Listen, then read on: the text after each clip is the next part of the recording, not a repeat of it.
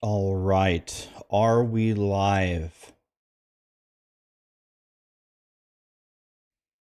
Are we here? M3X, what's up, buddy? Hope you had a happy Thanksgiving, even though I know you probably don't celebrate Thanksgiving. Who gives a shit? Have a happy Thanksgiving anyway. What's up, buddy?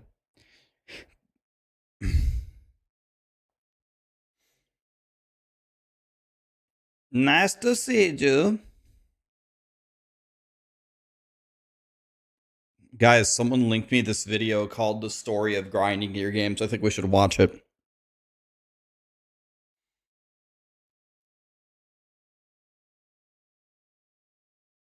How old is this video, by the way? 3 months ago?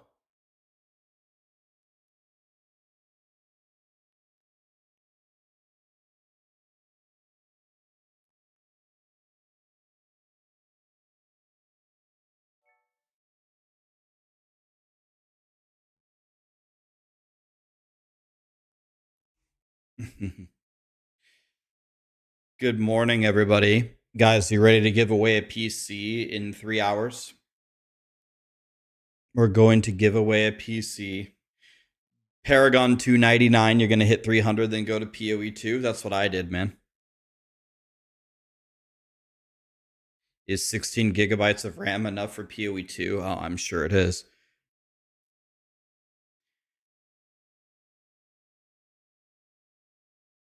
Any chance we get to play PoE 2 on Friday? Probably not, but that's okay. We'll see how good they can do with the servers. I doubt it though. By the way, guys, I have no idea what this is. I think Sarah must know what it is because, well, it's already opened. But actually, I did not open this. I think Sarah opened it. Path of Exile sent me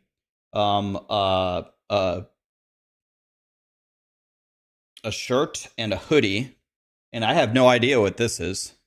So should we open it up? I actually have no clue what this is, which makes it way more exciting. I can tell you it's heavy. It's heavy. Ready?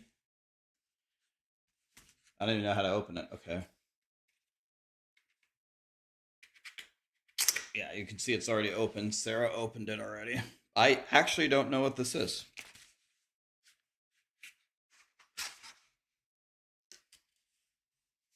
Oh. It's like laminated.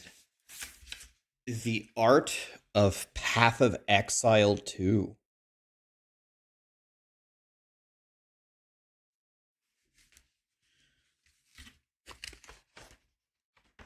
I feel like, are these my rewards for buying the $480 pack? I guess this is proof that I bought it.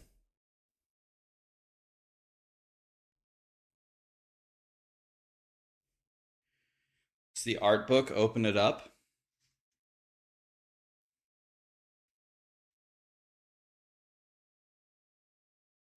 I want to be very, very careful here.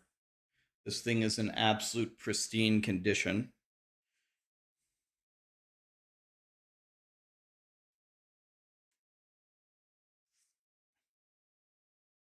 Just want to be really careful here how I do this.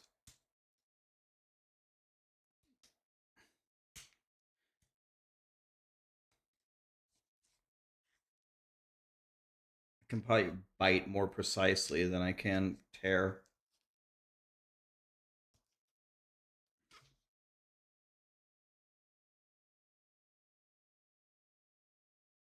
Okay.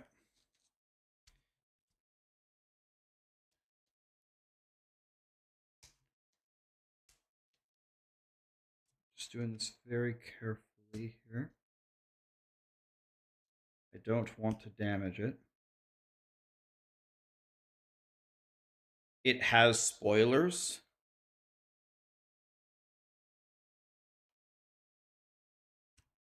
Okay. I mean, like it shows like the pinnacle boss or something. This thing is sealed very tightly.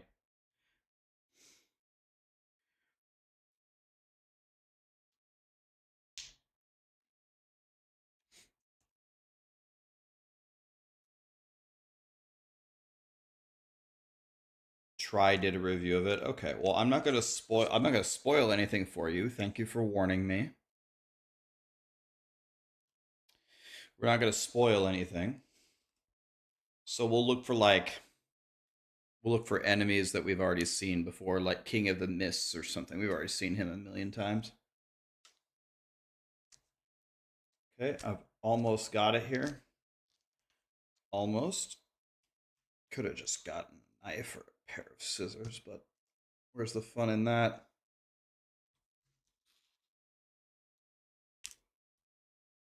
Okay. Getting there. We're getting there. This is a no knife speed run.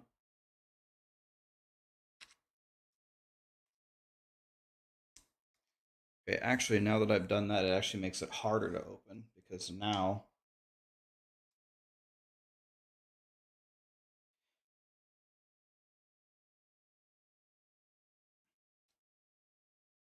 Jesus Christ, maybe I will go get a knife. This is so it's so well sealed. Oh well, we got 6 days anyway, right? This is content. Yeah, I mean, I could just easily just ravage it open instantly, but I'm just trying to be careful with it.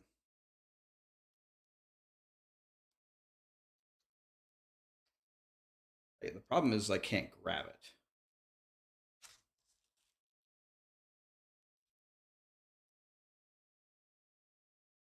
Can't grab the plastic because it's sealed so tightly to the book. It's okay though, this is content. This is harder than the puzzle box.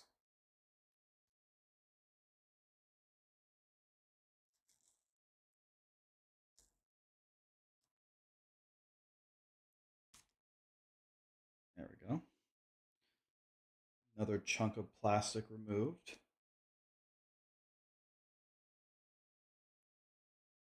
Okay, I think we've done it, boys. We've done it. Nice and easy.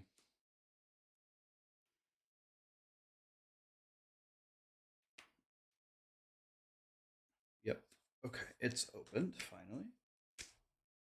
Harder than the puzzle box. Absolutely no damage to the book. We're in there. Okay. Yeah, that's probably the book world record right there. Oh, okay. I don't know if you can see this or not. You probably can't, but this is actually cool because do you see these like chaos orbs? That yeah, you can probably see. You see with the glare, they're actually engraved above the book. It's textured. It's not flat. It's not like a picture. And even the words are like etched into the book. It has a super awesome texture to it. So that's awesome. I guess let's just leave it full camera. So no spoilers, so don't worry. I'm not going to spoil it for myself either. We find a monster that we actually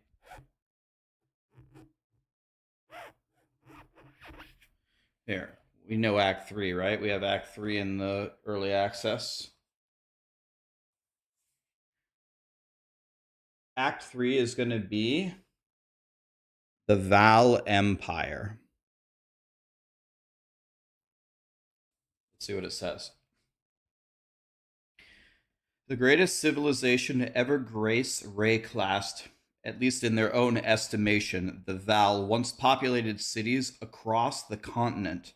By their height, they were employing sophisticated technologies based on animated stone and engraved power currents sourced from manufactured crystals called soul cores. More colloquially, dude, try to say that word colloquially, known as blood crystals, soul cores were made by sacrificing human beings and trapping their souls within. At first, the process was reserved as a punishment for heinous crimes, but as Val society grew reliant on technology, the demand increased. Eventually, the Empire found itself suffering a population problem as more and more people were sacrificed to fuel the machines. This sounds an awful like another society that I know. Finally, in an attempt to source even more power and acquire immortality, the last queen of the Val and her thaumaturgus,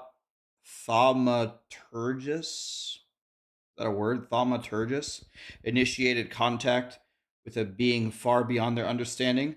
Only 3,126 refugees from the Val Empire survived the events that followed.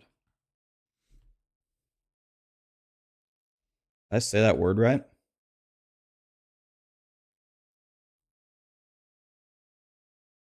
How many pages are there in Acts 1 through 3, verses 4 to 6? Let's see.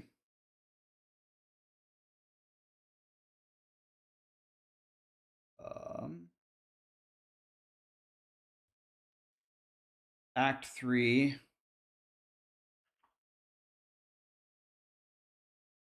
Act 2 starts on page 58.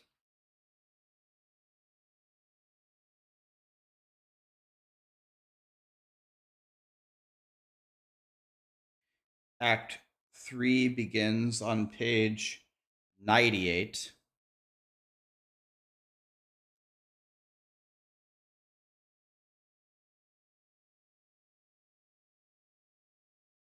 Again, I'm not trying to read anything here. I'm just trying to find the page number.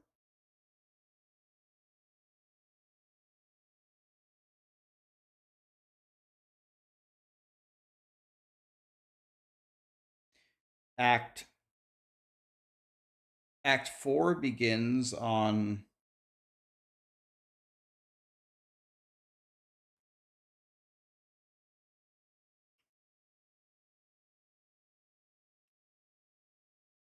(148).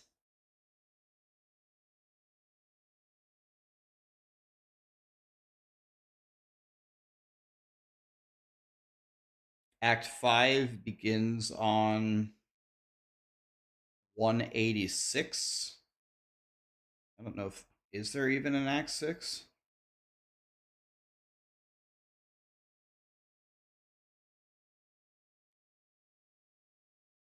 I don't know if there is an Act 6.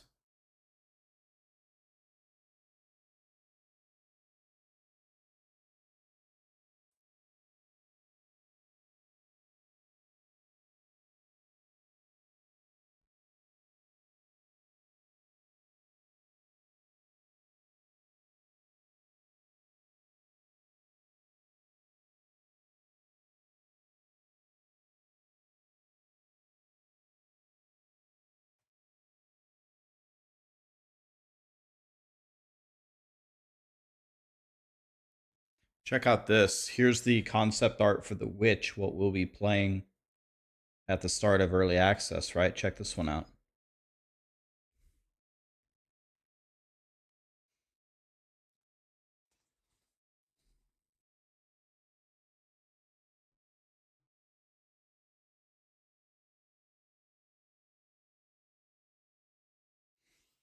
Pretty cool.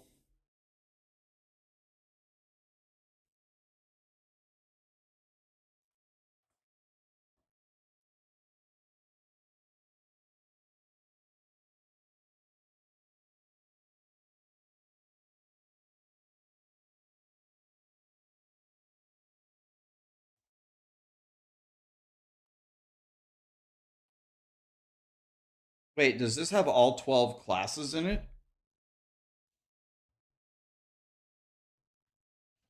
1, 2, 3, 4, 5, 6, 7, 8. I'm doing a terrible job counting here.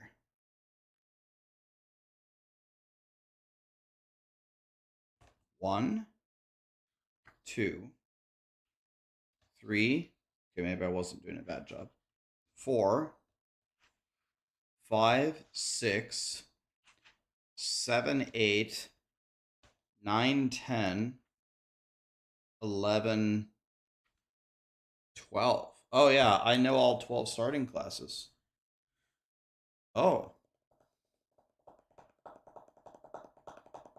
Oh. Oh, get wrecked, boys. All right, well, I don't think I should spoil that. Show us, Rax!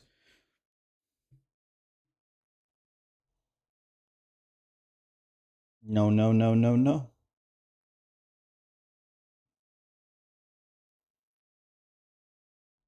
Spoiler alert.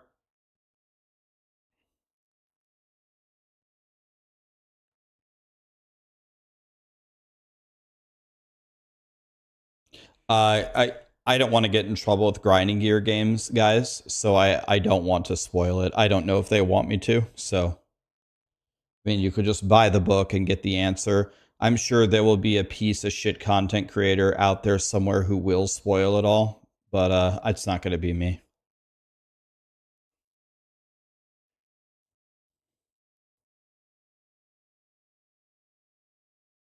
They had the 12 classes listed in the trailer showing the gem list at some point.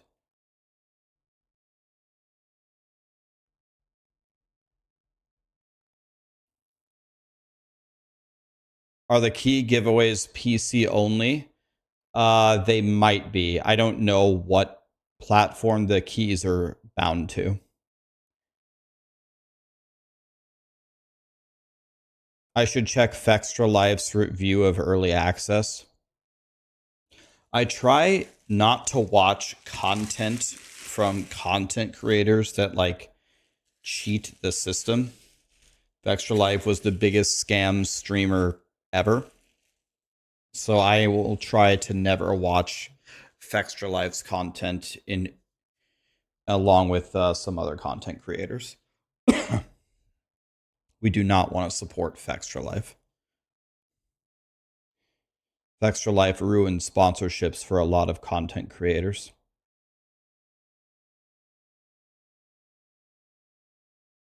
Any news about Chris Wilson and his absence in the content presentations? I thought Chris Wilson was focusing on running the company instead of designing the games.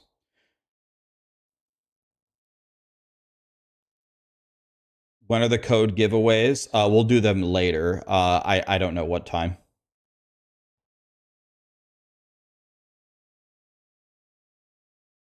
Okay, why don't we watch? Oh my God, so many people subbed. Olive Jane, Jack, Elgpels, Tony, Alera, Mr. Corey, Grizzly Rage. You're welcome, buddy. Hope the streaming goes well. Haunt Scene, Gates, Mudfist, Makuku. Thanks so much for the subs, guys. How do you win the PC? Exclamation PC. It's very easy. All you do is go to Crimson Market. And if you've never signed up before, use the golden ticket. It lets you into their club for free for 30 days. There is no contract. You can quit at any time. It's free. And then you're entered. And then if you want to continue being subscribed, you will build up more and more points for all of the custom PCs that they give away every month. So in 2 hours, 2.5 hours, we are going to be giving away the Diamond Spiritborn PC. It's going to be great. There's a real diamond in there. Not a fake diamond, a real diamond with a certificate from a jewelry store in that PC. I think, if I remember correctly, Crimson Market said the diamond inside of the PC is more valuable than the PC itself.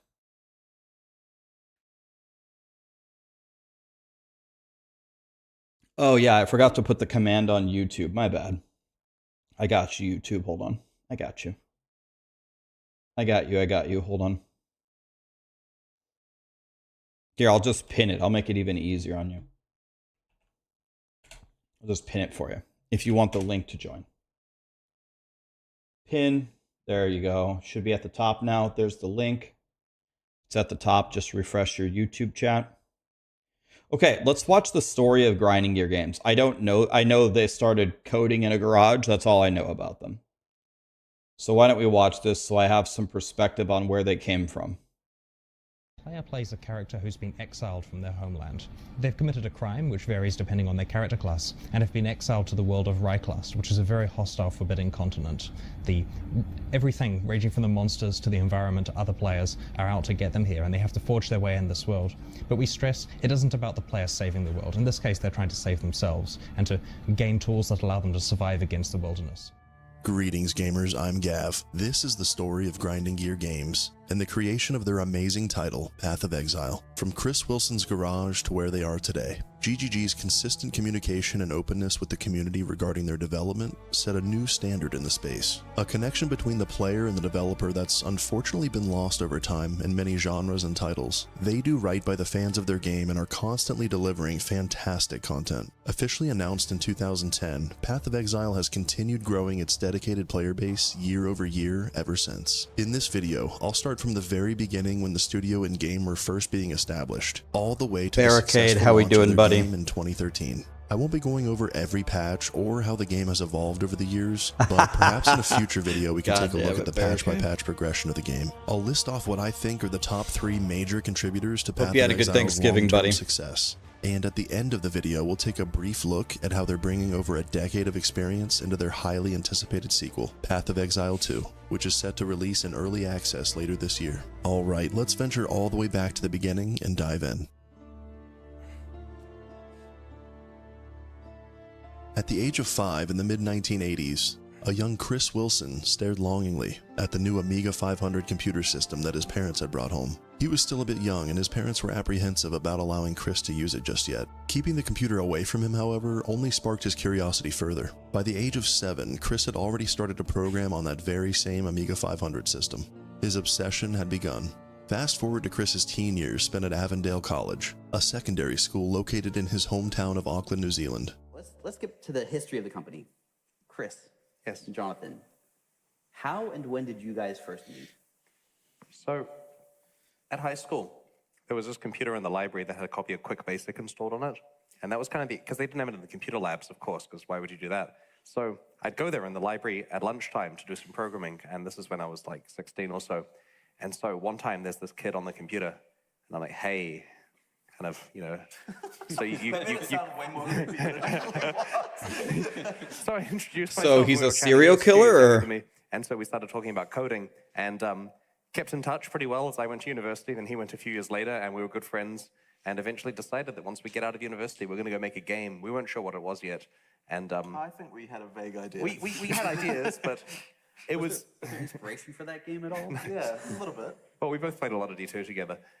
So, you know, by the time Jonathan had finished university, we were pretty set on this idea that everyone was terrible at making action RPGs, and we could actually make a good one, which is hubris and crazy when you're just a couple of random guys in your very early 20s. I think you were like 20 years old Yeah, 20. at the time. Yeah. We hadn't had commercial game development experience. We were just hobbyists, like way less qualified than most of the people we hire now. Jonathan and Chris were fast friends with a shared dream of making a game together. This was much more preferable to them than making a career out of the mundane software industry at the time. Through their love of Diablo 2, Jonathan and Chris would find the next piece of their puzzle by pure happenstance. They found their art director, Eric Olofsson. Eric, how and when did you join this ragtag couple of guys? Well, so first of all, I actually met Chris in a Diablo 2 strategy forum, so that would be maybe around year 2000 or so. So that was back in the day. It was harder to find out the best builds and so on. You didn't have streamers and everything back then. That's true, Darius. But then a few years after that, I got a random message. Neckbeard, Bradman, Blurriness, Jared, Chester, Floric, Sarojan. Thank you so much for the subs, guys. How am I doing? Am I excited for PoE 2? Doing great. Super excited. Chris was saying that him and Jonathan were thinking about, or like wanted to make a Diablo-like game, and that sounded amazing, I thought. So for context, you were living in Sweden at the time, Oh, right? yeah, so I'm on the opposite side of the world. Yeah, literally about as far as you can go. I think we needed an artist, and we knew no one who's ever drawn anything in their lives. And Eric is an accomplished artist and has done a whole industrial design thing. He wrote a textbook that many universities use. Like he's up there. And so I said to him, "Where would we find a lead artist?" And he looked at plane tickets. The Trinity was formed. Chris Wilson with his vision for the next great ARPG to fill the gap they saw in the market and scratch that eternal Diablo 2 itch. Jonathan Rogers, who knew from a very young age that he wanted nothing more than to make video games and was completely on board with the project. And last but not least, Eric Olofsson, the man behind the art and aesthetic of the game. Now what they needed was funding to make this vision a reality. Unfortunately, at the time in New Zealand, the games industry was still very underdeveloped, making investors and funding difficult to obtain. We're lucky to have rich friends, so they've been willing to invest some money in the project to see it to fruition. It's very difficult to get venture capitalists or angel investors interested, especially in online games. There's a mixture of fear and misunderstanding in the industry. That's where their fourth co-founder came in. That rich friend was none other than Brian Weissman. Weissman lives in the United States, and he privately funded the project's early development as its executive producer, believing in the vision that Chris Wilson and the others had brought forth. Brian was a pro Magic the Gathering player from 1994 to 1999. Why are you guys spamming key? That's not even a command. Why are you guys spamming key? I'm just going to give them away randomly. For the love of God, stop doing exclamation key. Guys, what in the hell are you doing? Jesus Christ. For all you MTG fans, It's not even a command. He invented the most well-known control deck in all of Magic history, simply known as the deck. I met Brian in the early 2000s because we both played online role-playing games, and at the time we were playing a game called Diablo 2, a very formative game, and that resulted in a close friendship which has endured to this day. And one interesting thing kept reappearing in our conversations over and over again. Could we in fact make a game that would be a worthy sequel to Diablo 2? Crazy idea. Chris Wilson has an absolutely insane Magic collection, and I'll have a video linked in the description for those interested. In the video, he shows off some of this collection of his, which contains some of the craziest Magic the Gathering misprints that I've ever seen. In late 2006, early 2007, the trio used Chris's garage as an office space. The first year, the guys did nothing but talk about the project and played games for further research, in an attempt to dissect what made different games so compelling, as well as meticulously going over the details of their company and laying out the foundations for their game. Back in the mid-2000s, my co-founders and I had played a ton of Diablo 2, like thousands and thousands and thousands of hours. And as we, over time, tired of the game, we looked at other action RPGs that we wanted to try out. You know, we tried out Dungeon Siege series and Titan Quest and so on. And we played those games too and enjoyed them, but only for dozens of hours rather than thousands of hours. And so this caused us to ask, why did we sink so much more time into Diablo 2? What was perfect? What made that game the best action RPG that had ever existed? And so we came up with a bunch of design pillars that we feel a perfect action RPG needs that some of the other games hadn't quite hit in all cases.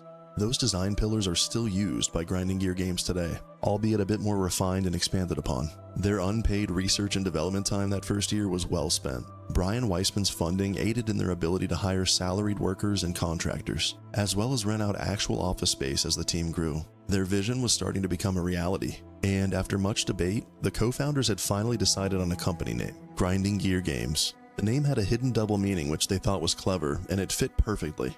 Grinding Gear Games stood for both the visual representation of the gears grinding together as shown in their logo, but the name also exhibits the core gameplay loop of Path of Exile, which has you grinding for the best gear you can acquire. You know what really grinds my gears? The small GGG team worked in secret for the next several years, not even publicizing the fact that they were making a game, not until what they had was ready to blow people's minds. In 2010, with Diablo 3 now announced and set to release in 2012, Chris and the team knew Diablo 3 must have really thrown a wrench in their plans because Diablo 3 is touted by all gamers as the greatest game of all time. It was now or never to build hype for their game. The project was originally going to be called One With Nothing, a name which was scrapped in favor of the more epic title, Path of Exile. It was speculated that the name Path of Exile was inspired by this D2 expansion set, Lord of Destruction. And so, in September of 2010, they flew to the US to show the world what they had been working on.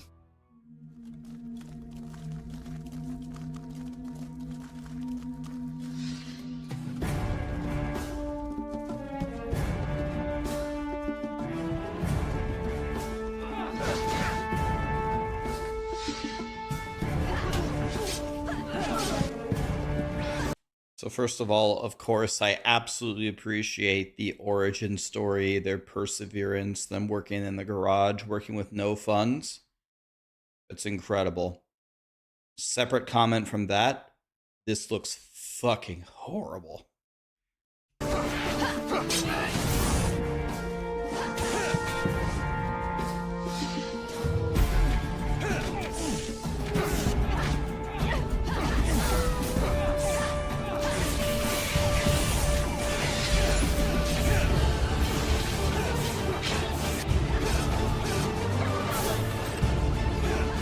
The music is good.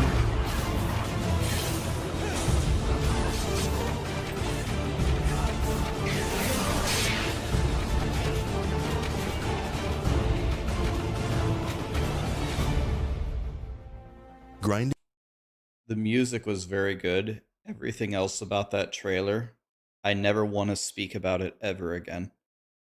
Gear Games and Path of Exile were completely unknown at the time, but the announcement of their game was a success. It was unique, and although not perfect, the game was well polished for its stage of development and scratched that Diablo 2 itch for many players. Path of Exile received coverage in major publications at the time, including PC Gamer, Inc. Gamers, IGN, and more. Alpha and closed beta for the game ran from 2010 to 2013, and the team had scaled up from the original 3 all the way to 18 employees and contractors, looking to see the project through. The open beta was launched and the team was on top of the world. Things were going well for the indie developer. Very well, achieving a peak of 70,000 concurrent users and nearly 2 million signups. Their initial growth was spectacular, but maintaining those players was the issue. As their small weekly patches shifted to large quarterly updates, they started to see a rise in returning and new players.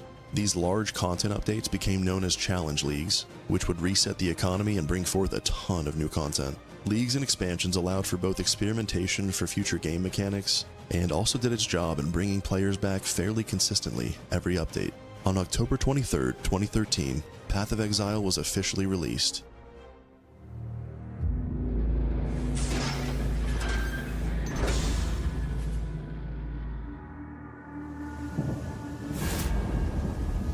They named me Sinner.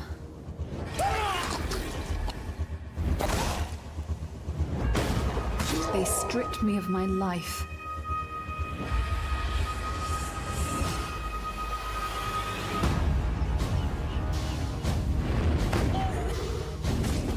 But this land was a wealthy land. Bounty as plentiful as bones. There is a life here, if I have the will to take it. I will take from others. I will use others to take from this world. Or I will fight alone. I am an exile, condemned to live in fear.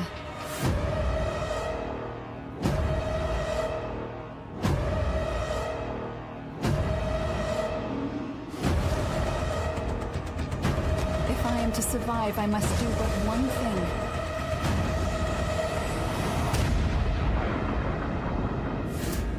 Conquer the beast within. Same thing. The characters running. It looks terrible. The audio of it is incredible though. Grinding Gear Games had learned a lot of lessons through Alpha and Beta, and they had their fair share of ups and downs over the years to follow 1.0, but they've never lost sight of their original vision and have always remained authentic and transparent. Both the team size and the content additions to the game have scaled up tremendously as the game has grown over the years. Let's go over the 3 things that I think have allowed Path of Exile and Grinding Gear Games to not only survive, but thrive.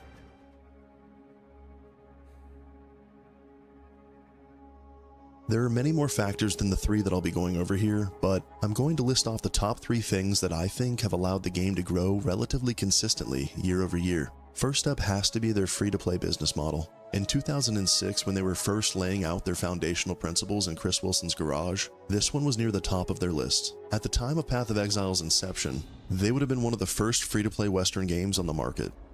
And you're using your own technology for the engine, correct? That's right, yeah. Right. It was written entirely in-house.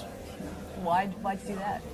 It was cheaper. I mean, we funded the game based on our savings and, the savings of friends and family and stuff. So we had to take cheap, I guess, smart options rather than buying tools because we just couldn't afford them. Economical? Yes, indeed. Well, where possible, we'll try to think of a way which saves us money to solve a problem. Got it. And so why free to play in that case? Following up. When we started the project in 2006, there weren't any Western free games. It was popular in Asian markets. Games like MapleStory were doing really well. So we had this plan to be the first free-to-play game in Western markets. Then it took 6 years to make the game. So we were not the first. And since then, the term free-to-play has become poisoned a bit by games that sell advantage and experience potions and a ton of convenience options, which are almost cheating, if you see what I mean. Yes. So we've been very clear that while our game is free, we don't sell advantage in that way. And so this is something our fans actually really appreciate. Ethical microtransactions. That's right, yes.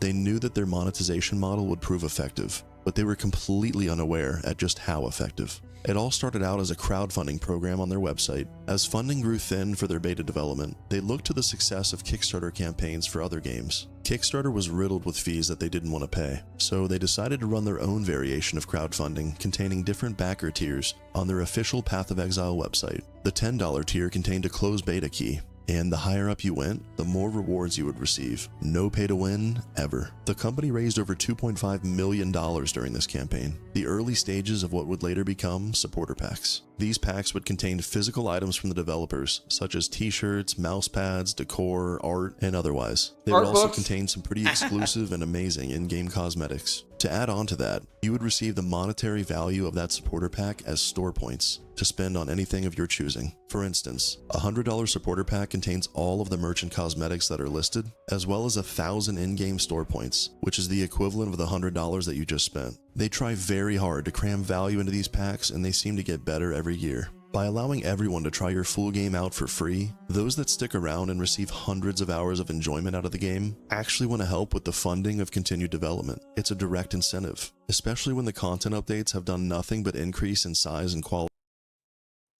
When I started playing Path of Exile, I started playing Path of Exile in November of last year. So I've been playing for about 1 year when Last Epoch and D4 aren't doing stuff.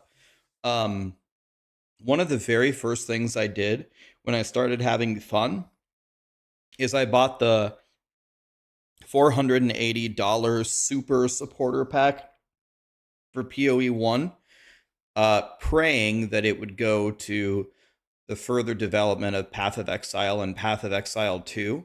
Then, when they did the announcement of Path of Exile 2 last week, I was so genuinely impressed by the game that I bought the $480 pack for Path of Exile 2.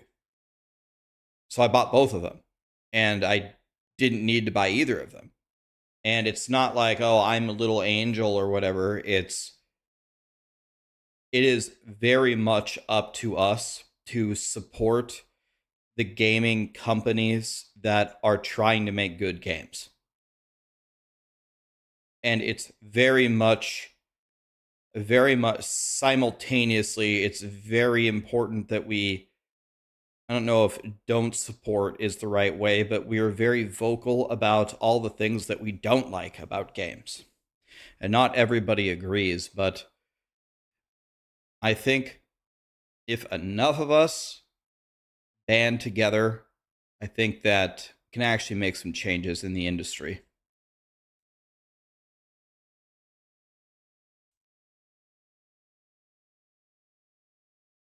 So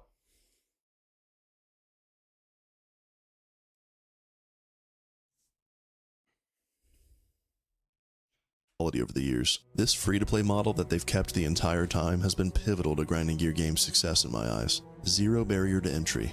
The second success factor would have to be zero barrier to entry. Whoa. Maybe zero barrier to entry downloading the game. Whoa. Path of Exile has the largest barrier to entry of any video game ever made.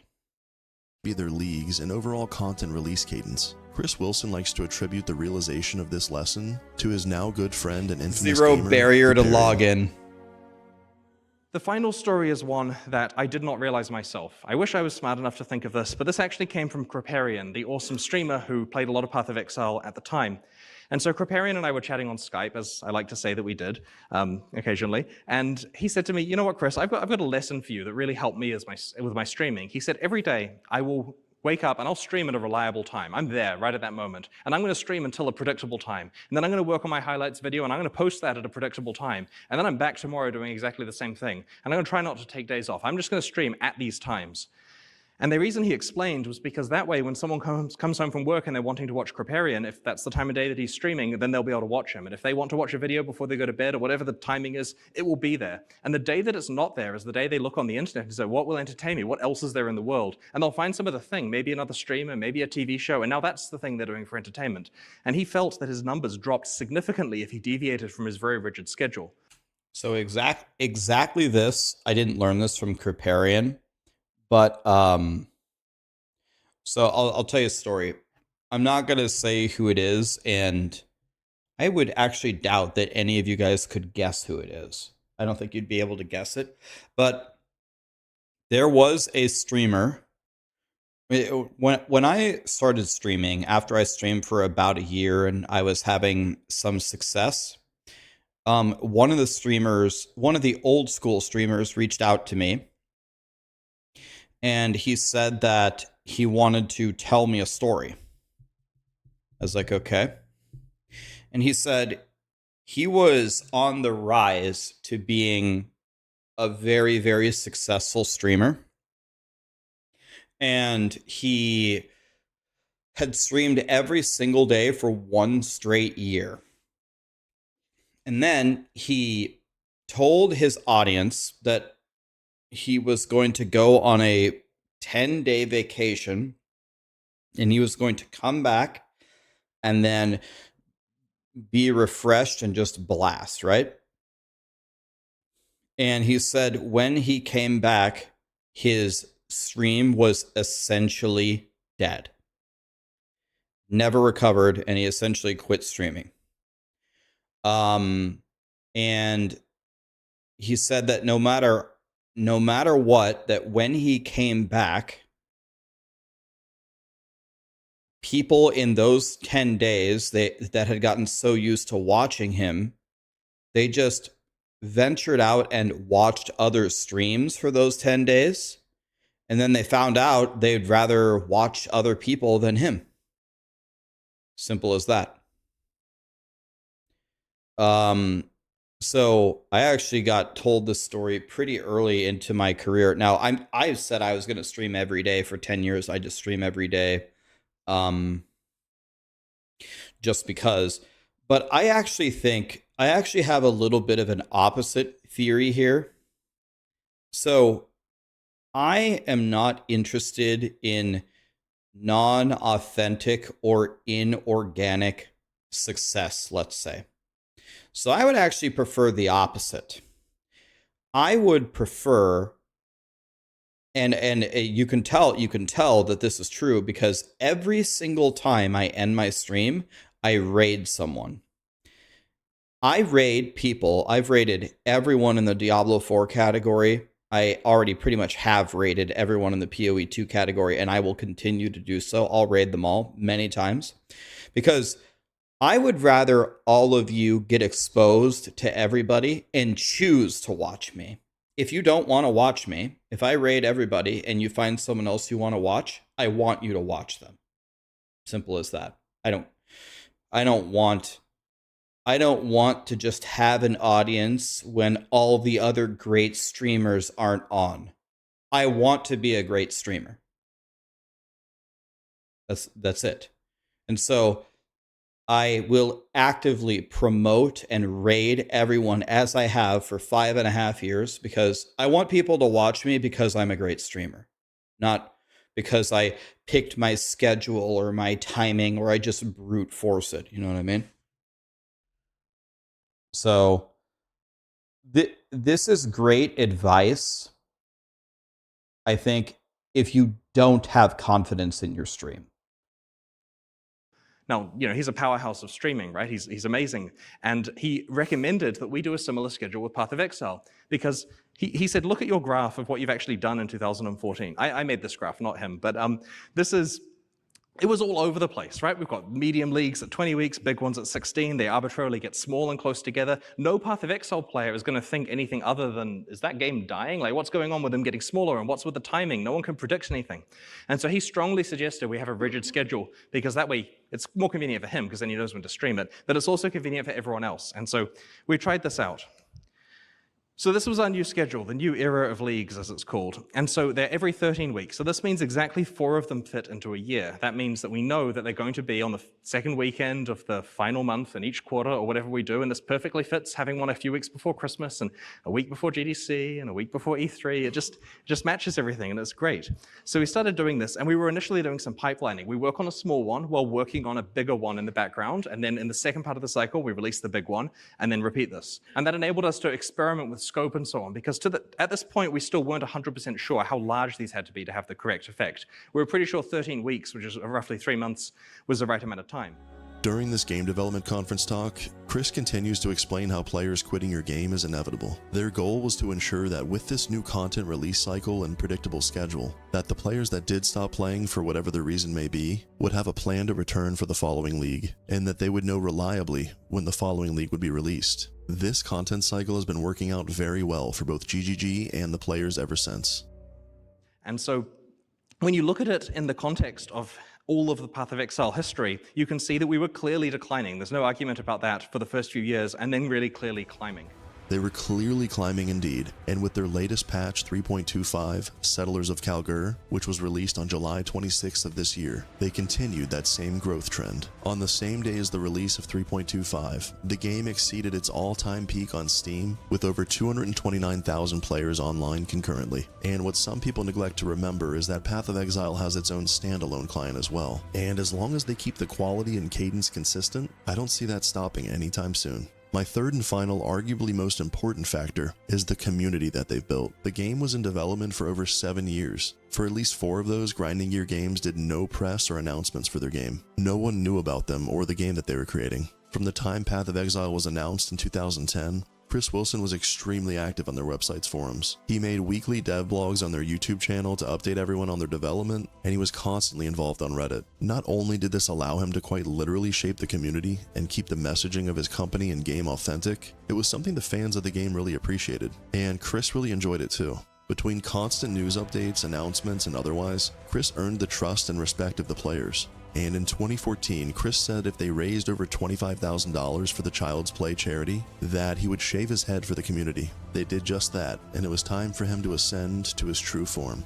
Hey, I'm Chris Wilson from Grinding Gear Games. Over the last couple of weeks, we raised over $25,000 for the Child's Play charity, and I promised I'd shave my head if we reached 25k, so let's go find a hairdresser, I guess.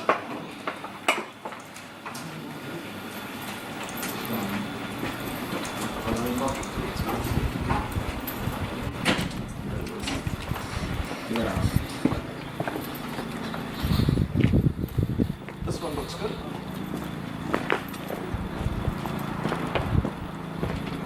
He literally is. Yep. Sure.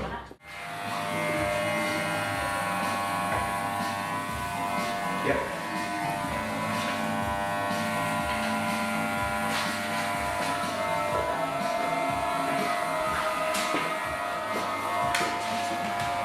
This is simulating balding pretty well, right there. Looks good. He looks like Kerparian, kind of. Well done. Good on you. Thank you very much. Alright, I'm gonna play some music back at the office. Yeah. I think. Okay. You got to film that part too. Yeah, I'll get the reaction. See you guys. So like that's the barber, quote unquote, shaving his head, going over his head with a guard. Okay. All right, we have to get some reactions now. Oh,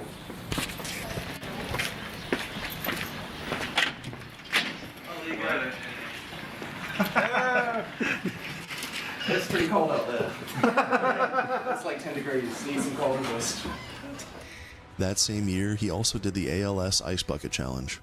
ALS is a horribly crippling disease, and it's a really serious business. I know it's funny to watch videos of people getting wet on YouTube, but you should seriously consider donating to the cause. I've put $100 in, and hopefully...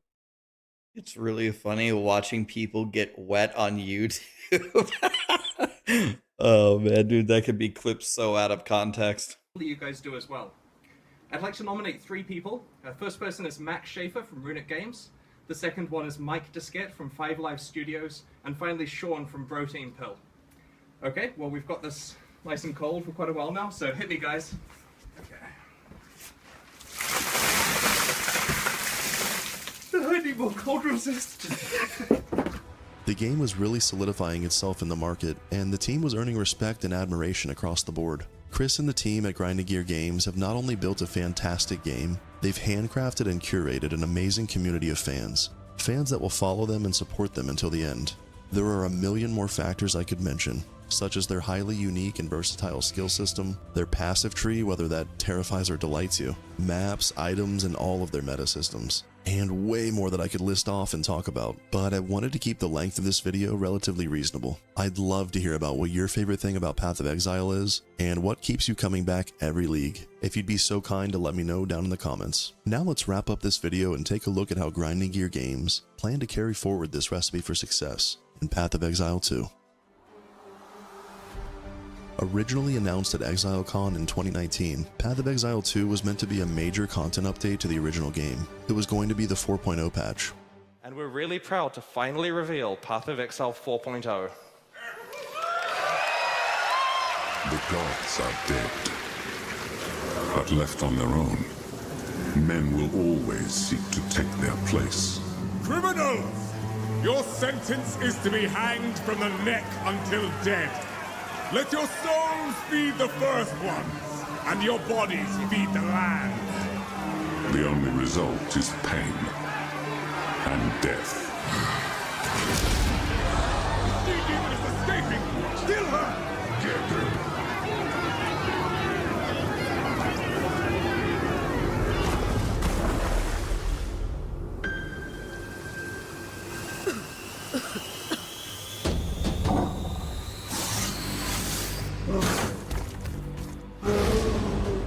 This vision has changed a bit since then. Here's a portion of the keynote from ExileCon 2023. When we announced Path of Exile 2 at ExileCon 2019, we told you guys that we were releasing it as an expansion to PoE 1 and that both campaigns would be playable on the same game client with a shared endgame. But PoE 2's scope has continued to grow and grow, and it's far more than just an expansion with a new campaign. It has entirely new monsters, skills, mechanics, classes, everything you'd expect from the next generation of action RPGs. Not to mention revamps of most of the PoE 1 League content. This thing is just freaking huge. There was a point when we realized that our plan to replace PoE 1 with PoE 2 would essentially be getting rid of a game that people love for no real reason. So we made a decision. Path of Exile 1 and 2 will be separate with their own mechanics, balance, endgames, and leagues. But it's still a shared platform. Your microtransactions are available across both games. Everything you have ever purchased or will ever purchase in the future will be usable in both games unless it's hyper-specific to the content of one of them. You can't transform into a bear in PoE 1, so a reskin of your bear form isn't going to work. But you absolutely can equip the awesome armor set that you got and use all your stash tabs. The separation wasn't well received initially after the announcement, but it truly was the right path forward. It removed any shackles that the original game would have placed on the design of I have no idea why. I heard about that. Like, this was about when I started getting into Path of Exile. When I heard that they weren't expanding the first game, they were making an entirely new game, I thought that was awesome news. And everyone's like, no, it's bad. I'm like, are you guys crackheads? Or how is that bad? That's not bad at all. So I never understood why that was ever bad. Huh? Path of Exile 2. And both games will receive content updates that offset each other, so that you can constantly play Path of Exile 1 and then back to Path of Exile 2. Rinse and repeat. For those of you unsure who Mark Roberts, the man standing next to Jonathan, is, he's affectionately referred to as Mark II, since he was the second Mark to join the company. But most everyone else calls him Neon. And he's an absolute badass with an encyclopedic knowledge of the game. He competed in race events and on the ladder for fun. He plays the game a lot and really knows his shit. Starting out as a simple QA tester on Path of Exile, Neon has proved himself an invaluable asset to the team, and I couldn't be happier that him and Jonathan are heading up this sequel project. I have to say, from the footage I've seen the past few years, Path of Exile 2 looks absolutely spectacular. As an avid MMO player, the WASD movement has me very excited, and just everything about the game seems so well thought out and polished. You can really see how much Grinding Gear Games and Path of Exile has evolved over the years. Path of Exile 2 is their opportunity to truly bring their new tech and all of those lessons learned forward, with early access open for everyone beginning in November of this year, barring any issues. When comparing Path of Exile 2 to other games on the market, I, like many others, find myself asking, how on earth is this game free?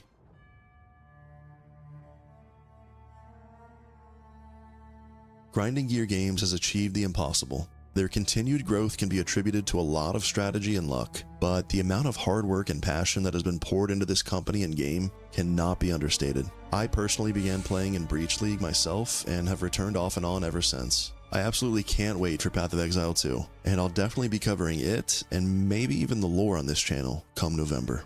Thank you so much for watching. I hope you all enjoyed. As always, for those that made it this far into the video, I have a question for you, and I'll respond to everyone that takes the time to comment their thoughts. What feature in Path of Exile 2 has you most excited? For me. Okay, so this is Gavrin. Never watched. Wow, he doesn't have very many subscribers. We need to help him out here, guys. So I'm going to like his video.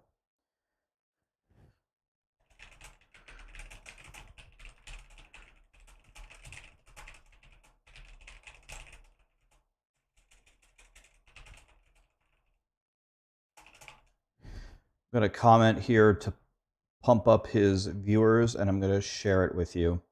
Guys, please show him some love. Give him a thumbs up. Give him a sub. Give him a comment, if you wouldn't mind. He made a great video. He did a lot of... It's not easy to make a video like that. He did a lot of research. It's not easy to do. So here's his video. I spammed it in Twitch.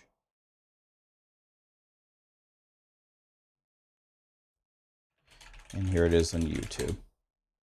Let's help him out, guys. Rax, here's more old school PoE 1 footage. Every time I see old PoE 1 footage, my eyes get further poisoned and burned. Cynthia, I hope you had a wonderful Thanksgiving as well. There's a new Frosty video. Oh, God, are you serious? Oh, no. Already? Frosty LaRue, the Secret Fanatic cover. Oh, no. I'm a Diablo. Okay, that's very loud, isn't it? I'm going to turn it down a little bit. Isn't that very loud? Super fan, but there's another game that holds my hand, though I can't admit it in the light.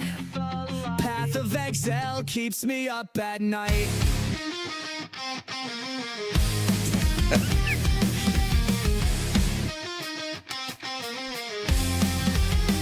When they see me playing PoE, I say it's not what it seems. I'm just testing things, don't you see? But secretly it's my favorite dream. Diablo 4, oh yeah, I swear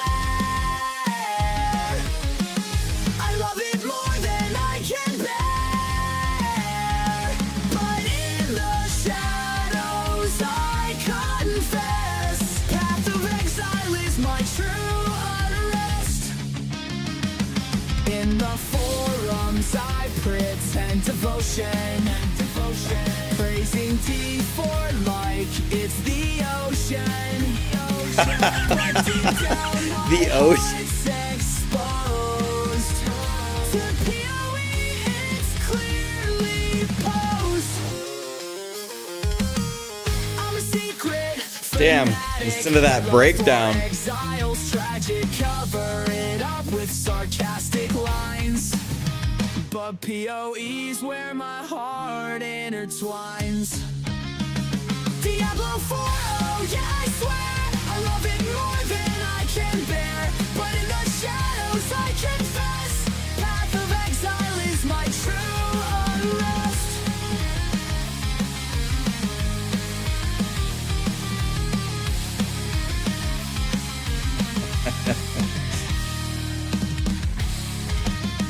Be right back, dyeing my hair black. In the forums I pretend devotion, praising D4 like it's the ocean. But in the shadows I confess, Path of Exile is my true unrest.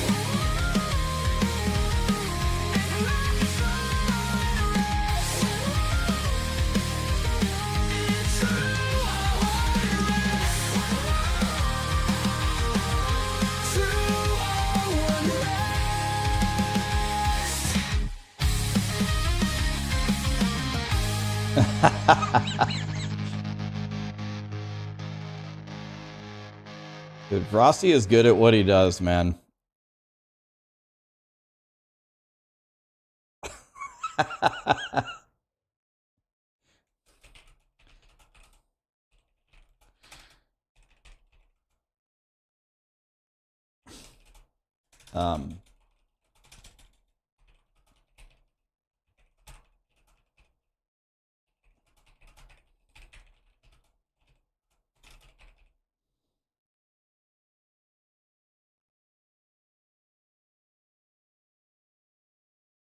Okay, we liked, we commented.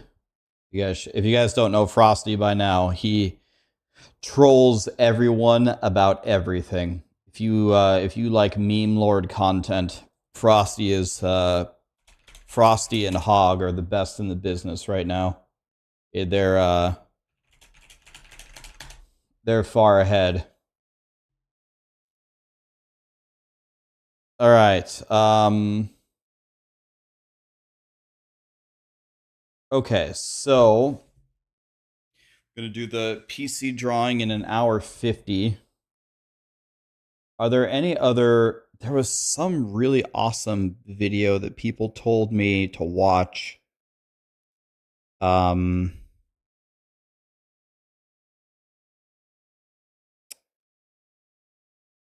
can't. It was at the end of yesterday, I believe. Anybody remember who it was from?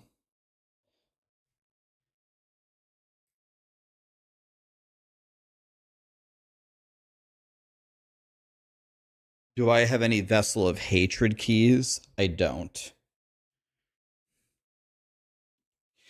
I don't have any Diablo 4 keys. I saw The Worst Guide to PoE.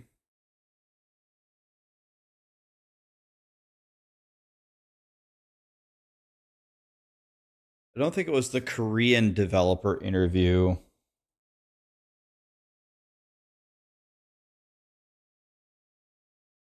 Oh, okay. By the way, guys. Okay, hold on. Two things that I forgot. Starting tomorrow, God, I hope I have them.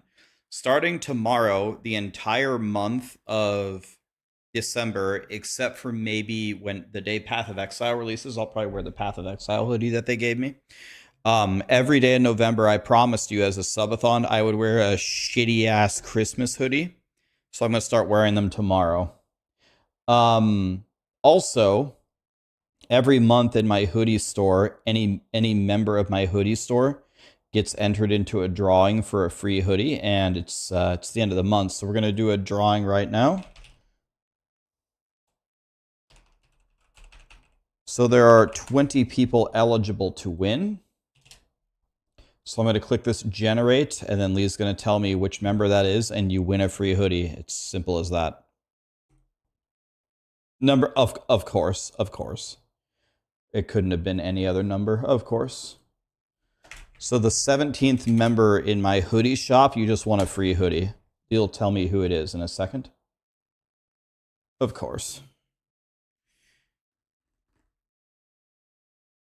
There was a video that everyone was begging me to watch yesterday, and I cannot remember who it was from. It was released yesterday or the day before. Anybody remember? Anybody remember who it was? What Dream Core? That's it. Thank you. That's the one. Dream Core PoE. Oh yeah, every Keystone.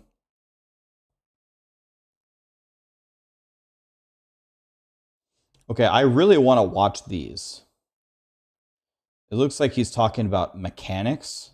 This is exactly what I want to watch. I want to understand. I want to watch all of these. Welcome to another Path of Exile 2 mechanics video. PoE 2's early access will now launch on December 6th since it's been pushed back by 3 weeks, but fear not, we'll soldier on with this series, covering Path of Exile 2's mechanics, discussing how they function and how they differ from the same mechanics in Path of Exile 1 to create a resource that's useful for new players and veterans alike. You can check out the full series by following the link in the video description below. This video is all about attributes. That's strength, dexterity, and intelligence. Let's get into it.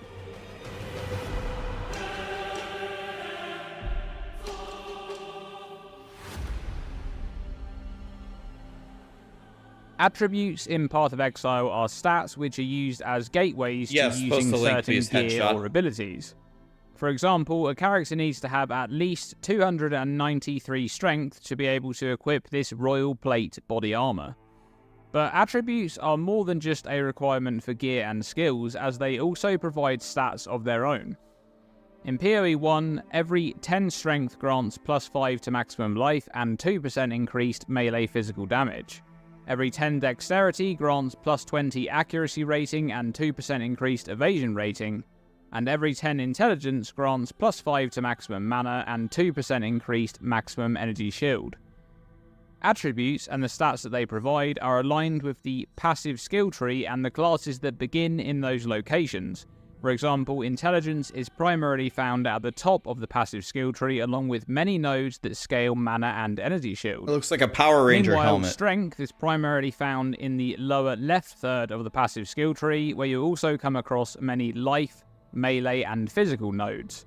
And for dexterity, is primarily found in the lower right third of the passive skill tree, with many of the nodes want a down hoodie, there buddy. providing boosts Thank to you evasion. for being a member on These my hoodie attribute alignments shop. are going to continue with the same locations you on win. the passive skill tree in Path of Exile 2.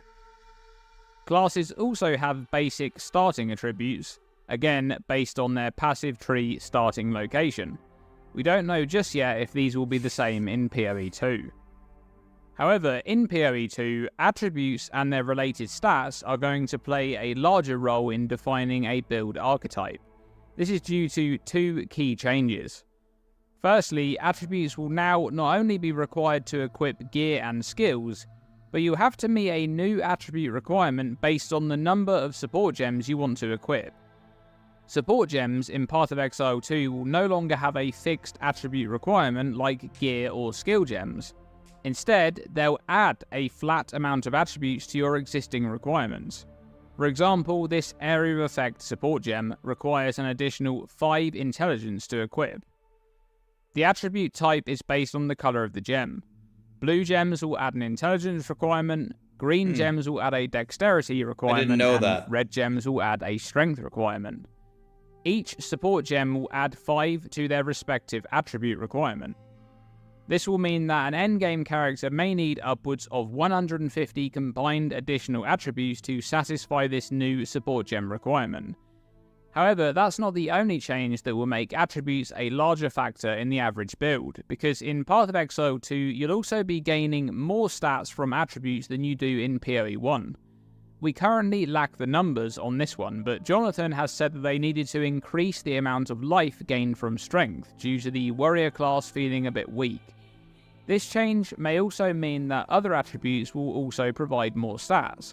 For example, more accuracy granted from dexterity would make a lot of sense, considering that ranged characters like bow or crossbow builds will have a less accuracy modifier imposed on them based on their distance from the target. Okay, At the I same knew that. time, gaining more mana from intelligence also lines up, considering that every character will have a full mana pool by default, and this will help distinguish an intelligence-based character as one with a higher mana pool compared to other attribute alignments. But those two are speculation. The only one that's confirmed is the higher amount of life being gained from strength.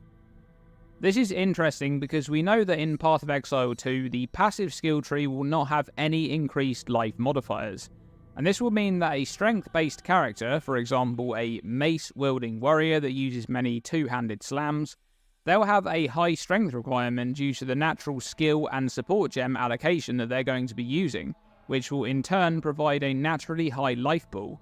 So those particular build archetypes are unlikely to opt into anything other than a life-based setup. Now, in terms of player agency and being able to easily solve attribute requirements, especially during leveling, GGG is implementing an important change to the passive skill tree in Path of Exile 2. Travel nodes that provide stats will now be stat selectable. These nodes will provide 5 of the chosen attribute, and can be respecced as needed to fulfill any new requirements that you take on when you socket new support gems. Their idea here is that you'll always be able to choose to use a new support gem you pick up on your next level, as you'll always be 1 point away from that required stat node.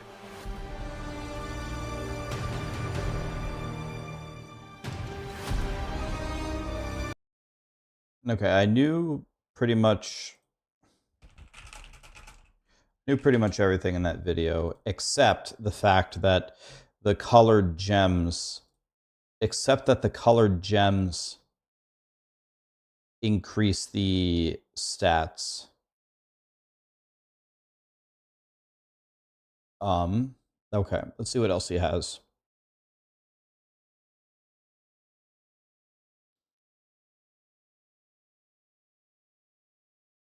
Thought he had another mechanics video. Okay, this is one. Any others? Okay, let's just watch this one. There are all sorts of things to discover. You may even find a lonely man who will give you a unique item for free. Each in-game mechanic needs to have a pinnacle in-game encounter. The most difficult content in Path of Exile 2. I'll link the videos here once we're done watching them all. I've covered some of the PoE 2 Keystones in videos about their particular section on the tree, but not all of them. So this video will serve as a full overview of every Keystone that will be on the tree for PoE 2's early access launch, showing where they're located and discussing exactly how they work. So here we are on the footage that I recorded in my playtime in Los Angeles, and we're beginning with Resolute Technique, which is unchanged from Path of Exile 1. Your hits can't be evaded, never deal critical strikes. This keystone makes it so that the accuracy hit check calculation is bypassed because the enemy cannot evade your attacks. Thank you, I got the link. As long as the attack makes contact, it will hit, but at the cost of preventing you from dealing any critical strikes.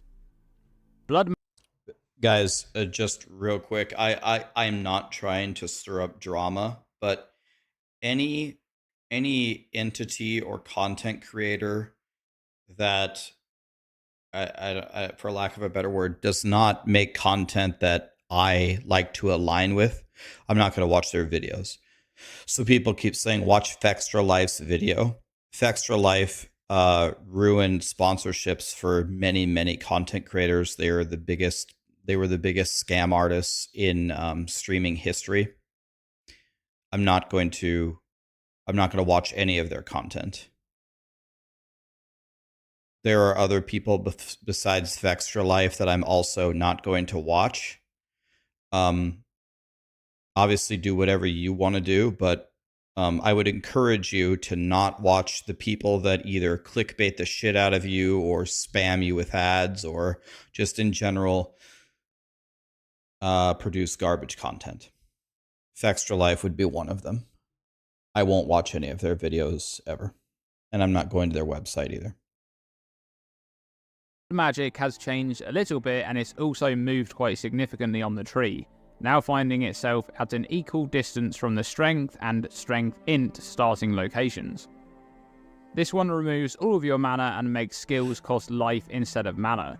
It doesn't grant 10% more life like it does in PoE 1. This one is very interesting considering that all characters will now have their entire mana pool, as reservations now use spirit instead of mana. It's hard to say exactly how useful blood magic will be without knowing how difficult it is to manage standard mana skill costs in the endgame. Next up we have Avatar of Fire, which has slightly moved towards the outer side of the tree but remains in the strength aligned area. Avatar of Fire has changed a bit from PoE 1, making 75% of all damage types be converted to fire while preventing you from dealing any non-fire damage. This means that it will also convert chaos damage too, which is new in PoE 2. We know that damage conversion scales differently in PoE 2. You can only scale the portion of converted damage with modifiers that affect fire damage dealt. The downside giveaways is also baiting. If you think that I'm baiting you by being here, by giving away Path of Exile 2 keys that my community has given to me to give to you guys, or if you think that I'm baiting you by giving away a computer from a sponsor that I've been with since essentially their formation of their company, what you should do is, right now, leave, unfollow me, and don't ever watch my content ever again. If you think I'm baiting you, if you consider that baiting, okay, go ahead and leave. We are doing the PC drawing in 1 hour and 36 minutes, and after it, I'm going to give away a bunch of the keys. Guys, out of all the keys that I'm giving away, only like 4 of them are mine.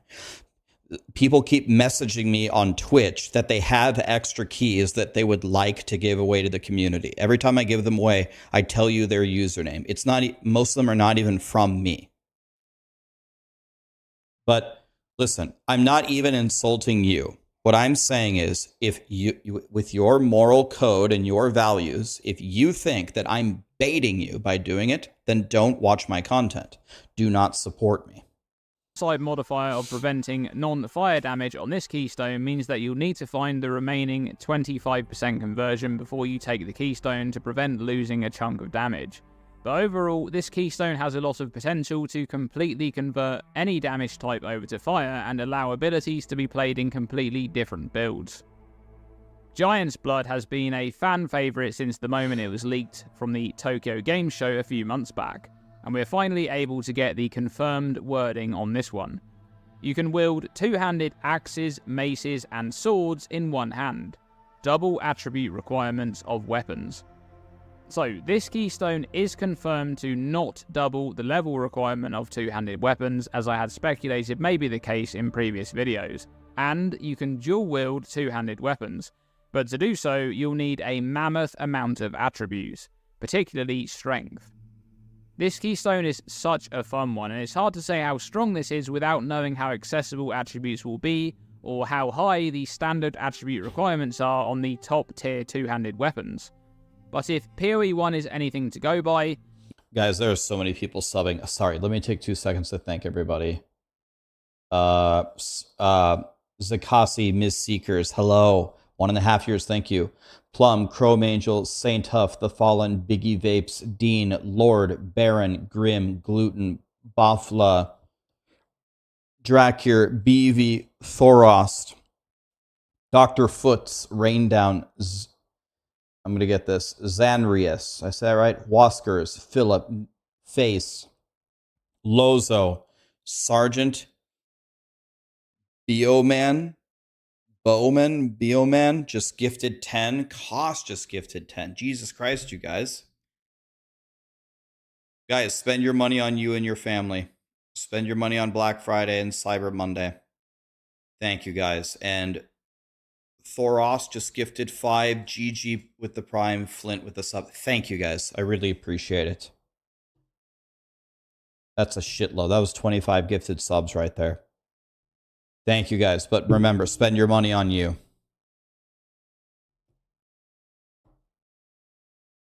You already did? All right. If you're good and you already did all your shopping and you have leftover money, I'll take it. Thank you, guys.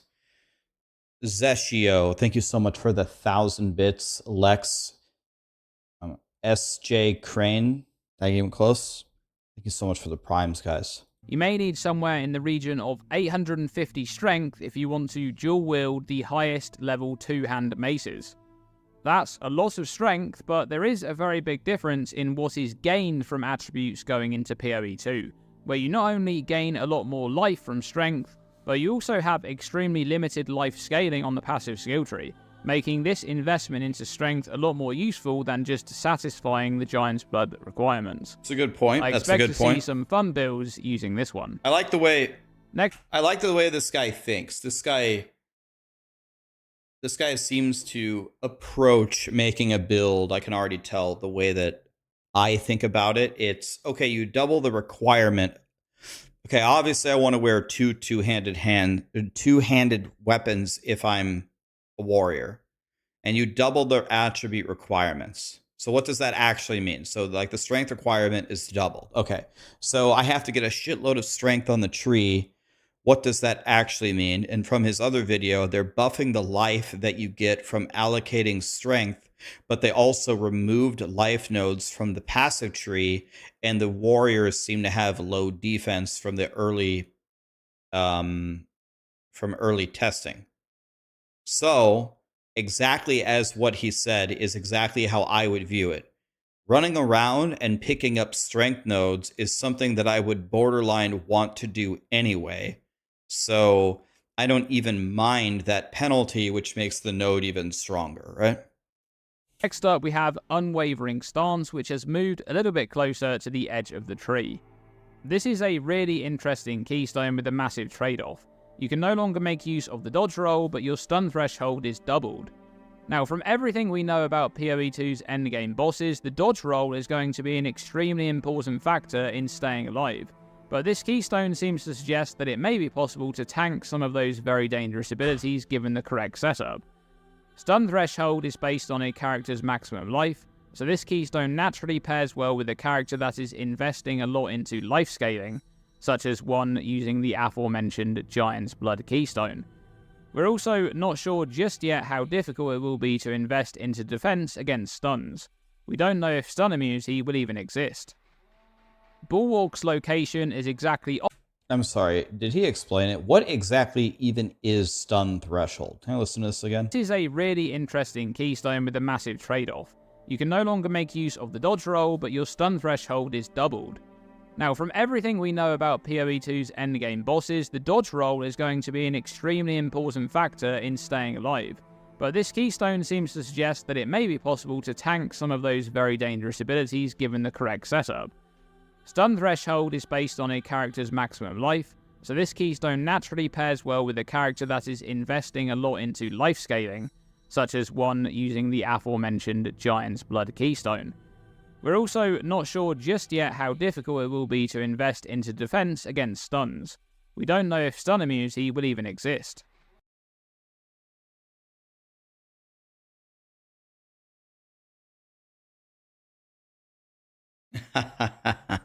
The booty.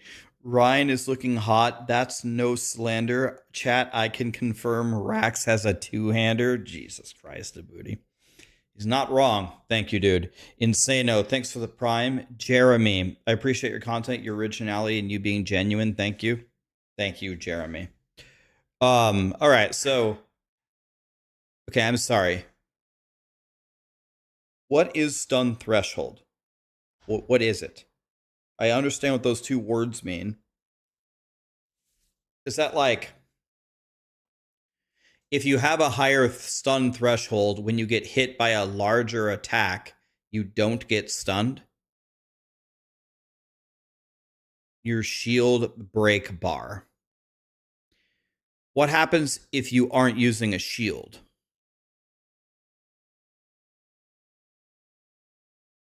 It's like, yeah, it's like your own stagger bar.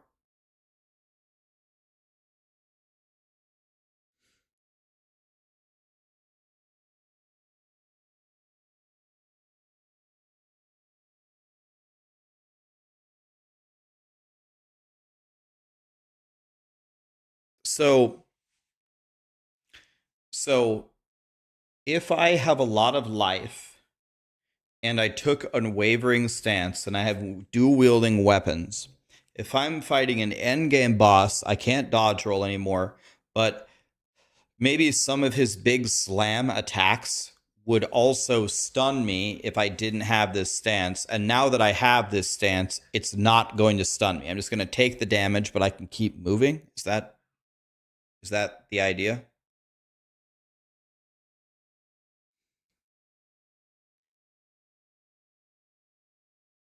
Have I moved? Am I ever going to put a shelf behind me? Have I bought anything for Cyber Monday? I did move, but I had no belongings, so this house is empty. And I did buy a tidal wave of stuff on Black Friday. I'm a cheap ass, and I don't like to have belongings. I'm a minimalist, if you haven't been able to tell.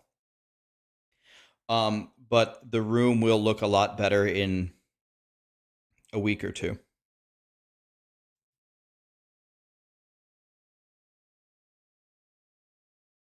Yeah, thank you guys.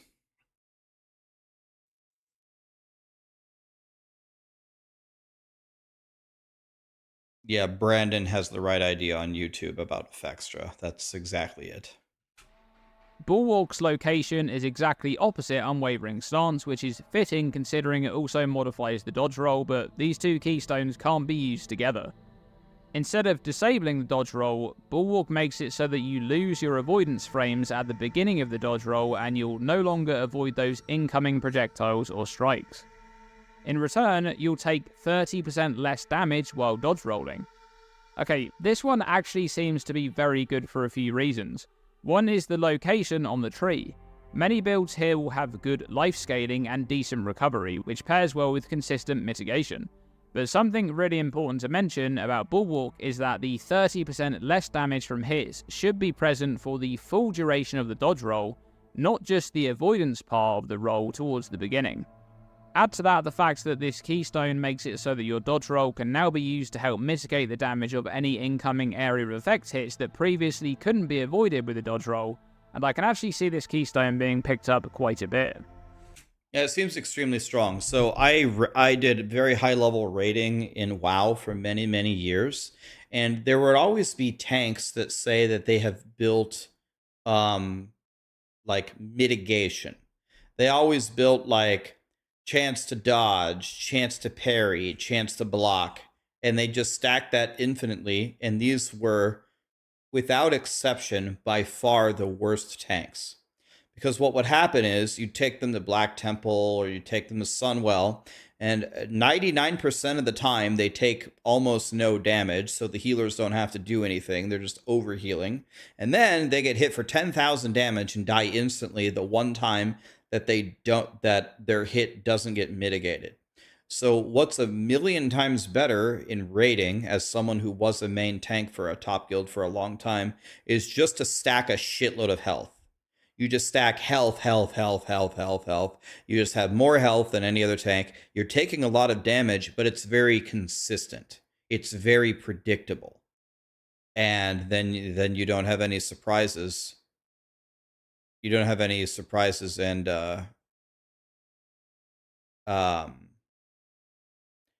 you win. So that's exactly the same logic here. If you're relying on your dodge roll for a few frames to always dodge the mechanics, rather than just always taking 30% less damage for the entire animation, the 30% less damage always is way better than 9 times out of 10, I'll hit the dodge roll perfectly, but the one time I don't, I'm dead. This dude is streaming, waiting for a video game, and people are watching. The future of this country is doomed. I kind of agree with you, KEJ. You have a point. I do think that the country in a lot of ways is doomed. It just is because of people like you that are in it. It's got nothing to do with the fact that it's a holiday. We're really excited for a video game. We're trying to study it. This is our entertainment time outside of work time that we choose to spend having fun. It's because of people like you. You're the person who needs to leave. And then we'd do a lot better. Probably 90, I don't know everyone in my chat right now, but I would bet 90% of them are much more intelligent than you and have probably accomplished a lot more than you have in life. You want to know how I know that? It's because they're spending their holiday having fun and enjoying themselves, and you're spending your holiday doing the things that you hate, spreading hate. That's a very low IQ move, man. I would go back to school and get a job if I were you. But if you want to do us a favor, you're the one who needs to move, buddy, not us. But we do agree on one thing: our country does have a problem.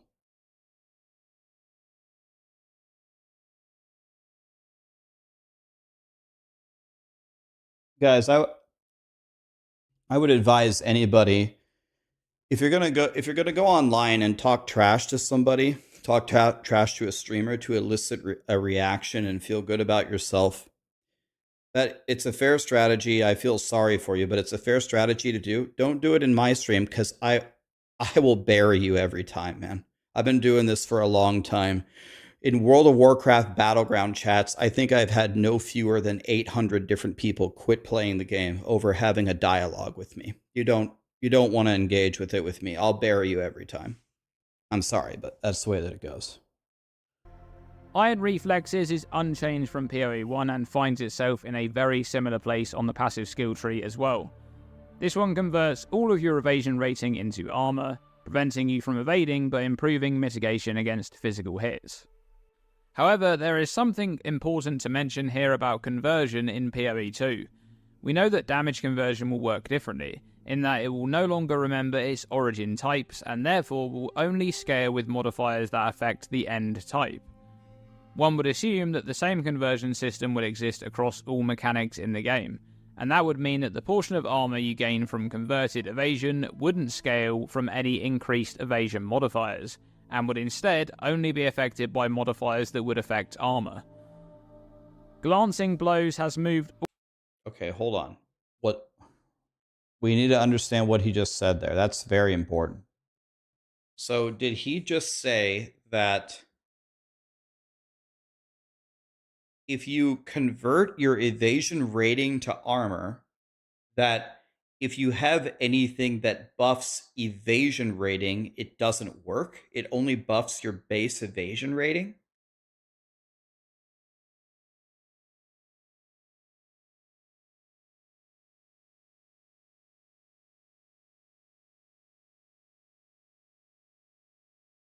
That makes it seem like this node is worthless. That seems... This only converts your base evasion rating? How is this valuable then?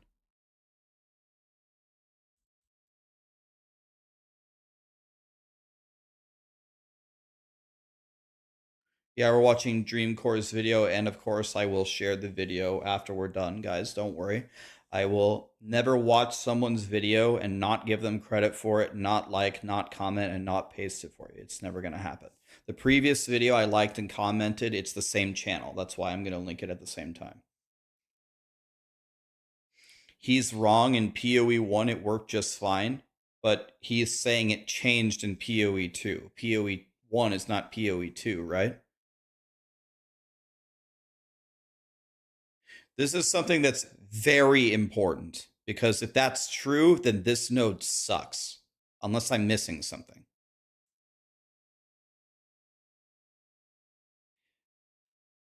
Guys, for the early access and for the beginning of Path of Exile, we need to not crucify content creators because they're giving us ideas and stuff to test. People are going to be wrong about things, or they're going to be right, but Grinding Gear Games is then going to change it. I'm going to be wrong about 1,000 things. I'm going to try to always be right, but it's never going to happen. You know what I mean?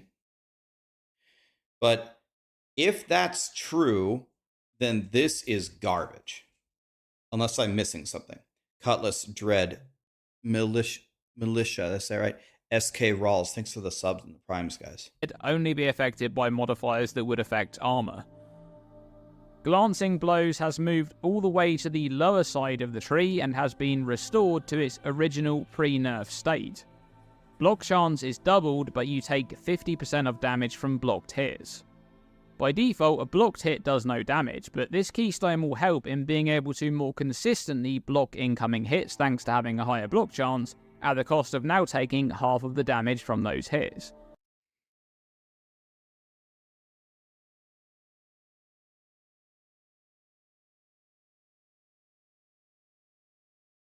So again, yeah, this is the same logic as the World of Warcraft warrior, right?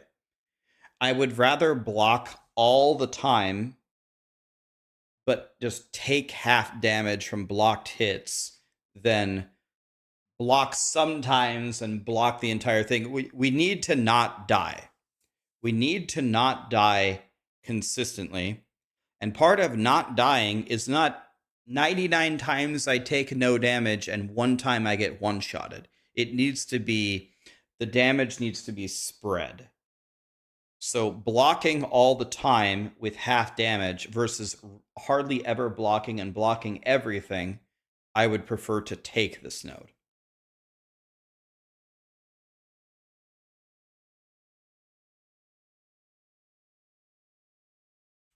But there's something important to be mentioned with Glancing Blows, and that's the new active block mechanic in PoE 2. If you're using active block, you probably don't want to use Glancing Blows, because this Keystone will make you take 50% of the damage of incoming hits, even though you already have a 100% chance to block hits from the front during the Raise Shield animation. With that said, however, Glancing Blows is still a great Keystone to boost passive block gained from your shield or other stats. So block has like multiple mechanics then. You literally raise your shield to block and you have a 100% chance always from the front, or you don't do it and your block chance still is in play. I didn't realize that it was both. It's both. This is a great video, by the way. This might be the best PoE video I've watched from any content creator on any subject. This is important. This is how you get good at the game, when you understand what the fuck is actually going on here. This is the important stuff. This is a good video.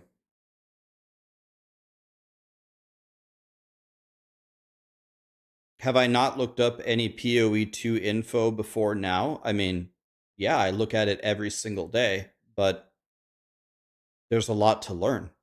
You got to work at it every single day in order to know everything. You know what I mean? Yeah, I mean, I study this stuff every day.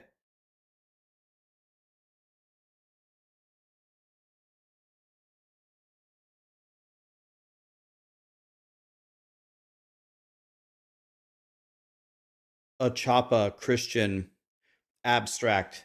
Thank you so much for the subs and the primes, guys. And keep in mind that a blocked hit also prevents any on-hit effects such as ailment application, even if that hit deals damage due to Glancing Blows. The true power...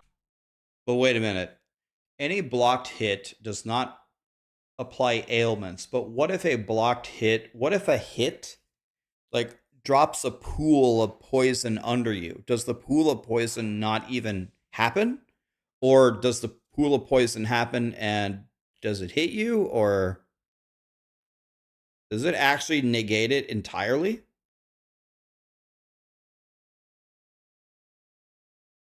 Ground degen is not an ailment. Oh, okay. So he's talking about burn and freeze and chill then? Power of Glancing Blows, though, has always been when it's combined with recovery on block, so we'll have to wait and see if those kinds of modifiers exist in PoE 2. Next up, we have Oasis, which finds itself in the middle of the Strength, Dex, and Dexterity starting areas. This Keystone prevents the use of charms, but grants more recovery from flasks. Now, charms are a new equipment slot which functions in a very similar way to flasks, using charges to automatically activate on a certain condition, such as taking cold damage. Importantly, charms can also be used to help solve ailments like bleeding or freeze, activating upon receiving the ailment to immediately remove that ailment. This Keystone prevents their use entirely, and I'm not convinced that the upside is strong enough to justify it. One consideration here may be mana flasks, as we know that Mind Over Matter has a lot of potential, but the location on the tree for Oasis doesn't lend itself well in a Mind Over Matter build. Yeah, I thought mind over matter was for int and it was up. So this is very far the other direction if I have that correct. But this seems very bad. Let me say it a different way. It seems very niche. Like, what are you going to use this on? Like a Pathfinder or something? Like maybe a Pathfinder like poison concoction? Like Pathfinder or poison concoction or something, or maybe like an Archmage build or something, or a super mana build where your build is based upon having a shitload of mana, but you don't have ways to solve all of the mana, and your mana flask now is way stronger. But would that, even in that situation, would that be better than dropping all 3 of your charms? I don't know, man.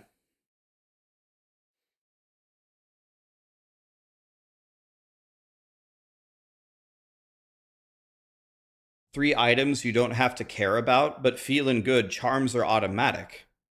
You craft them, and then they're automatic, right? All you do is make them and put them on, and that's it. What if you don't need charms against a boss? Yeah, but I don't like doing that, Karamon. I don't like respecking my tree for one boss unless it's like the pinnacle boss. You know what I mean? Like I don't want to do that. Yeah, but it's 1 point if you're down there. It's 1 point if you're over there. What if you haven't pathed over there? Yeah, I mean,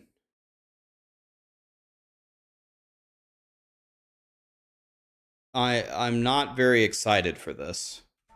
Vile Pact finds itself moved towards the left side of the bottom of the tree, and it now makes all Life Leech instant, but prevents the use of Life Flasks. This seems godly. We know that Leech is being simplified in PoE 2 to always leech a percentage of damage dealt, whilst the limiting factor will now be how much leech resistance a monster has. Instant Life Leech will still be a very strong modifier to have, but the trade... Leech resistance? Wait, what's that?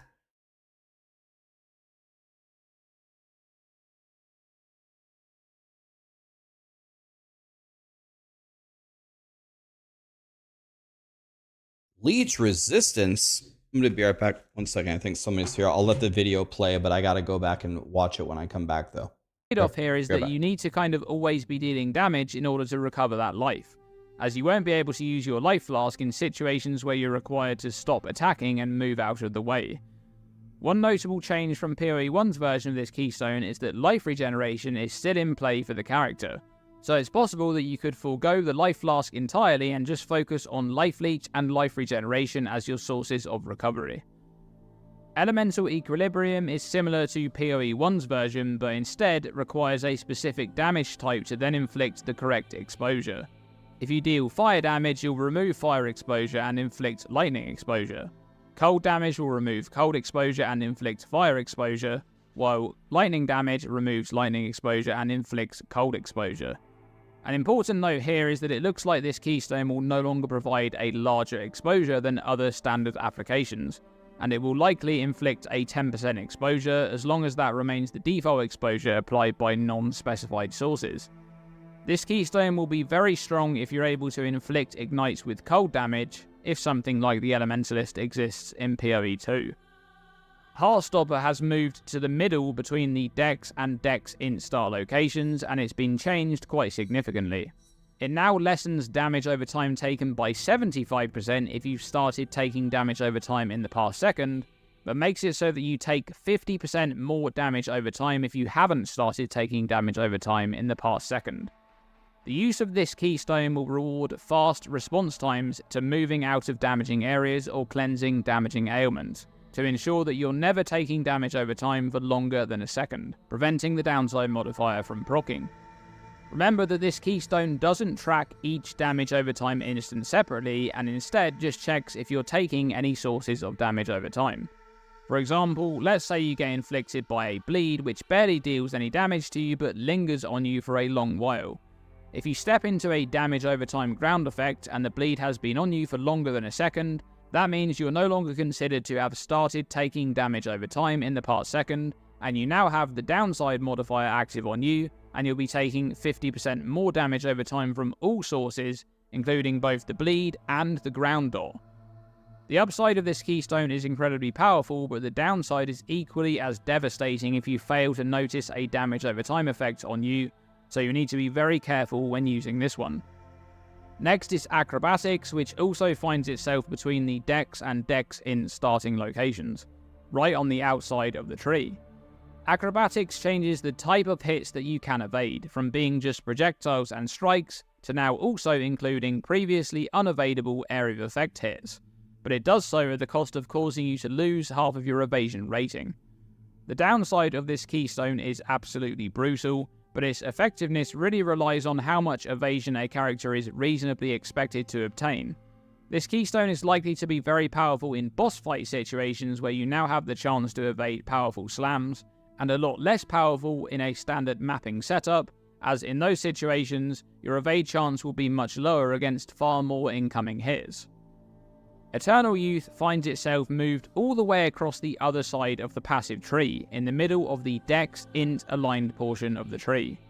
This one makes recharge from the energy shield mechanic apply to life instead, while making life flasks recover energy shield instead. Now this can be quite a powerful keystone if the mechanics of life recharge function as they do in PoE 1. Taking damage to energy shield while Eternal Youth is allocated in PoE 1 will not stop or prevent life recharge from starting, and if this function still exists in PoE 2, using your life flask to keep your ES topped off to always buy time for life recharge to begin could be quite strong. However, do keep in mind that energy shield's base delay before recharge begins is 4 seconds in PoE 2, up from 2 seconds in PoE 1, but you can of course still invest into modifiers to speed this up.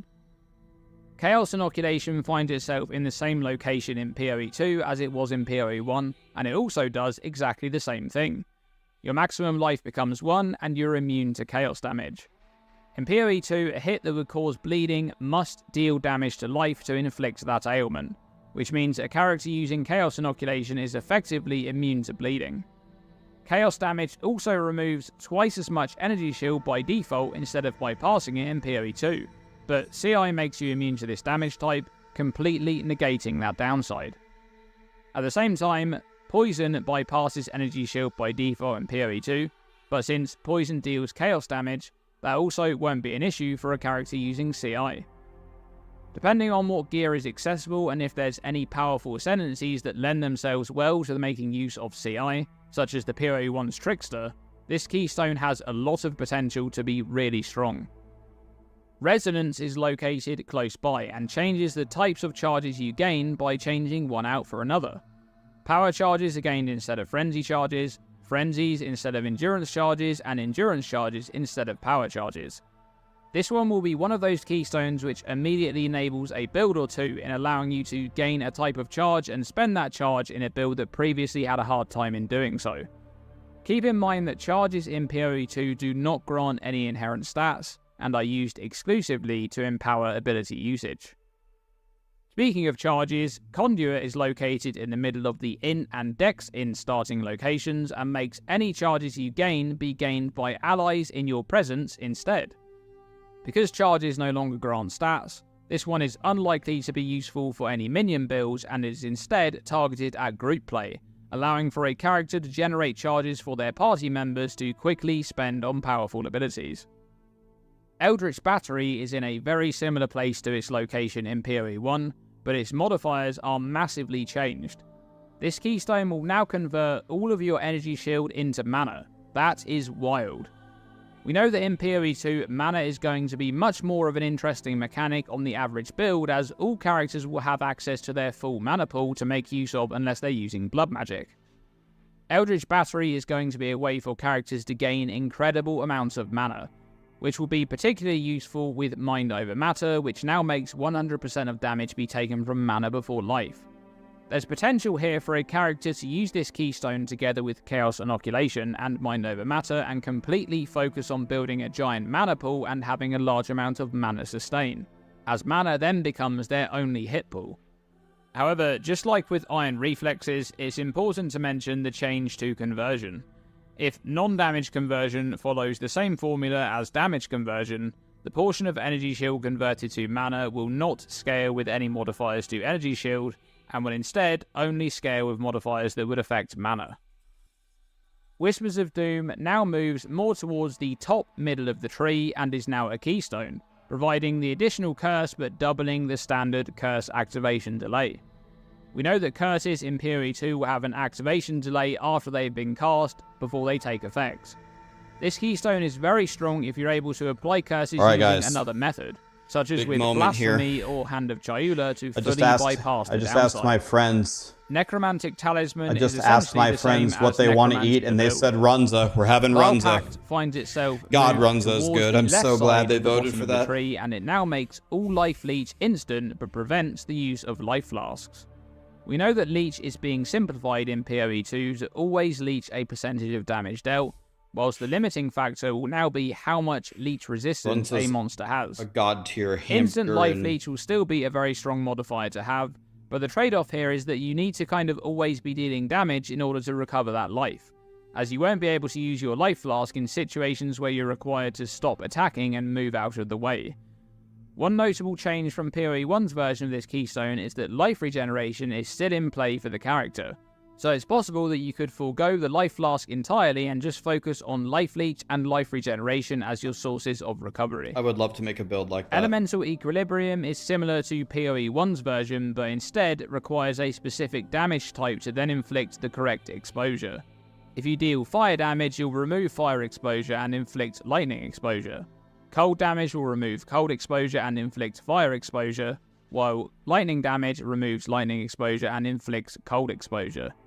An important note here is that it looks like this keystone will no longer provide a larger exposure than other standard applications, and it will likely inflict a 10% exposure as long as that remains the default exposure applied by non-specified sources.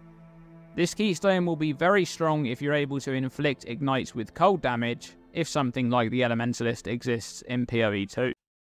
Inflict ignites with cold damage. So you deal cold damage, you put on a burn, you remove cold exposure, and you inflict fire exposure. But here's my question, though. In order to inflict the exposure, do you have to remove an existing exposure? Or it's just, if they happen to have that exposure, then you remove it. But do you have to remove an exposure in order to inflict the new one? Or is that not a requirement? Okay, so that's good. That makes it strong, right? That makes it... Okay, so that makes it like a strong node. Heartstopper has moved to the middle between the Dex and Dex Int-star locations, and it's been changed quite significantly. It now lessens damage over time taken by 75% if you've started taking damage over time in the past second, but makes it so that you take 50% more damage over time if you haven't started taking damage over time in the past second. The use of this keystone will reward fast response times to moving out of damaging areas or cleansing damaging ailments, to ensure that you're never taking damage over time for longer than a second, preventing the downside modifier from proccing. Remember that this keystone doesn't track each damage over time instant separately, and instead just checks if you're taking any sources of damage over time. For example, let's say you get inflicted by a bleed which barely deals any damage to you but lingers on you for a long while. If you step into a damage over time ground effect and the bleed has been on you for longer than a second, that means you're no longer considered to have started taking damage over time in the past second, and you now have the downside modifier active on you, and you'll be taking 50% more damage over time from all sources, including both the bleed and the ground door. Okay, wait a minute.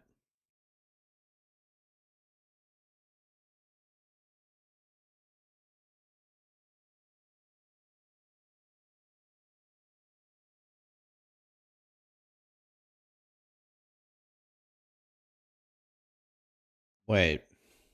Okay, I have to listen to him explain it again.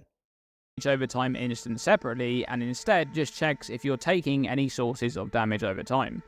For example, let's say you get inflicted by a bleed which barely deals any damage to you but lingers on you for a long while. If you step into a damage over time ground effect and the bleed has been on you for longer than a second, that means you're no longer considered to have started taking damage over time in the past second, and you now have the downside modifier active on you, and you'll be taking 50% more damage over time from all sources. Okay, so I think... Okay, I think I understand why this... Okay, so the key here is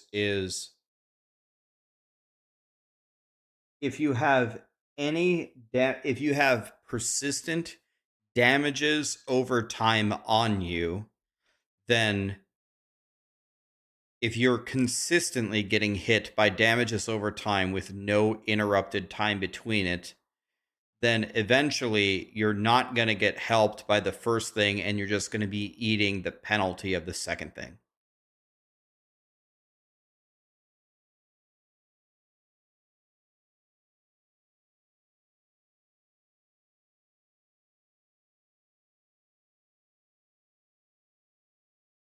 So, like, if there's a pinnacle boss that, I don't know, once every 10 seconds applies a terrible, terrible dot to you while you're standing in it, this would be a godly node to take.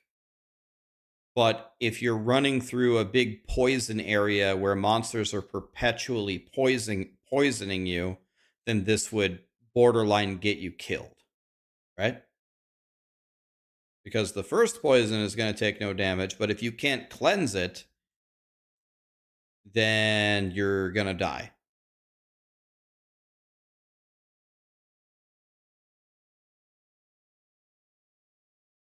Okay. Including both the bleed and the ground door. The upside of this keystone is incredibly powerful, but the downside is equally as devastating if you fail to notice a damage over time effect on you, so you need to be very careful when using this one. Next is acrobatics, which also finds itself between the decks and decks in starting locations, right on the outside of the tree.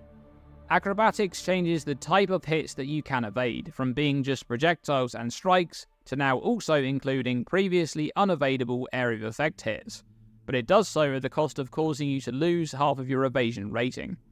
The downside of this keystone is absolutely brutal, but its effectiveness really relies on how much evasion a character is reasonably expected to obtain.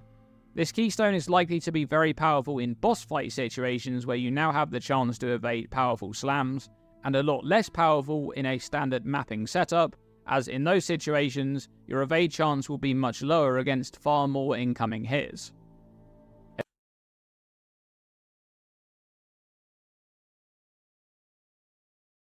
I don't get this. I don't get it. Apparently it's really strong, but I don't get why.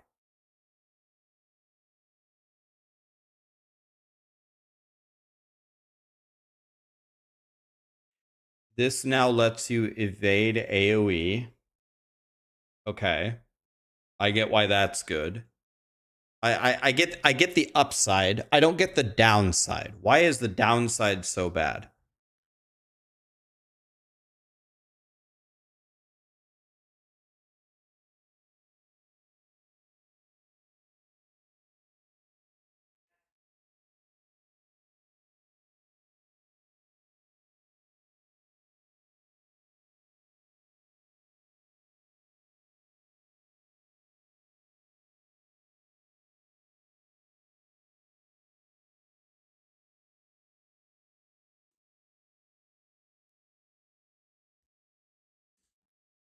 I guess I'm confused.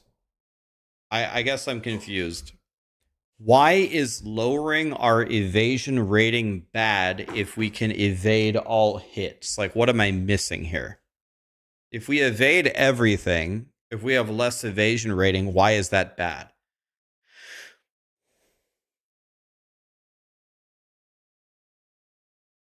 I understand that that's not what it means, but I don't understand what it means. Oh, you can't. Oh, I see. Oh, okay. I get it now. Okay. I understand. The top thing isn't evade all hits. It's okay. I understand it perfectly now. can evade all hits. Gotcha. Okay, I understand it now.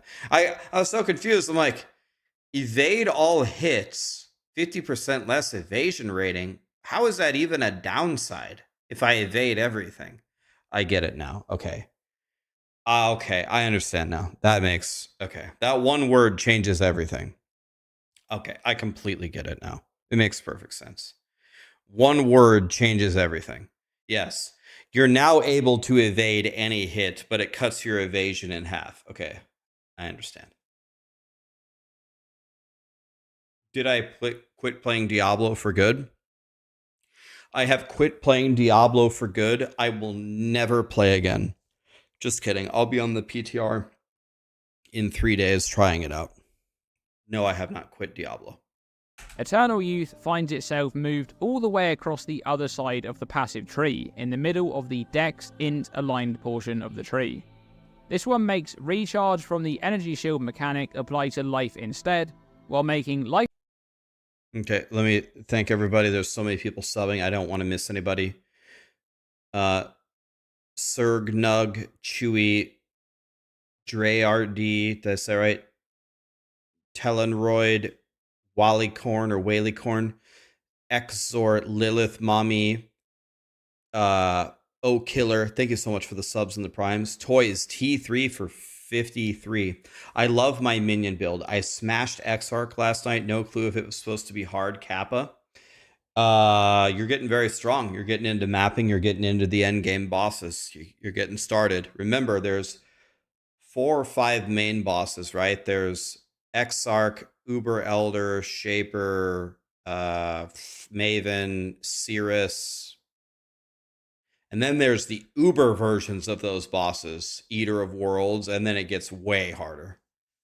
And then it gets a billion times harder in the Uber version. Life flasks recover energy shield instead.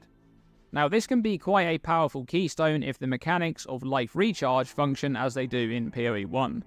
Taking damage to energy shield while Eternal Youth is allocated in PoE 1 will not stop or prevent life recharge from starting, and if this function still exists in PoE 2, using your life flask to keep your ES topped off to always buy time for life recharge to begin could be quite strong. However, do keep in mind that energy shield's base delay before recharge begins is 4 seconds in PoE 2, up from 2 seconds in PoE 1. But you can of course still invest into modifiers to speed this up. 2 seconds in base delay, recharge in the middle of the Dex Int aligned portion. I gotta listen of the to this tree. again, the whole thing. This one makes recharge from the energy shield mechanic apply to life instead, while making life flasks recover energy shield instead. Now this can be quite a powerful keystone if the... Okay, let's just digest that. Life recharges instead of energy shield. So after 4 seconds now, your life just recharges. Life recovery now just replenishes your energy shield. Huh. Mechanics of life recharge function as they do in PoE 1.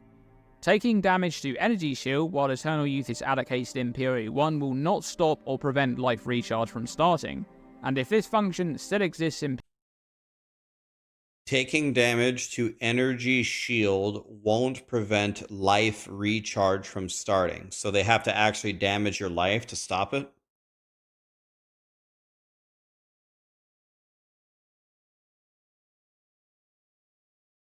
Okay.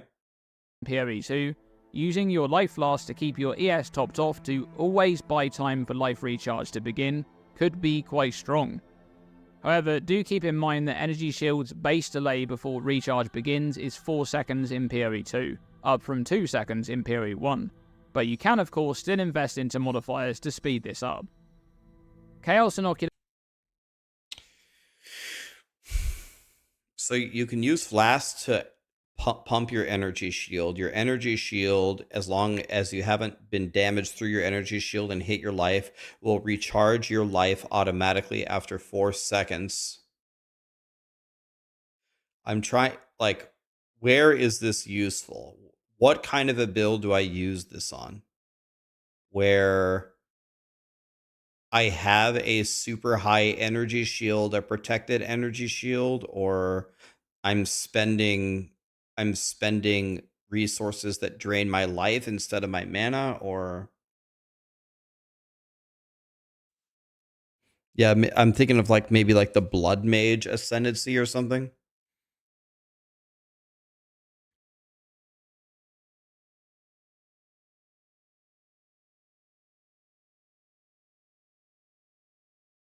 Good for CI. What is CI?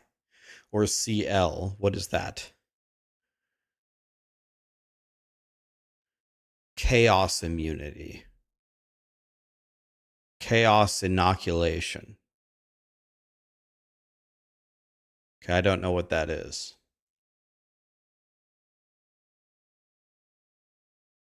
Oh, one life builds.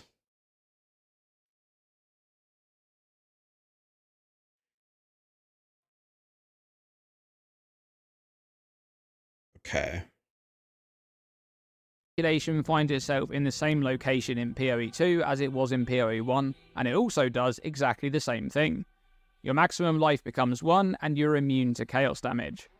In PoE 2, a hit that would cause bleeding must deal damage to life to inflict that ailment, which means a character using Chaos Inoculation is effectively immune to bleeding. Chaos damage also removes twice as much energy shield by default instead of bypassing it in PoE 2, but CI makes you immune to this damage type, completely negating that downside. At the same time, Poison bypasses energy shield by default in PoE 2, but since Poison deals chaos damage, that also won't be an issue for a character using CI. Depending on what gear is accessible and if there's any powerful ascendancies that lend themselves well to making use of CI, such as the PoE 1's Trickster, this Keystone has a lot of potential to be really strong. Resonance is located... Sorry, I want to hear the beginning part again. I'm just trying to fully understand here. In PoE 1, and it also does exactly the same thing. Your maximum life becomes 1, and you're immune to chaos damage.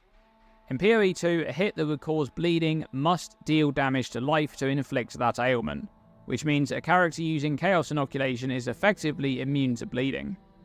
Chaos damage also removes twice as much energy shield by default instead of bypassing it in PoE 2, but CI makes you immune to this damage type, completely negating that downside. At the same time, Poison bypasses energy shield by default in PoE 2. Sorry.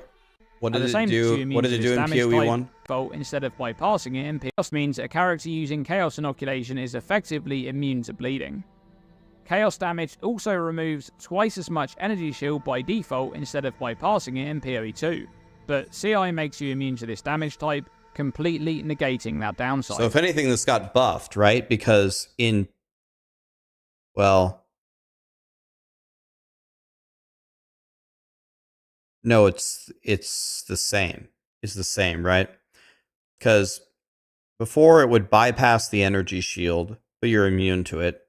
And now it does double damage to the energy shield, but you're immune to it. So either way, you took 0 damage. At the same time, Poison bypasses energy shield by default in PoE 2, but since Poison deals chaos damage, that also won't be an issue for a character using CI. Depending on what gear is accessible and if there's any powerful ascendancies that lend themselves well to making use of CI, such as the PoE 1's Trickster, this Keystone has a lot of potential to be really strong. Resonance is located close by and changes the types of charges you gain by changing one out for another. I saw this one, I didn't... Power charges are gained instead of frenzy charges, frenzies instead of endurance charges, and endurance charges instead of power charges. This one will be one of those keystones which immediately enables a build or two in allowing you to gain a type of charge and spend that charge in a build that previously had a hard time in doing so. Keep in mind that charges in PoE 2 do not grant any inherent stats, and are used exclusively to empower ability usage. Okay, so that answers my question. I was going to ask, are endurance charges as powerful in PoE 1 as how they, or PoE 2, as how they just changed them in PoE 1? But he's saying charges give you no inherent stats.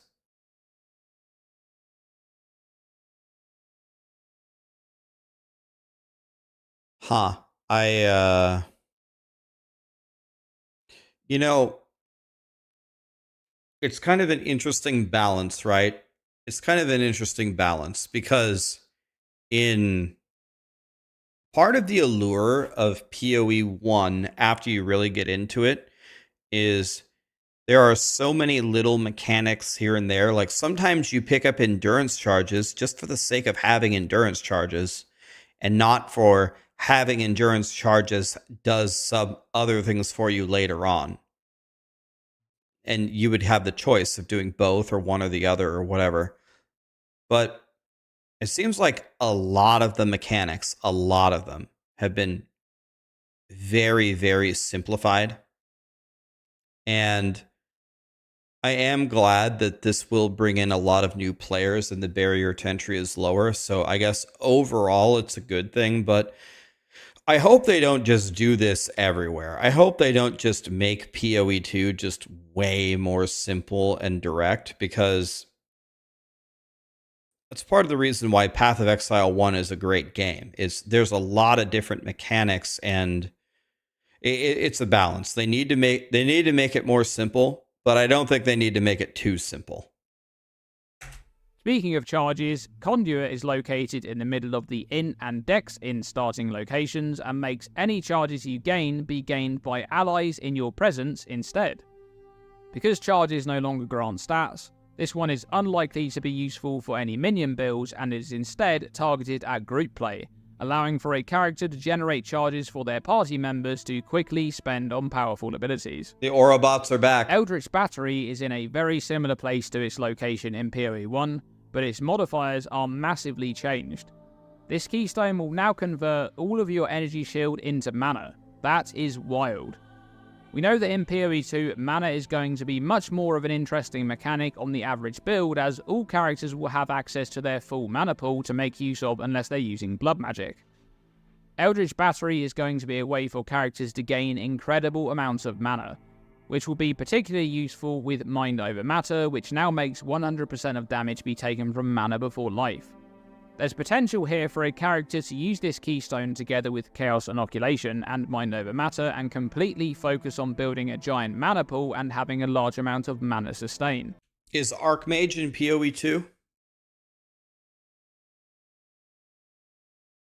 Zoid Hermes, thanks for the primes, guys. So, do you go Chaos Inoculation with Eldritch Battery, with Mind Over Matter, with Archmage, and then do you become God?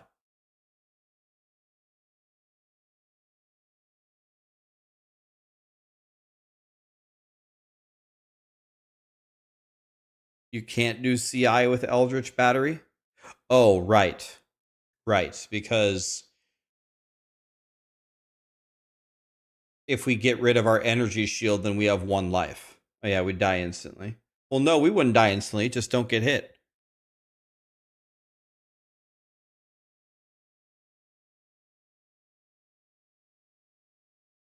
No, you don't have 0 life, you have 1 life.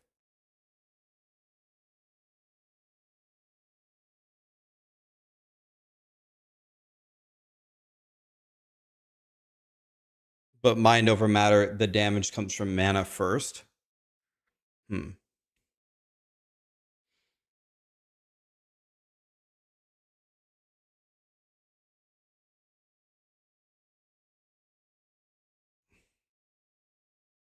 As mana then becomes their only hit pool.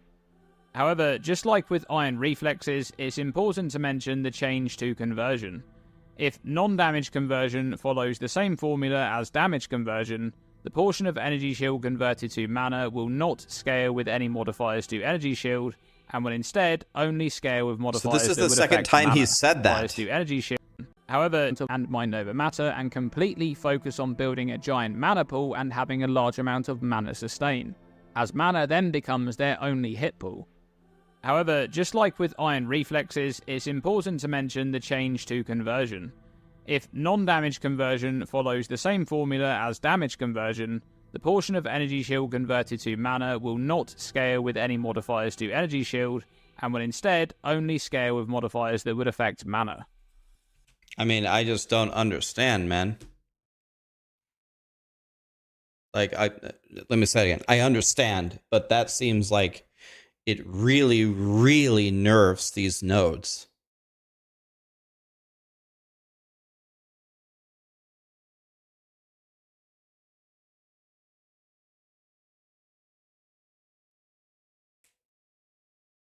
Right, exactly what Grimface said.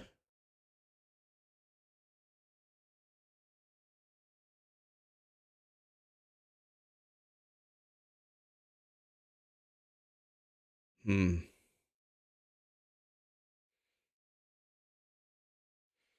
going to be very important to know exactly what formula it follows. Whispers of Doom now moves more towards the top middle of the tree and is now a Keystone, providing the additional curse but doubling the standard curse activation delay. We know that curses in PoE 2 will have an activation delay after they've been cast before they take effect. This Keystone is very strong if you're able to apply curses using another method, such as with Blasphemy or Hand of Chayula to... That's exactly what I was going to say, because Blasphemy, we were looking at that yesterday, auto applies a curse and takes 30 spirit, I believe. And then you don't really know if you're going to have enough spirit to add another curse, or you might not even be able to apply another curse until you take this. But I don't know if the double activation delay, as he said, even applies as a penalty if you're applying the curse as an aura around you.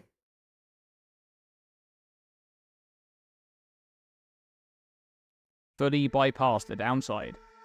Necromantic Talisman is essentially the same as Necromantic Aegis from PoE 1, only it makes your amulet apply to your minions instead of your shield.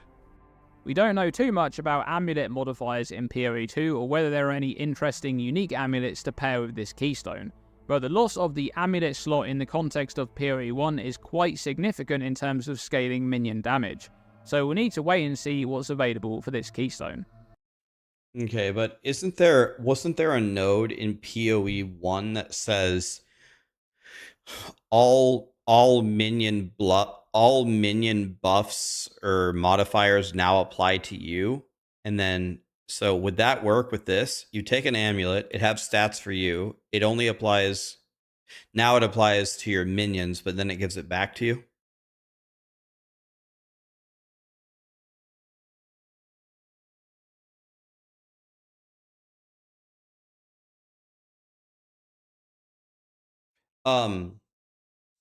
So in PoE 2, how do minions gain your stats, if at all? Do they not gain your stats? In Diablo 4, they changed it, and now minions get all of your stats. In PoE 2, what do they get? Nothing, or what? Okay, so that's going to be confusing, because they're completely different.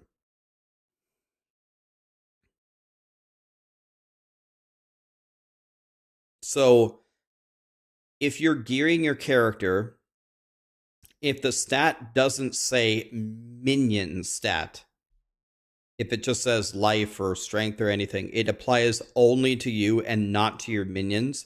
And then vice versa, if you only get minion stats, it only applies to them. So this would be getting a really juiced amulet with tons of damage and life, and then you take this node and you apply it to your minions instead of you. You get a lot weaker, but your minions get a lot stronger. Okay. Ancestral Bond will completely remove the totem limit and make the only restricting factor for placing totems the amount of spirit you're able to acquire. Each totem place will reserve 100 spirit while it's active, which is around the same amount of base spirit that an automated meta gem will reserve. We don't really know much about totems other than the few attack totems we've seen. The interesting thing about the attack totems we've seen so far, both Shockwave Totem and Ancestral Warrior Totem, is that they both have their own base damage rather than using your weapon, which means you could theoretically use a one-handed mace and a scepter in your offhand for spirit gain to help enable this Keystone. Mind over Matter is pretty much located exactly where it was in PoE 1, but it now makes all damage be taken from mana before life, essentially making your mana pool your primary focus for scaling EHP.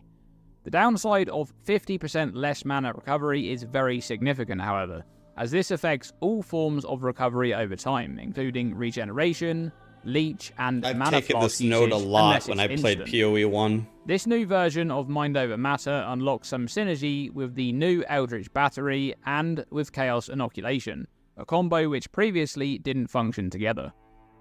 Zealot's Oath also has significant changes.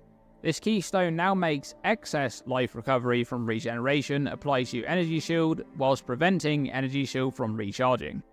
What exactly is excess life recovery from regeneration? Well, this is likely to mean any time your life is full, your life regeneration is instead put to work to recover your Energy Shield. This is quite a powerful keystone for builds which have some Energy Shield but are also consistently in the thick of battle, such as a melee warrior who's unlikely to be buying enough time for their Energy Shield recharge to begin naturally.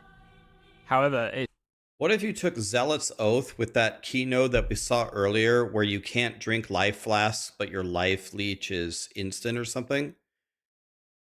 What if you took both of those together and just focused on massive life recovery and leech? Could be super good for staying alive as long as you don't get one-shotted. It's important to note that the actual amount of life recovery is applied to Energy Shield, not the modifiers themselves, meaning percentage-based life regeneration modifiers will still scale from your life, making... I know that regeneration isn't leech. I know that they're different, but I'm saying, could you pair both of them and stack regeneration and leech at the same time to try to never die?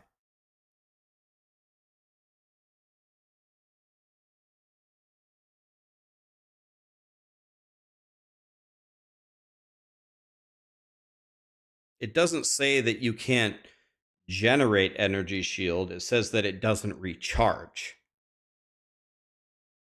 Which to me is that 4-second delay where it charges up. Not that you can't gain it back. This keystone considerably weaker in combination with Chaos Inoculation, outside of the use of flat regen modifiers. It also has significant synergy with the new Eternal Youth, as the downside of Zealot's Oath specifically prevents Energy Shield from recharging, but Eternal Youth makes life recharge instead, bypassing this downside. Lastly, Pain Attunement has moved far from the top right area to the outside of the Strength Int aligned area. Its modifiers are also massively changed. It now makes characters have 30% more critical damage bonus while on low life, but a 30% less critical damage bonus while on full life. We're not sure yet if abilities such as Petrified Blood will exist in PoE 2, so the usefulness of this keystone will rely on mechanics that can force a character to be on low life, or to be considered to be on low life, to activate this upside. And there you have it, every keystone in Path of Exile 2's early access build of the game. There's some really interesting ones in there.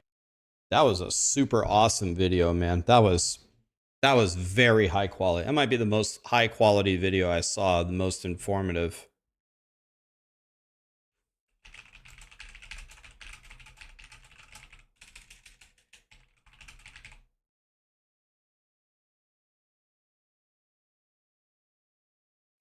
That was a very high quality video. As someone who literally makes guides for a living and tries to understand mechanics and tries to explain things to people, that was very good.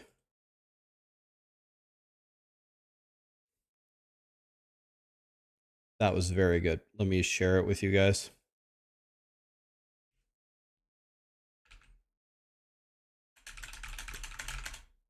There's the video if you want to show them some support, which I would encourage you to do. Oh, did my thing send? There. There's the link, guys. That was very good. Okay, it's almost time to draw the PC. I'm going to go eat for 2 seconds. It's going to take me 2 seconds.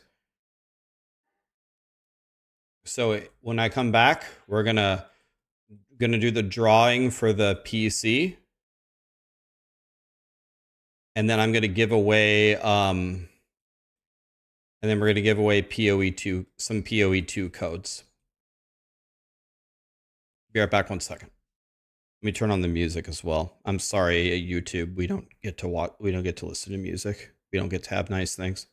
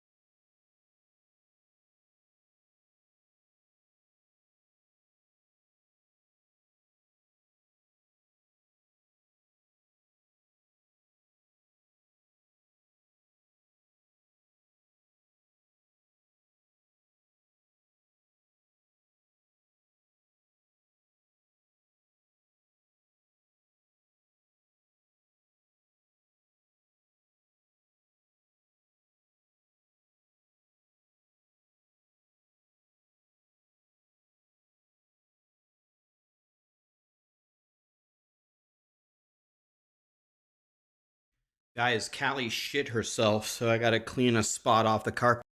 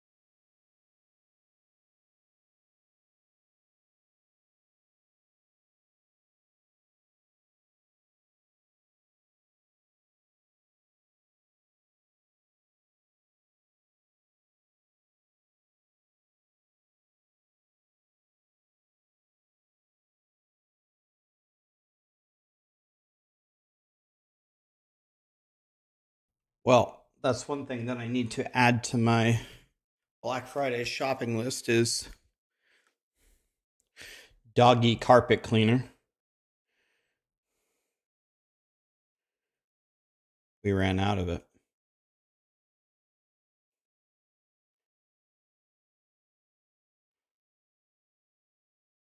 Toys is spraying Path of Exile to access keys.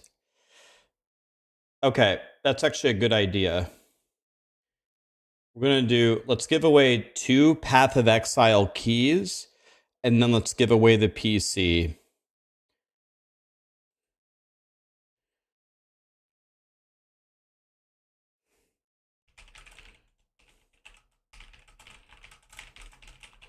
don't know why you guys are guys. Don't exclamation. Guys, exclamation's not gonna help you, buddy. Guys, you don't have to exclamation anything. Okay, so the first thing is,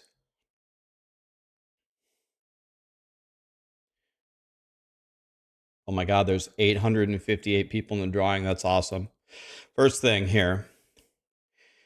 This is pinned to the top. The link is pinned. If we're going to give away this PC in exactly 10 minutes. If you sign up, you will be in the drawing. It's going to register every name until I pull up the wheel. There is a real diamond inside of the PC. You're going to get the certificate of where the diamond was purchased from. It's an actual diamond. It's a custom Spiritborn PC that Crimson Market made.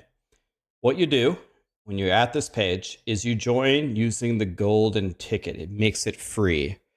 You can cancel anytime that you want. The reason why you might want to not cancel it is because the points that you accumulate every month give you a bigger slice of the pie in the drawings as they continue to make more God tier custom PCs.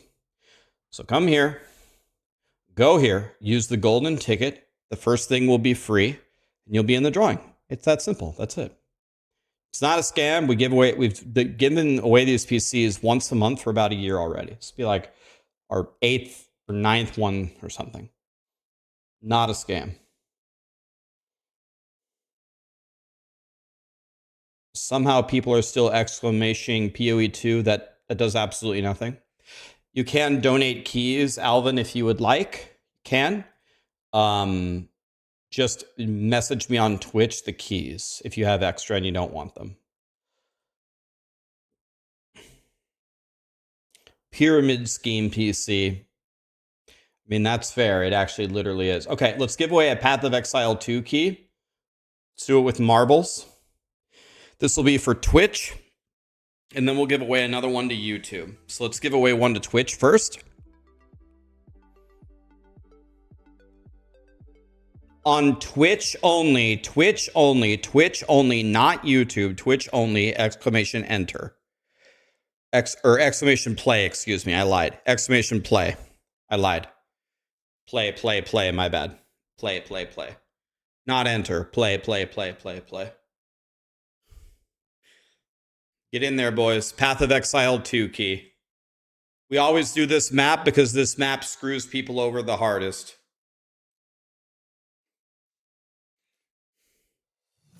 Okay, we're almost at the cap of 500. First 500 people that enter are in. Almost there, almost there. Nice, nice, nice. 396. Let's keep going. Get in there, get in there. If you win, I'm going to ask you if you want the key. If you already have a key, then you can pass it to the next person if you want. Here we go.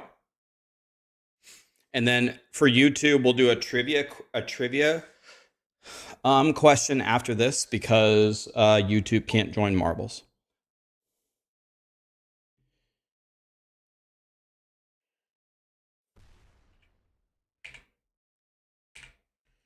All right, let's see who's winning here. Okay, Eddie has a lead right now, but leads on this map don't really mean much because the bombs can really screw you over.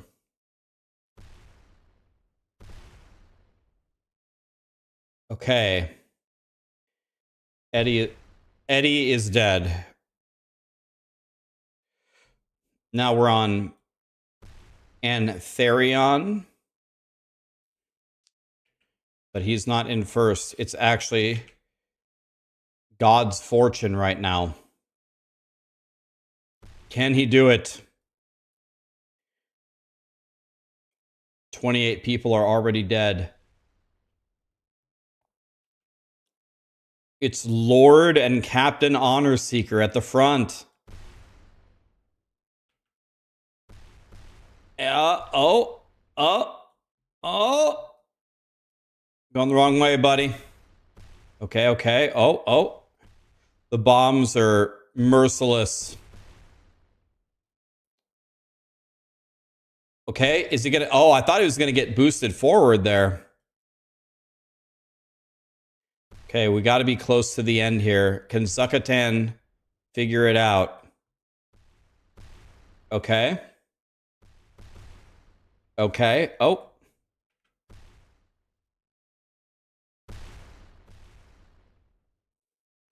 One Laz. Got to be pretty much at the end here. No one can seem to get a clear path to the end. Oh, Steven might have this here. Oh! All right, nice job, Steven. Steven, do you want the Path of Exile 2 key? Or do you want to pass it on?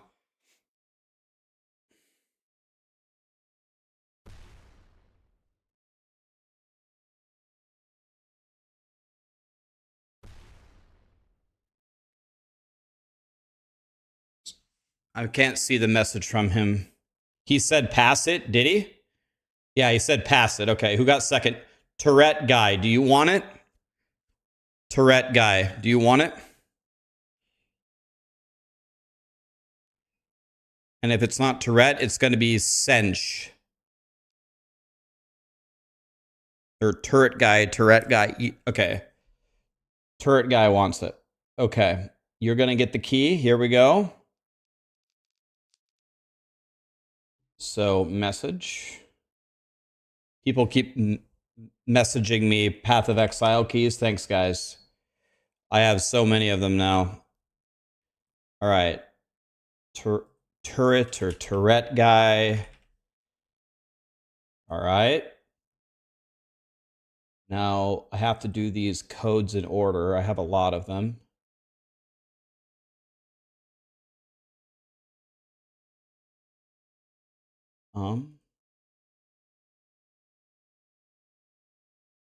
Dude, I actually have so many keys, I'm actually getting confused. Okay,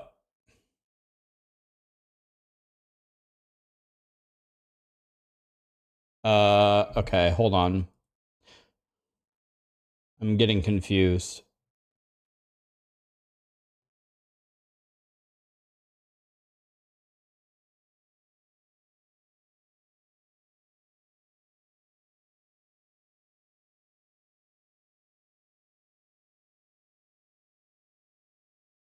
Okay, I think, okay.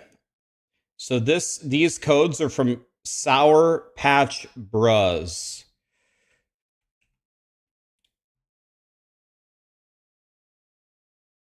So Turret Guy, tell me if that works. Okay, now let's give one away for YouTube, and then we're gonna draw the PC. Okay, here we go. Fingers on the keyboards, YouTube people. Any answers from Twitch will not count. Here we go. Here's the question.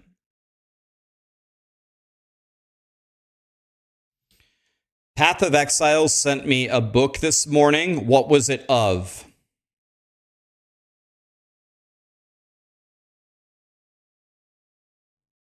Okay, the first person on YouTube to type art was... Well, I can't tell because it keeps scrolling.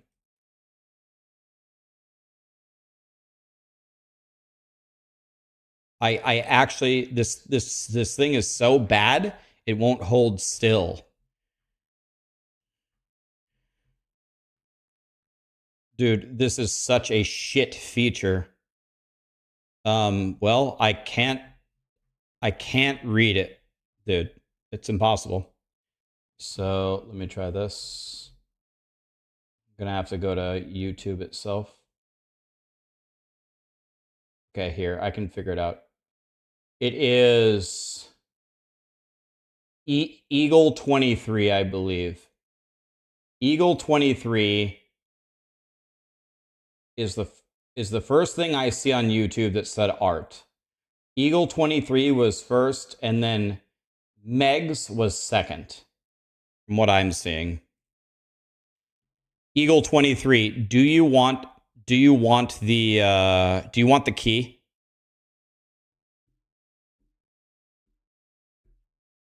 Eagle 23 needs it. Okay, Eagle, stay on YouTube. Do you have a Twitch name? If you have a Twitch name, type me your Twitch name on YouTube. That way I can confirm it's you. What is your Gray Eagle 23? Thank you. That's exactly what I needed. Thank you. That's what I needed.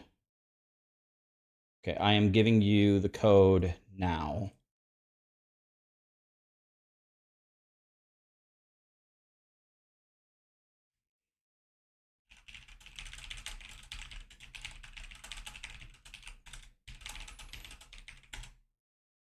Okay, so tell me if this works for you, Gray Eagle.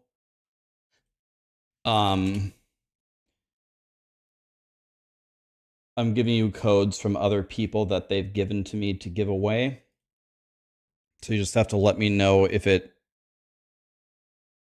doesn't work here. And now we're giving away the PC. Okay, there's a code for you. Try that one. Yeah, tell me if that works. Okay, now we're giving away the PC. I'm going to have to organize my keys much better. I'll organize them for tomorrow much better. Okay, so now we are going to give away the PC.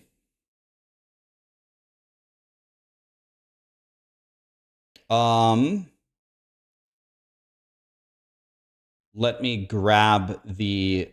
I think I might have to grab the link from Crimson Market here. Give me a second.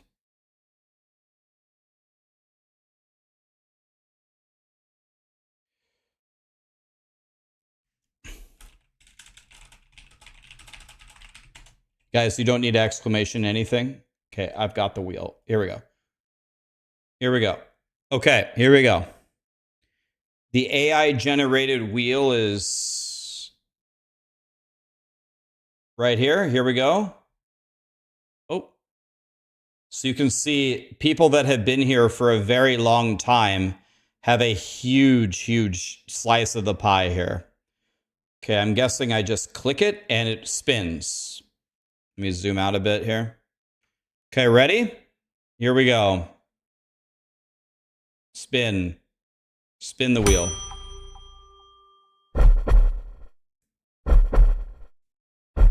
Let's mute the music. Here we go.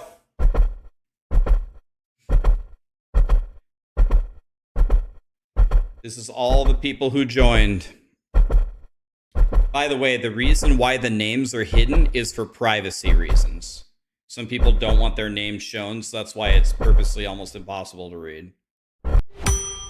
Strider 20A. You just won the Diamond PC. Are you here, Strider? Is Strider here by chance? I mean, I can't even tell. There's so many people typing. Dude, you guys had Crimson Market at like their highest monthly subs ever by far right now. It's amazing to see the progress there. They're getting rewarded for making all these cool PCs every month. And Strider had a pretty big chunk of the pie there, didn't he? He had a kind of a big strip right there. No, it's not reroll if he isn't here. He's paid his monthly fee, so we'll message him on Discord if he's not here. He wins. I am Strider 20A. This is my side account.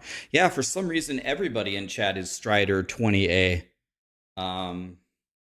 Today. It's kind of weird how that happens.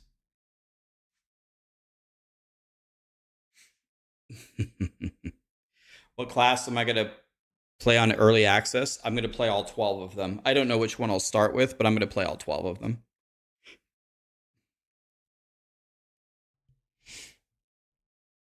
Okay.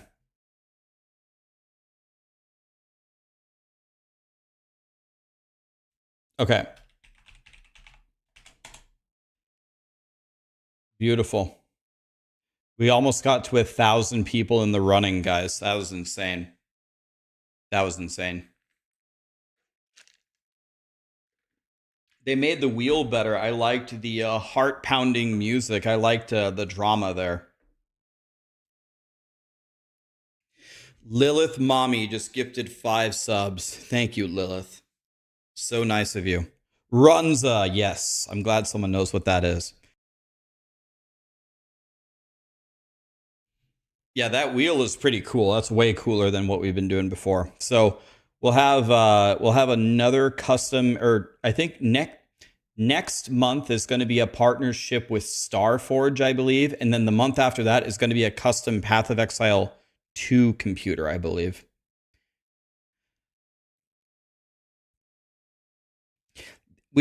I think the original plan was to have the custom Path of Exile 2 computer in December, but some of the parts got messed up, so it's just gonna take longer to build it. So instead of releasing a shit PC in December, they partnered with Starforge, and then I guess in January we'll draw the custom PoE 2 PC. You're gonna do the last Epoch clock, but PoE 2 style. It's gonna be great. Yep, so we do these drawings every month, so see you next month for another custom PC. Thank you everybody who subbed for Crimson Market. Remember, you can see if you stay as a member, you have a bigger chunk of the pie. You accumulate. Look how big of a pie this guy has. This guy is going to have half of the pie eventually. And after you win, I believe your points get halved. So if he wins, it'll just get cut in half. And then you can just win next month if you're lucky. AI is choosing the winner, so there's no funny business. You just hit spin the wheel, and it's just luck of the draw. So it's fair. The big wedge could be Woody. Yeah, Woody's points got cut in half. I drew his name in July. I drew Woody's name for the July PC.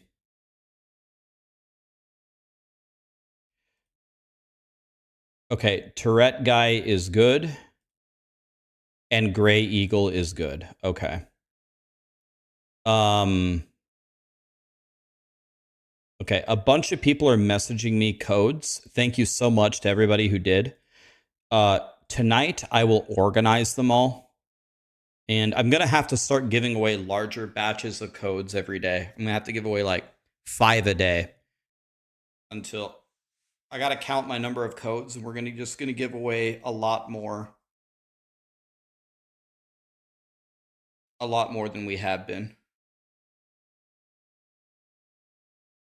Yeah, if you guys have extra keys that you just want to give away to the community, you can message them to me on Twitch. Just message me the code, and I'll give them all away.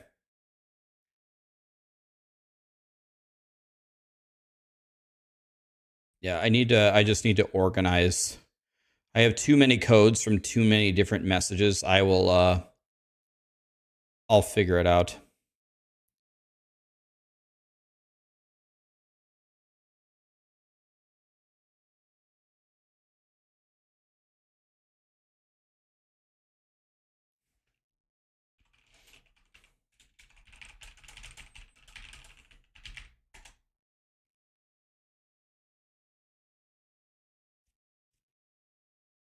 We want a blue hoodie contest. We had one earlier. I gave away a blue hoodie earlier. So far today, we've given away a blue hoodie, 2 Path of Exile 2 keys, and a diamond PC. Today's been a pretty good day to tune in. We gave away a lot of shit.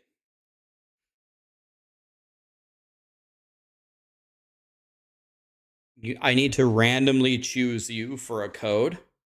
Oh, is that how it works? I don't know if any of them will be PS5 keys.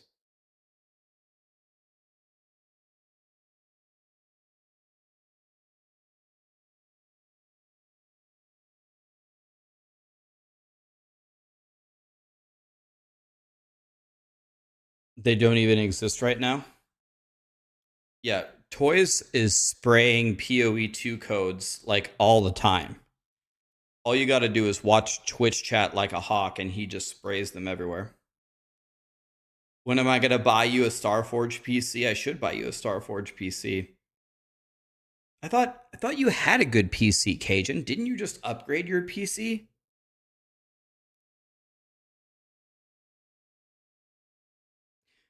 Will I use a wheel for PoE 2 keys? No, I'm not as nice as Crimson Market. I like to make you guys suffer. Oh, shit. Okay, whatever. Let's just give away more keys. All right, let's go back to marbles, guys. Fine, fine, fine.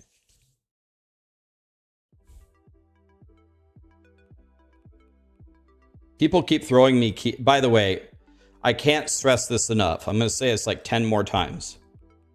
Let's get 1,000 people in here. Okay, Path of Exile 2 key only on Twitch, !play. Maybe we should start doing some other maps too. A lot of these, almost all of these keys have been given to me to give away to you. Like, people keep messaging me extra keys that they have. So that's very nice of them.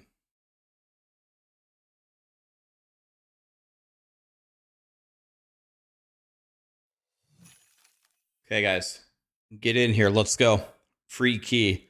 You can race even if you don't even want a key. You could just pass it if you want.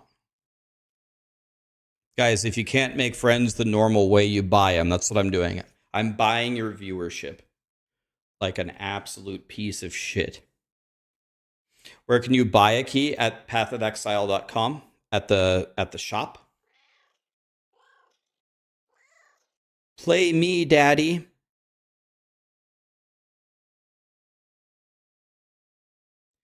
Yep, get in here, boys. Come on, there's 400 slots left. Get in here.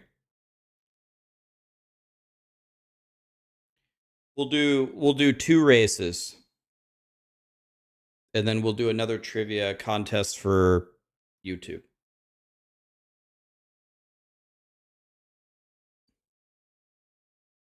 Okay, 300 spots left. Let's go. Get in here. See how good you are at racing against the bombs. We need to get the music going again, by the way.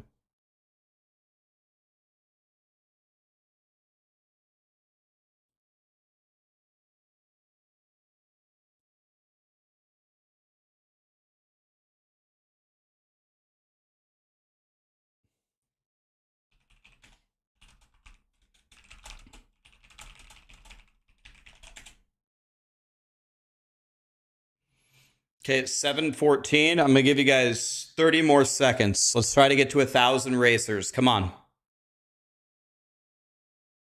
Get in here. Do you not want a PoE 2 key?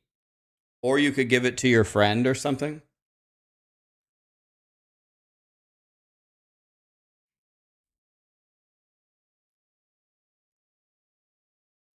Okay, I'm hitting start in 10 seconds.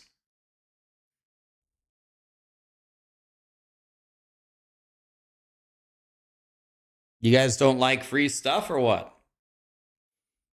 All right, here we go. Let's see who can do it.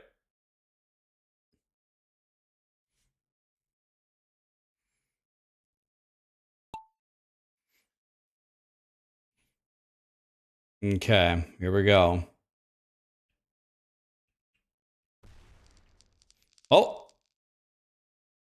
Oh my God. We just lost like 400 people. 300 people just died. Oh my God. What happened? There was a bomb that hit up here that Guden can't even move. Dalarian is in the wrong lane. What happened? A bomb hit like the starting area.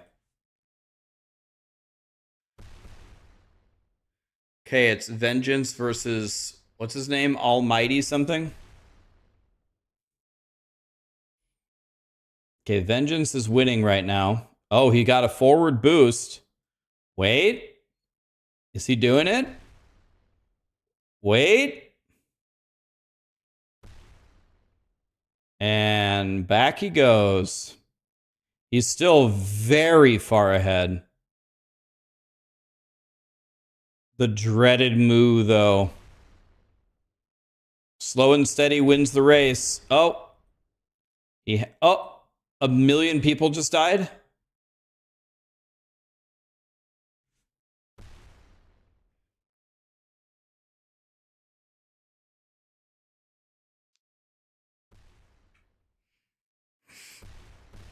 Bad name, Valgar. Oh, Ghost Runner second place. Man, you got, oh my God, they're all at the same place.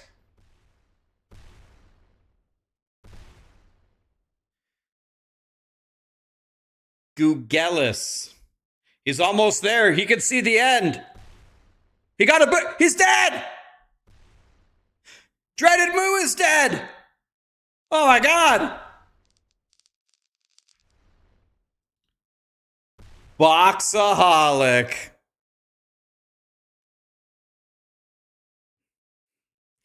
Boxaholic, do you want a key?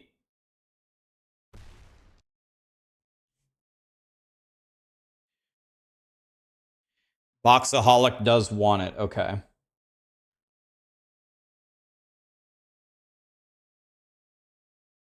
Okay, so let's go here. Messages. Thanks for everybody who's sending me keys. Boxaholic. And then...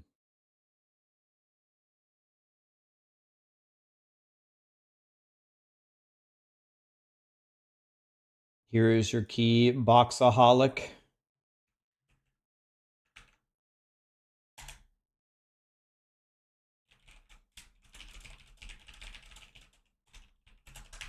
Those last 3 keys were thanks to Sour Patch Bros.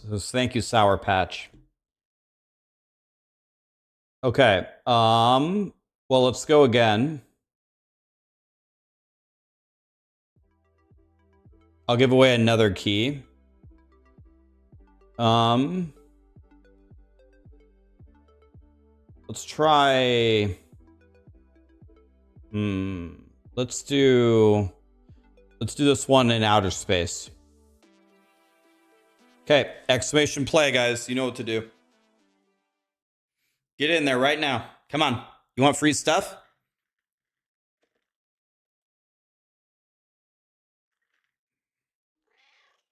Everybody likes free stuff.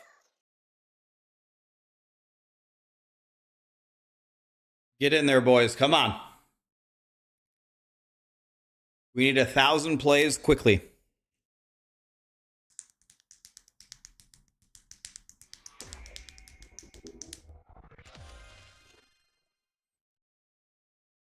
Holy, look at this map.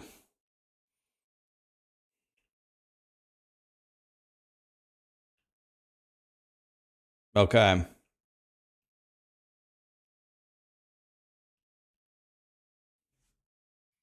$500. I'll hit start at about 800 because that's how many we had last time.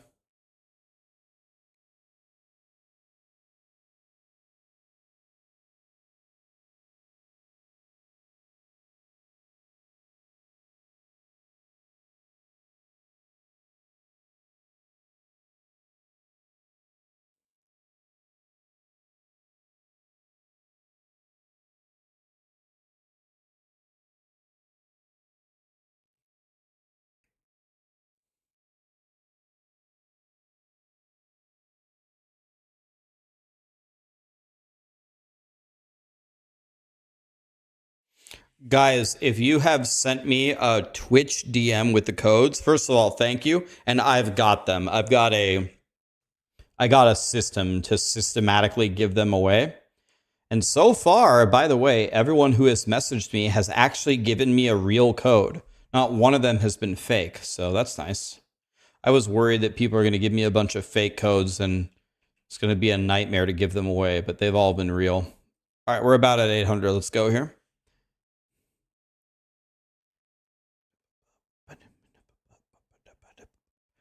Okay, here we go. Let's see who can win this one. Dak just jumped straight to the bottom. He doesn't got any time for mechanics.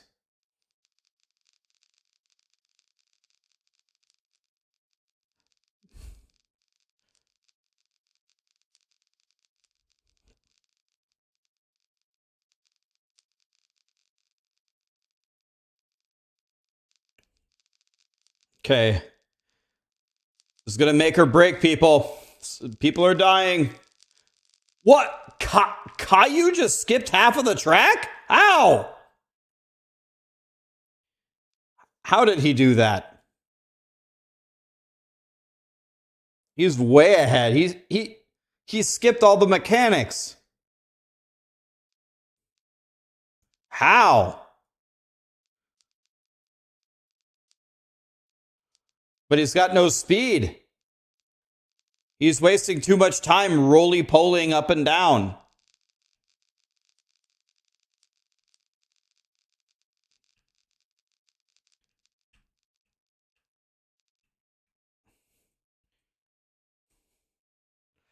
Oh my God, this is trippy. This is like Rainbow Road on Mario Kart.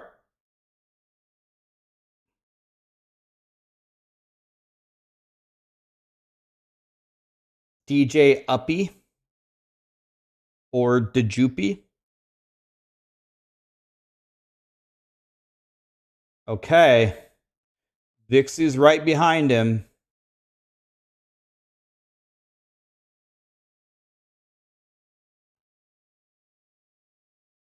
Okay, okay. What's happening here? Okay, I don't know what just happened. This has been a clean run so far.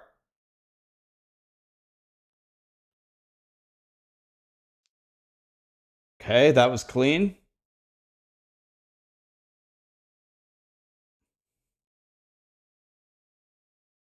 Who's got the highest momentum, though? Looks to be the same. Okay. Oh. Oh. What? Someone just... What? What? What? That guy just boosted straight off of the map.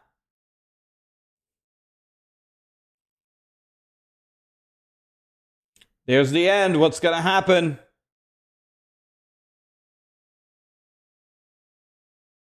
Uh-oh, don't fall off.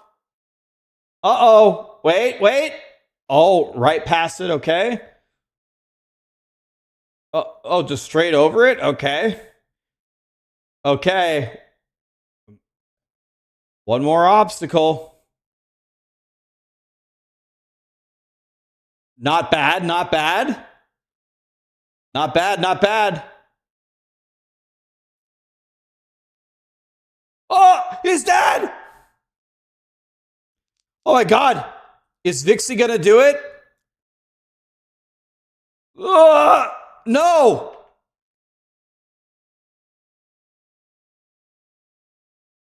Oh!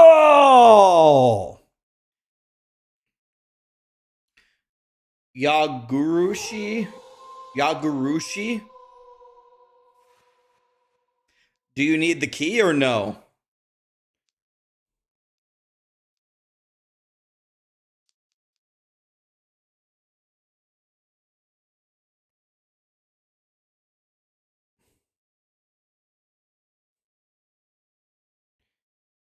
I didn't see. Did Yagurushi say anything?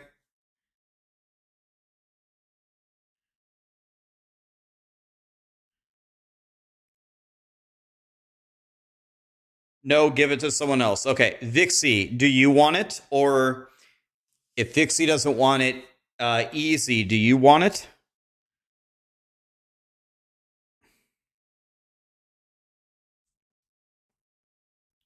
Vixie wants it. Okay, Heisenberg. Thank you so much for the raid, Heisenberg. How are you? We're giving away some PoE 2 keys. What's up, man? All right, so Vixie wants it. Okay, so we're going to go over here.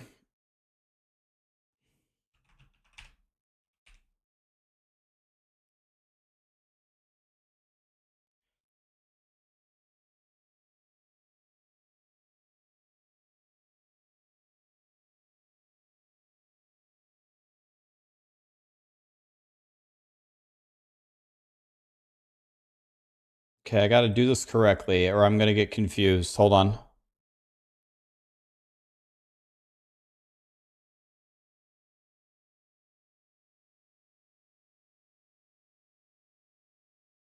Yeah, okay. These are the next ones. This key is from ML Jesus. So Vixie, this is from ML Jesus. Okay, now we got to give 2 keys away to YouTube.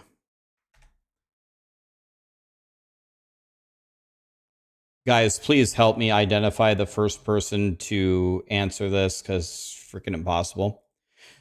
Guys, if you win on YouTube, there is no way for me to DM you on YouTube. So, on your YouTube account, type to me your Twitch name. And then I that way I know it's you. And I'll message you your key. Okay, here we go.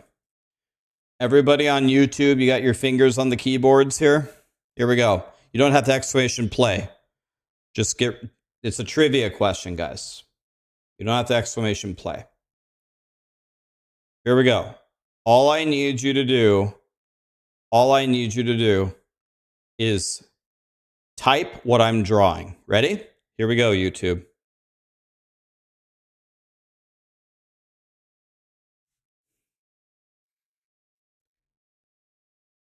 It starts with a D. I mean, I actually just can't see it. It goes so fast. I can't stop the scroll. Doom Lord. Doom Lord was first. Doom Lord 22. And second was Lunarian 12.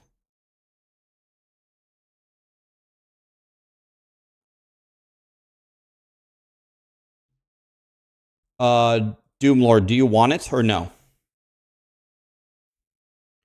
My name is the same on Twitch, Doom Lord 22. Does that mean that you want it, Doom Lord? You want the key? You want the key, Doom Lord? He said yes, okay.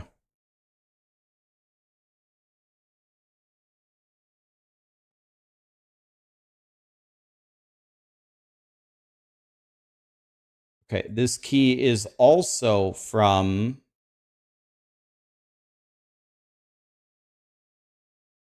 ML Jesus.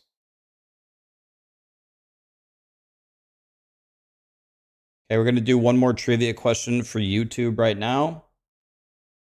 Okay. Doom Lord 22. All right, there's your key, man. Enjoy Path of Exile 2. Okay, we're going to do another trivia question here. Ready? Okay, YouTube, fingers on the keyboards. Here we go. Here we go. What's the answer?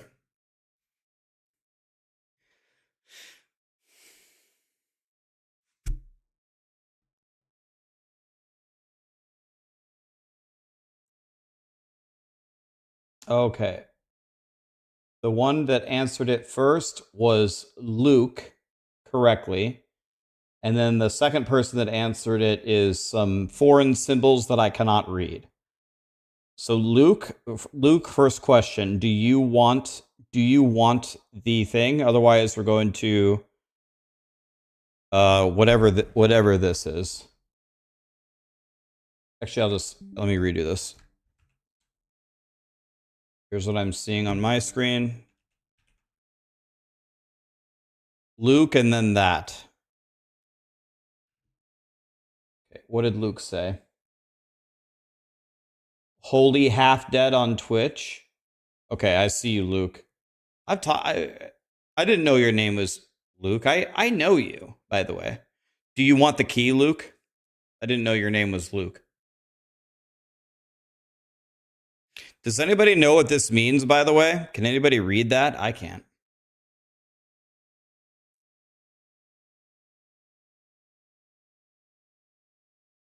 I answered first, lol, before Luke. Not on my screen. No, Luke was first on my screen. You were way after him.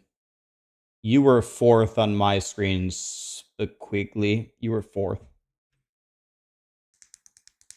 Okay, Luke wants it, and he's wholly half dead. Okay, Luke is going to get it, because he was first. Okay.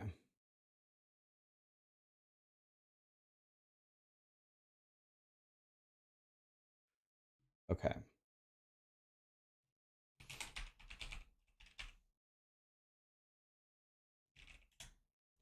Okay. And this one is also from ML Jesus. Okay.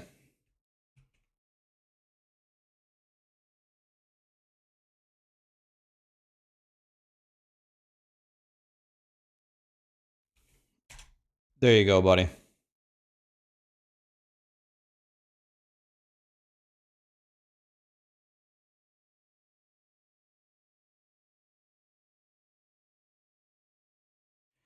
Okay. So we gave away 6 PoE2 keys today. We'll try to give away like 6 per day until it comes out.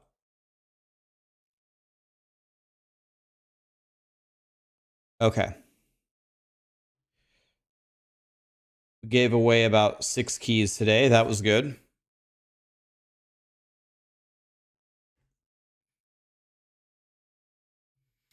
Don't give Rax the views. He's ignoring the delay situation. Imagine going to a streamer's thing that's giving away free stuff and getting angry that there's a delay that I have no control over and telling everybody to not watch me because of it. If you think anything about the way that you are behaving as a grown adult is even close to acceptable, may God have mercy on your soul. You are acting worse than a 5-year-old that gets their toy taken away from them.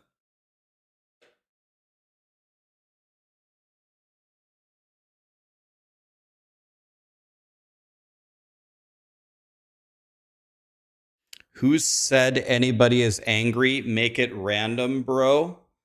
Long-term FX.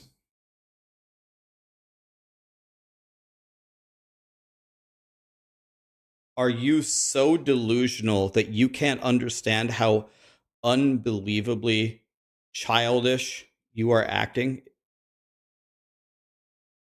Me stop being all butthurt? Long-term FX. Do you ever take any responsibility for anything in your life? Do you understand how you are behaving? It's actually almost everybody in the chat can see it, if everybody except you. What is wrong with you? Are you serious right now? You can't just deflect, place the blame somewhere else and try to move on. Do you understand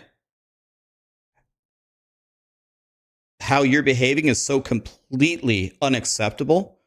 Did your parents never discipline you when you did stuff that was wrong? You're not getting away from this. I'm not giving you a pass. What is wrong with you? What is wrong with you?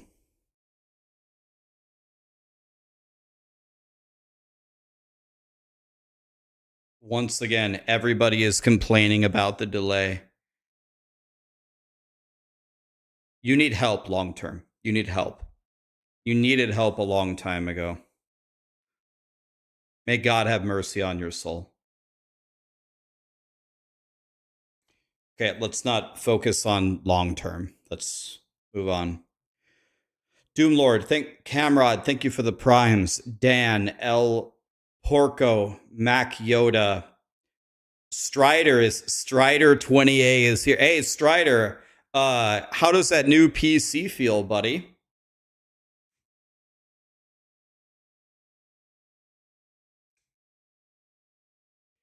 How does that PC feel, buddy? Dude, guys, Strider is here. He just probably just found out that he won.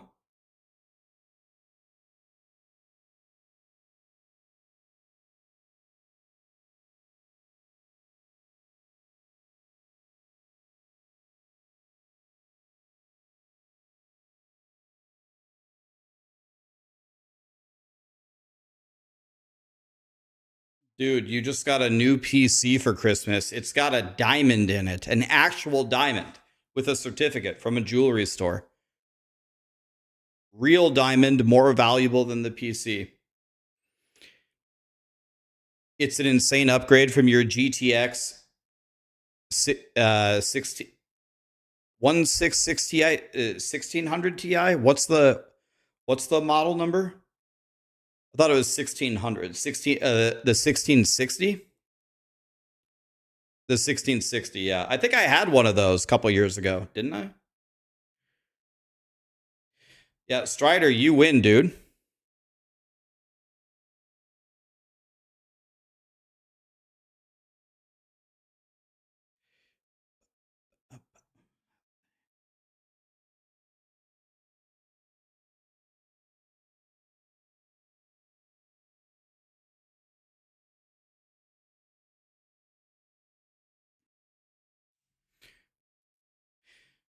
Dude, you win, man.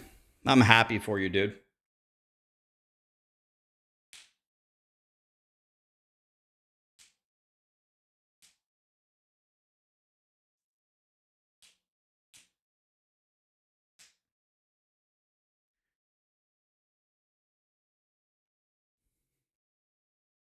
Guys, I'm sorry. Like, we need to... This is stuff that happens all the time in the world. This is stuff that happens all the time in the world, and people just kind of shrug it off. Sorry, this is the last time I'm going to bring this up. Okay, I want to look at what he said here. He's going to leave, but I just attacked him for joking about views. Jeesh. Long term, the comment that you made was people should not watch me because there is a delay on YouTube, and that makes the drawing unfair. You can't come into my stream and then type that people should not watch me because you're mad that you lost, and then later say that I attacked you for you joking about it and saying that you didn't do anything. No. Long term, you keep changing the subject. You keep changing the subject. What happened here is you did a very wrong thing, and then I scolded you for it, and then you made 1,000 excuses as to why you didn't do a wrong thing. That's your problem. There is no other conversation. There's no other way to take the dialogue. That's what happened. You aren't an innocent victim that I attacked. That's not what happened.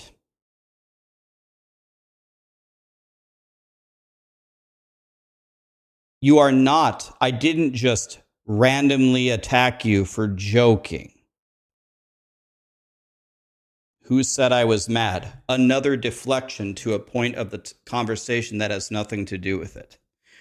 The words that you need to type are, I shouldn't have said that, my bad, that was a terrible thing to say, I'm sorry. That, for the future, that's what you want to do. I'm trying to teach you. I'm trying to help you, man.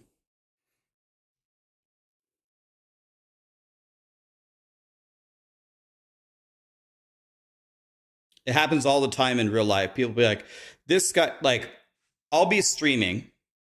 I'll give you a specific example. This actually happened.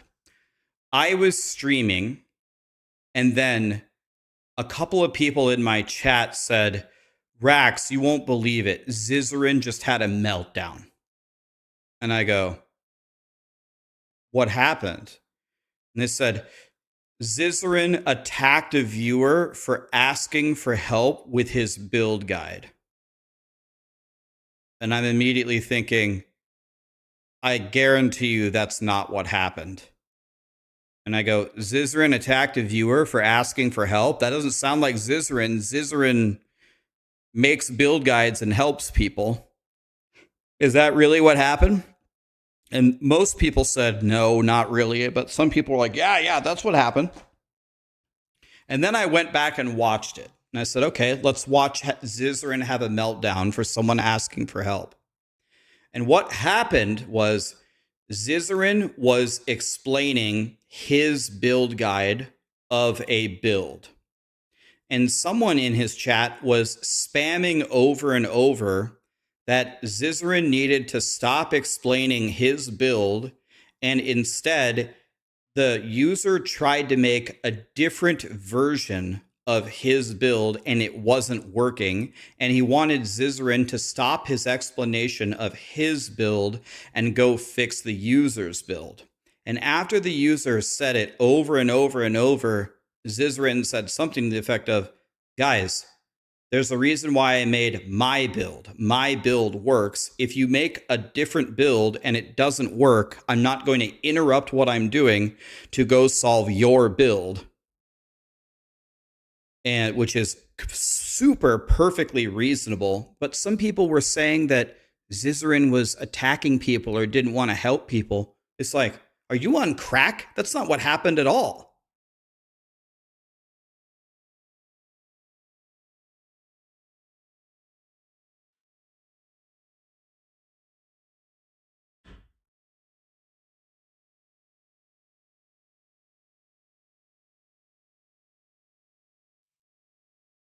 Oh God, dude. Guys, we have no choice here. I'm sorry, long term. I'm sorry. I was actually gonna let you stay, but that I can't take any more long term. I'm sorry. Have a good one.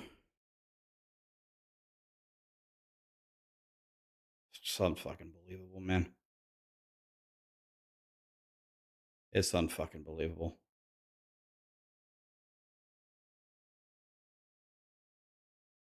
I tried. I was actually gonna let him stay, but I've had enough.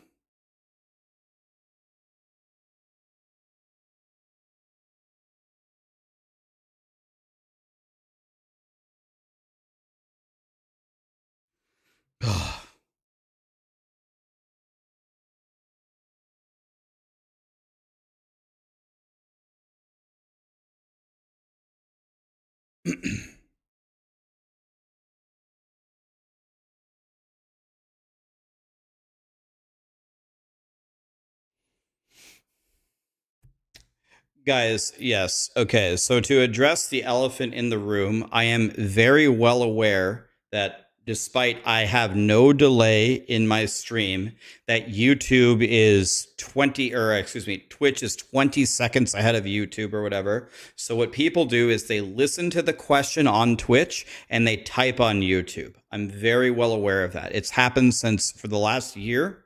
So my brother just gave me a suggestion, and in the future, I'm going to type the trivia question into YouTube chat so you don't have to open Twitch. I think it's very rare that someone actually on YouTube wins the drawing, so I will type the question into YouTube chat going forward.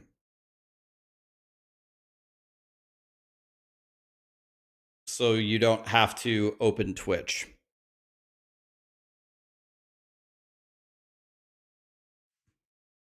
Why not take out the delay? I didn't put the delay in. It's just a delay that exists. I don't have any delay built into my stream.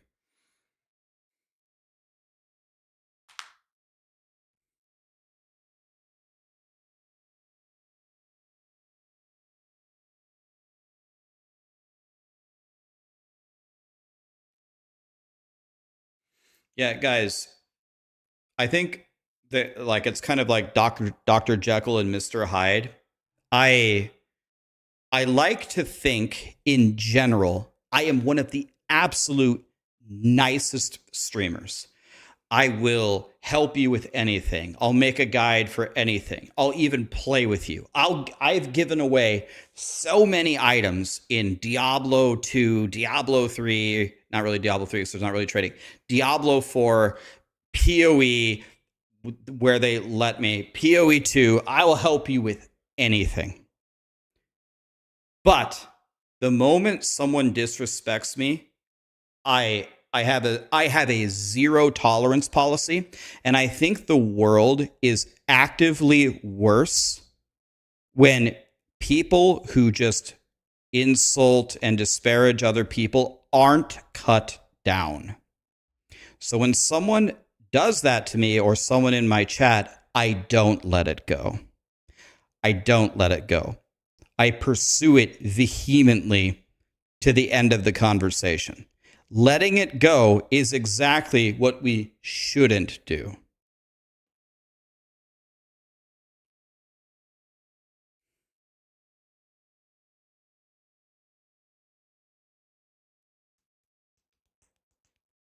You're going to play D4 until December 6th. It's a good strategy. I mean, we get the PTR. We get the Season 7 PTR on the 3rd. That's good. We can play the 3rd, the 4th, the 5th. We can see what Season 7 is going to be like and leave feedback. Sure, it'll be fun. But then we're going to PoE 2. The second PoE 2 goes up.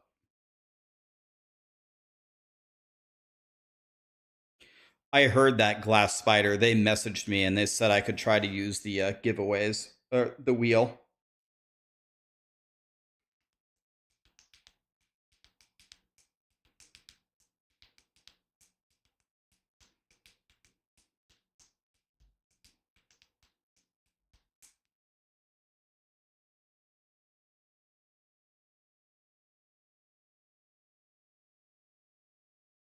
Do I have any podcasts or interviews planned? I think I talked to DM earlier this week. Palsteron wants to talk to me, and I think Talkative Try wants to talk to me. Those are the two that wanted to talk to me.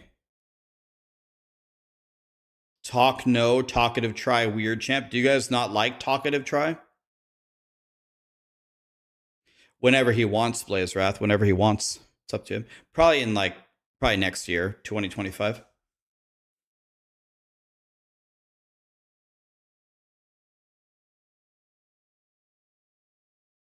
I'm done with Diablo 4 for a good while, just like I did in Diablo 3. Since they're basically the same now, Diablo 3... I stopped at Season 6 and I came back in Season 14 or something. Yeah, I am pretty sure...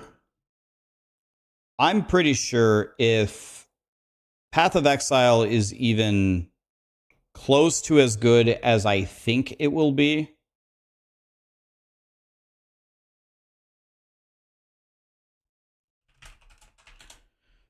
I think it's actually going to permanently remove some players from Diablo 4.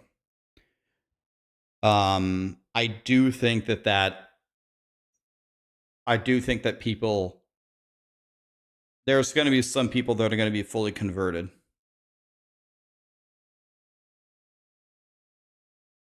You love him. He's nice.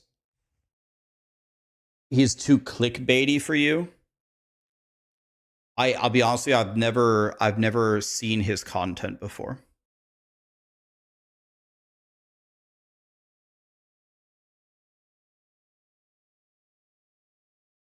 He seemed nice to me.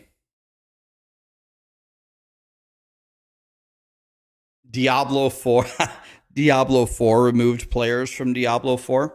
I'm not someone who hates Diablo 4. I'm not someone who hates Blizzard. I would love for Diablo 4 to be super fun and exciting. If you make an ARPG without an end game, it's very hard for me to like your game. It's just that simple. You got to have an end game.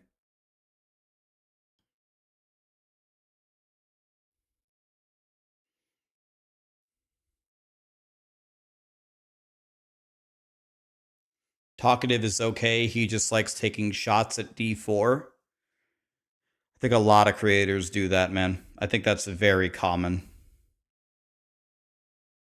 Talkative try is too positive. Too positive about what? Like PoE and grinding gear games, or...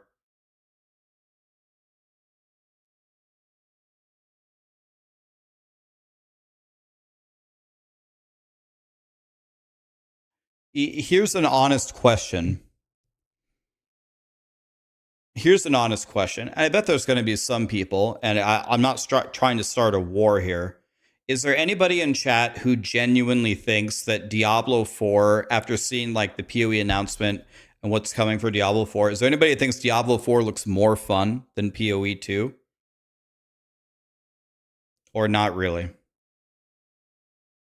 Nope, nope, no, no, never did. Nope, nope, no, lol, it's boring. No, no, sladly not, hell nah, me, nope, nope, lol, no way, nope, nope, hell no, fuck no, nope, nope, absolutely not, no. I will still play it. Hell no, nope. PoE 1 is even more fun. Definitely not, no chance, hell no, nope, lol, nope, lol, nope, no, nah, sadly no. Not for me at least, no way, man. Diablo is fun, but still no. When is Diablo 5? There's no endgame. Without an endgame, no.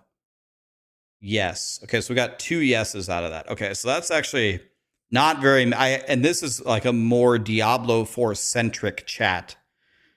So that was a very, very negative response toward Diablo. Okay, so that's probably a good point. Yeah, you're visually impaired, so you like Diablo 4 better than PoE. Yeah, like what's his name? How can I Tylenophy. Tylenophy killed Uber Lilith on hardcore blind because they have such a good what's it called? Like a special needs reader or whatever. They have such a good reader that he's able to kill Lilith blind. Accessibility, yeah. That's the word. Who won the PC? Strider. Strider 20A is the proud owner of a new PC. He needed it too. His PC sucks, he said.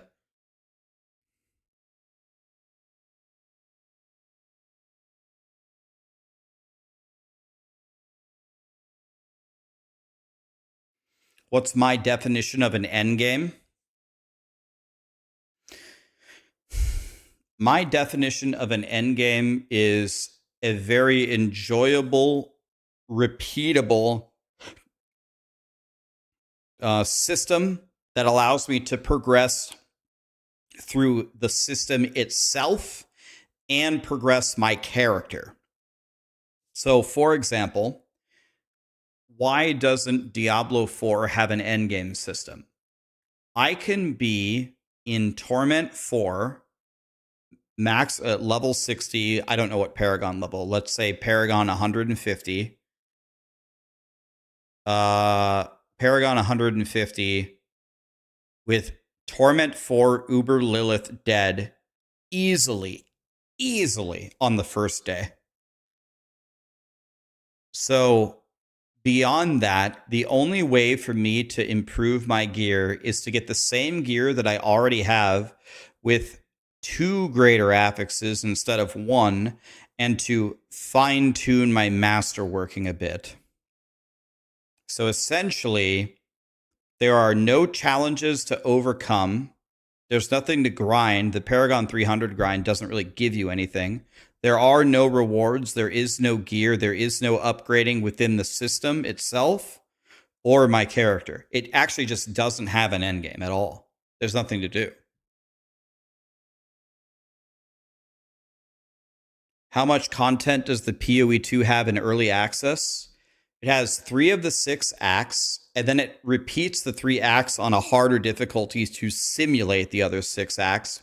And then it has an endgame system with 5 entire systems within it, an infinitely large, expanding world with tons of random treasures and secret things to find, and it has a pinnacle boss system.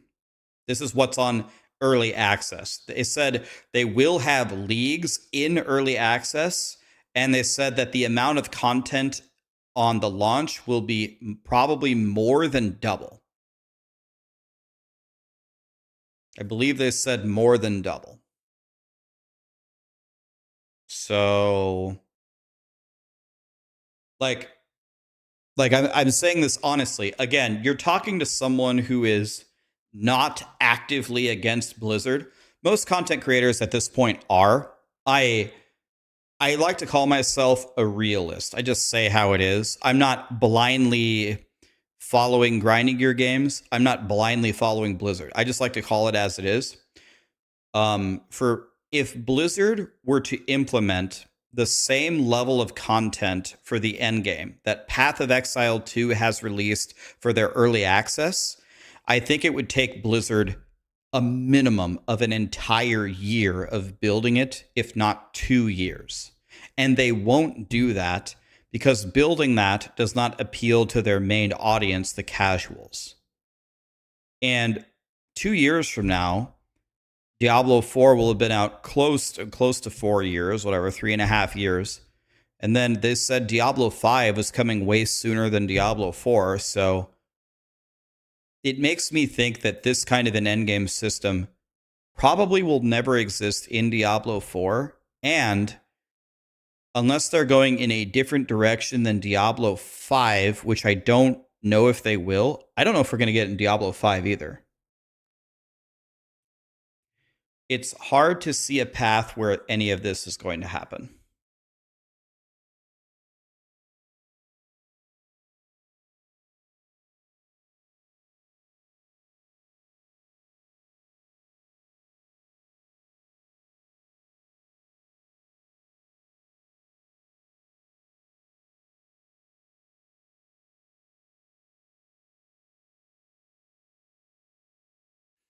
Yeah, that's another strange thing. Like, one of my biggest gripes with Blizzard, like, I don't know if the investors get a full breakdown of this. Maybe they do. But what would be very interesting is Diablo 4, I believe, has earned over $1 billion. A simple question is, where did that go? Can you imagine if grinding gear games made $1 billion?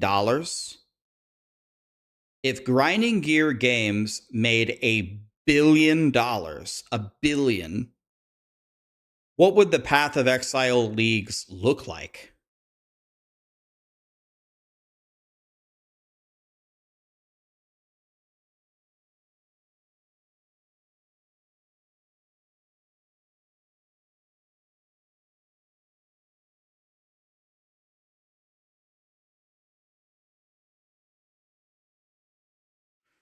You want me to link what I have up? Yeah. We haven't tried messing with it yet.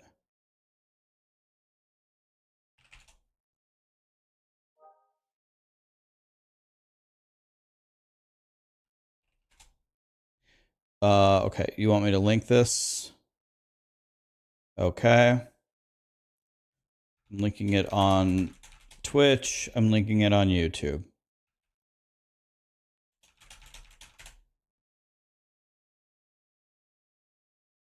Did it even work?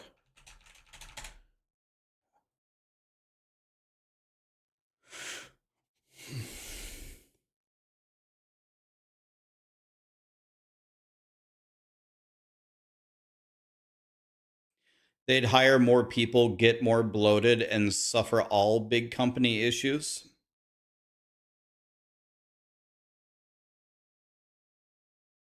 This might be very, very ignorant of me to say. It's kind of like, okay, here's an analogy. When people win the lottery, a lot of times when they win the lottery, they go broke, right? I can guarantee you, I would, again, I'd be willing to bet all my money on it. I can guarantee you, if I won the lottery, I would never go bankrupt. I don't need any help. I don't need any financial advisors. My mom was a financial advisor. I would never go bankrupt, ever. And I bet you I'd make my money grow. I would only gain money. Never. In a million years, never. It would never happen. So similarly, I like to think, even though a lot of big companies suffer from this bloat and for some reason the money does not never seems to directly transfer into better games, I think that I could easily avoid that building a company, no matter how big my budget was. The problem is people hire, I think a lot of the problems, I think it stems from two problems. It stems from like the structure of the company and who is actually supposed to be making money. And it spawns from, I think a lot of it is from marketing. I spoke to someone from marketing at a certain company. I'm not going to tell you which one, but they said something terrifying to me. I thought this was the absolute worst thing I could have heard them say. And this wasn't just their opinion. It was actually the philosophy. It was the philosophy of the company, because they were like leading the marketing department. But they said, our data shows that players that are fans of our franchise will play our franchise. So almost all of our marketing efforts are directed toward new opportunities. And that is exactly the way to kill your company. That is exactly the way to doom your company. I'm not going to tell you who it was, because this might be like NDA conversations. I talked to a lot of companies. That's actually what they told me. So they said, they literally told me, we do not want to talk about any ideas or initiatives that are primarily focused on people that already play our game. That is the absolute worst possible marketing strategy I've ever heard of.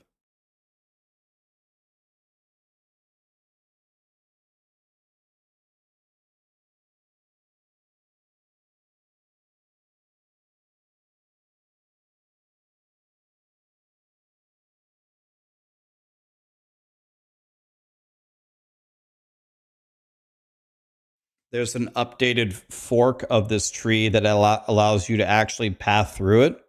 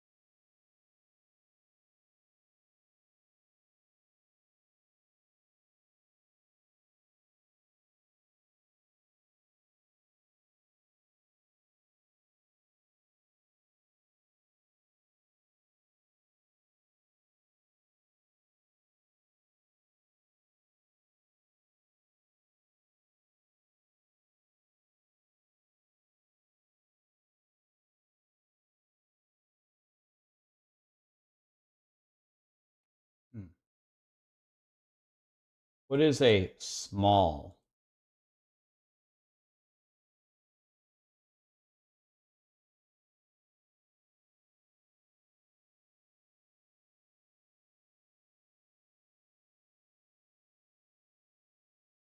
I'm confused here.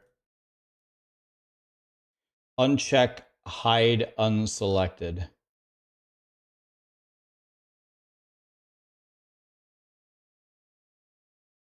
Oh, I see. You have to have this unchecked to go through. Okay.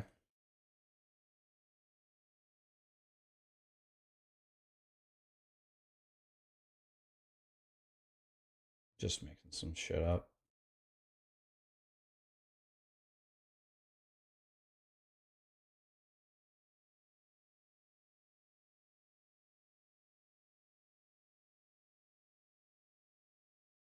So there's obviously no way to mouse over it and see what these nodes do yet.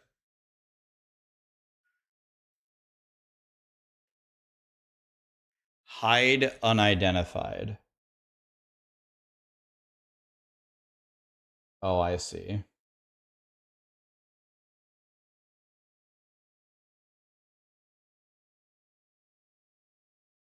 So these are the ones that they know what they do.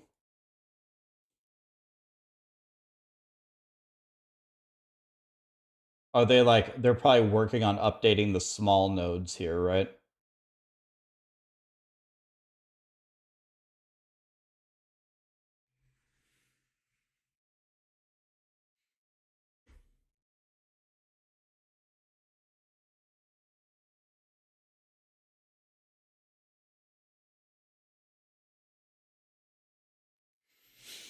Okay, let me say, there's so many people that are subbing and stuff. Let me say thank you, everybody.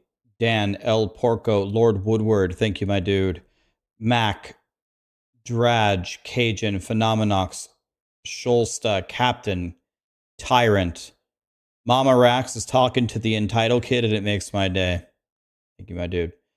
Nobody, Red Kool-Aid, LG, Tyrant, Blizer, Blue Shark. Thanks for all the info on the content. Any advice to a new hobby streamer?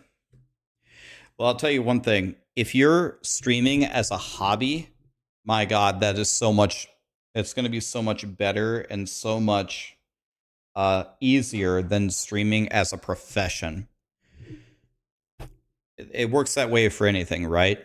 If you like to ski on your Colorado trips, it's so fun, right? You just rent the skis and you go skiing, and then you go have cocoa by the campfire, and you go skiing the next day if you want to. And if you're sore, you don't go skiing, you go do something else, then you maybe ski the next day, and then you go home. It's great, right?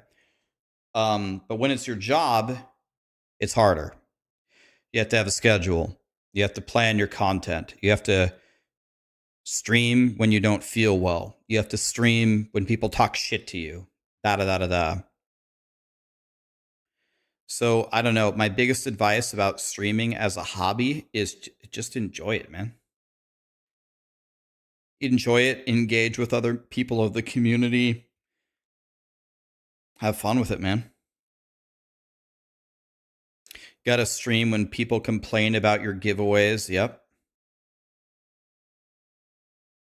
Yeah, but when you're a professional skier, you have to when you're training for the Olympics, you're on the mountain every single day. You break your leg, you better fix your leg and heal quickly and get back to skiing because the competition's in a few months and da-da-da-da-da. The moment it becomes your job, it's the moment skiing becomes not fun.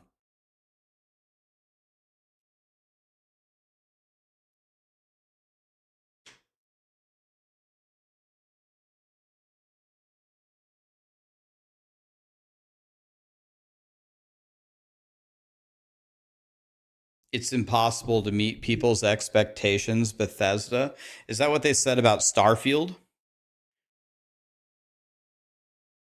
Mr. Vintage, $10 super chat. As an old school gamer, my naive hope is for PoE 2.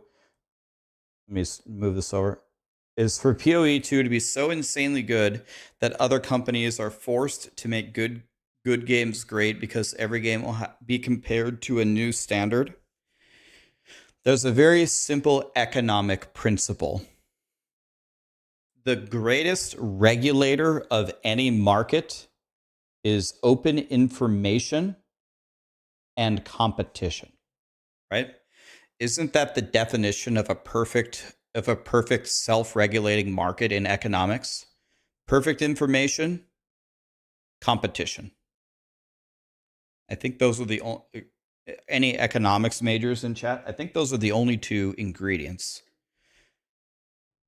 So The gaming companies know what the other gaming companies are doing. It's out there on the table. They make announcements about it. And, well, PoE 2 is free, so it's a free game.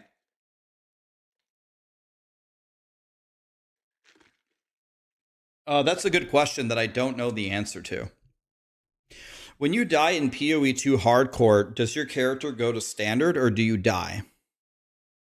Am I shredding? You mean am I lifting or am I cutting? I haven't done a great job losing weight lately because like Thanksgiving I ate like 3 plates of turkey yesterday because I'm a fat ass. But yeah, in 2024 I lost 16 pounds this year. Lost 16 pounds this year, so that's pretty good.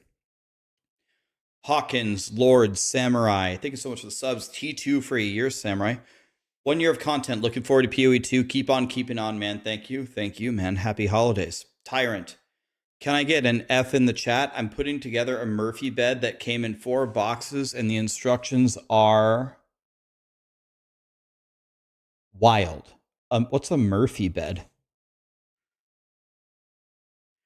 What's a Murphy bed?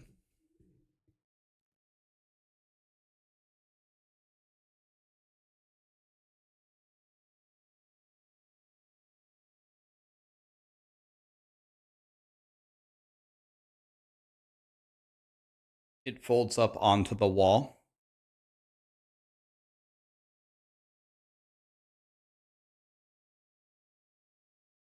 I don't think I need to lose that much more weight. I think if I lost 10 pounds from where I'm at, I would be at a pretty ideal weight. Over Black Friday, I already have a decent little home gym. I also ordered a very nice exercise bike. I'm going to try to bike, I think a good goal might be like maybe like 1,500 miles next year. I ordered myself a brand new Amazon Kindle. That's my Christmas present to myself because I love reading and I don't really read anymore. I'm going to try to read, let's say 40 books next year. I'm going to try to read 40 books and bike 1,500 miles and lose the last 10 pounds. I'll do it. It'll be fine. I actually really like reading. Like when people get old, some of them travel, some of them golf. I'm going to read. I'm just going to read. I'll probably read 1,000, depending upon how long I live. I'm going to try to read, let's say, at least hundreds of books, maybe 1,000. 40 books in 1 year is ambitious. Well, what? That's like 1 book a week is 280, right? I can read a book in a week easily. What do I like reading? I like pretty much anything, man. I like a lot of different genres. I generally like fiction, but anything. Horror, fantasy, sci-fi, I mean anything really. I just really care if the book is good. If the author is good, telling me a nice story, I'll read whatever.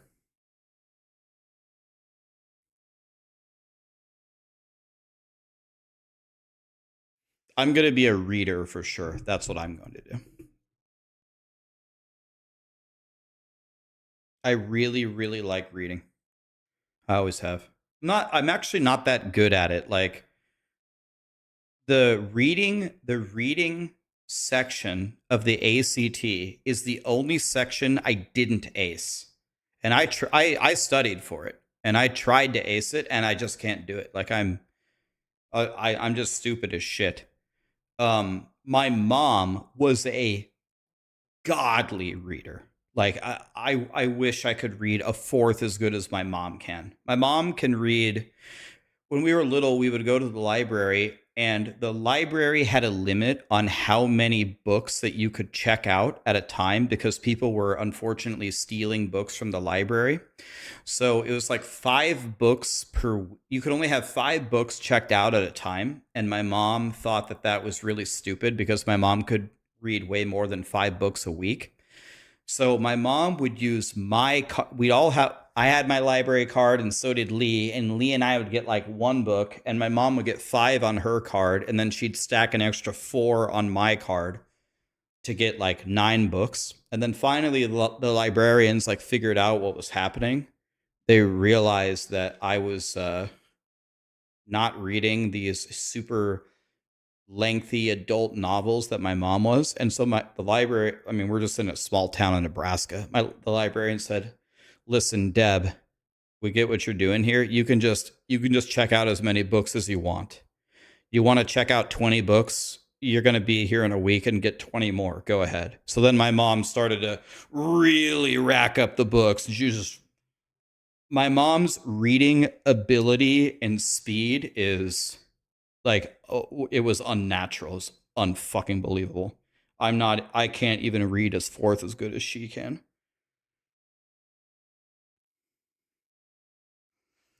In talking to my mom, I never brought up a word that she didn't know. She just spent so much time reading that I'm convinced there was no word in the dictionary she didn't know.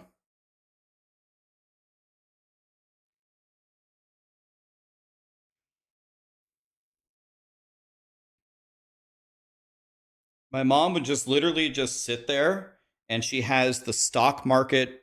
She has the stock market on the TV. She has her radio with Bob Brinkard playing all day long, listening to Bob Brinkard talk to people about how to invest. And then she just has a book and she's just flipping the pages, like just turning the page. I'm like, Mom, there's no way you actually read those pages. It's impossible. There's no way. Like, I get halfway through the page and then I start daydreaming. And then I get like a page and a half further. And then I'm like, wait a minute. I didn't even read the words. I was daydreaming. And then I have to go back. My mom just turning the pages, listening to the stock market, listening to her radio. I'm like, Jesus Christ, what the hell is going on here?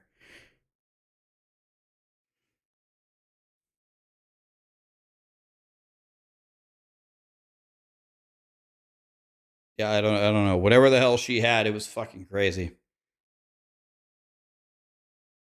I can't do that. Like, I like to think I'm a very good multitasker. I'm good at doing many different things at the same time. Like, I'm good at that. But reading is something that stops me dead in my tracks. I can't read and do anything else. Like, if I'm reading, I'm reading. I can't do other things while I read.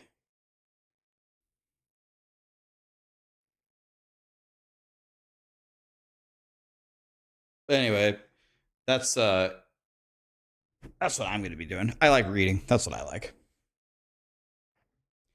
Link the tree. Yeah, there's something a little bit off about it. Like, it doesn't show some of the nodes. The pathing isn't perfect, but it's better than nothing. I mean, don't bite the hand that feeds, as they say. But it needs some work. Again, don't take this to the bank, but I will tell you something. I'll tell you something about Maxroll.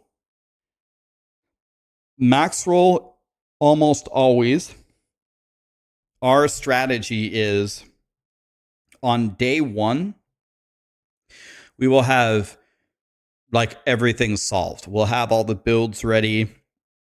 We'll have all the trees, we'll have everything ready for you. Just boom, there it is. We solved the game. Go dominate PoE 2. We could do that.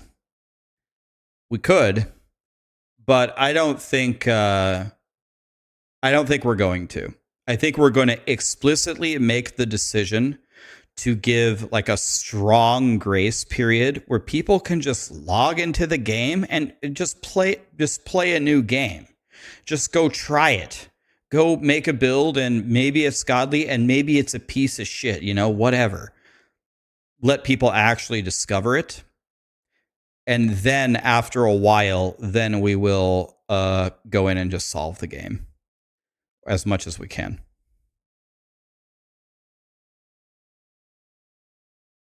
That's why Maxroll sucks. You mean we suck if we don't just solve the game for you? Why are we making this decision for people? Well, first of all, to call it what it really is, at first it's a decision for us. In order for us to solve a game for you, first we have to solve it for ourselves, right? And I think there's a lot of people on the team, but it's almost, I think it's almost unanimous. Almost everyone on the team and all the management of Maxroll would like to just log into PoE 2 and just play a new game. We don't get to have that experience like ever anymore in our lives. So it's not so much that we're making a decision for you. It's first we have to make the decision for us.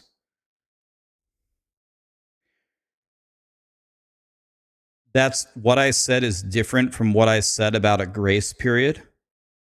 I don't understand how it's different. What I'm saying is on the launch, we're not going to have the guides ready for you. And believe me, I am sure that one way or another, we could have it all solved. I'm sure there are people floating around with copies of this game. Didn't Fextra Live people just said that they posted a review of the game already? People have copies of it. I just don't know. It's not me. You want to know something about me? My hand to God, I have never played Path of Exile 2. I've never played it. I've never played it for even 1 second. I've never played any version of it. So on the 6th, it will actually be my first time ever playing the game. But I bet some people have a copy of it right now, and they just don't tell you.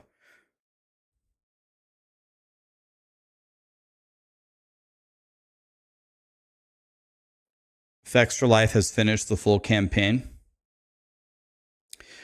Okay, Karamon, I'm just going to tell you. I'm just going to tell you honestly, that's not true. I think that's what they want you to believe, but that's not true. I'm telling you it's not true. I know it's not true for a fact.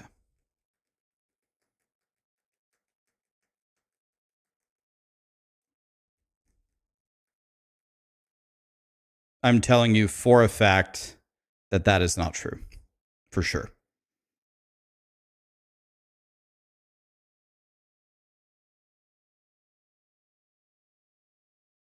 It is 100% false. I'm certain. I'm not 99. I'm not speculating. I'm not guessing. I'm not thinking. I'm telling you for sure. Well, Karamon is saying that essentially no one has access to the game except grinding gear games. No, not true. I don't have it, but I'm sure people have it.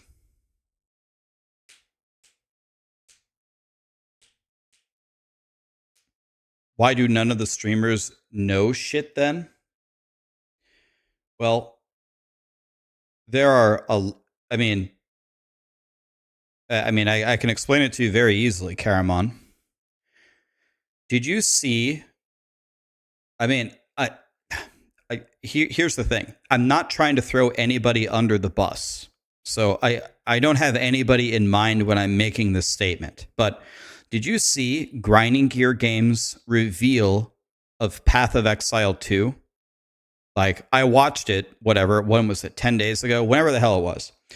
And did you watch me watch the thing? And I was like, oh my God, this looks incredible. Oh my God, this looks incredible. I had never seen it before. You want to know what the reaction was of all the PoE people that had seen it before? Oh my God, this is incredible. Oh my God, oh my God, did you see that, chat? They'd already seen it. They admitted that they had already seen it weeks ago at an event. They'd already watched it, but they're the same reaction, right? That's your answer. When you're NDA'd, you just pretend like you're seeing it for the first time, but you really aren't. You know what I mean? Same thing.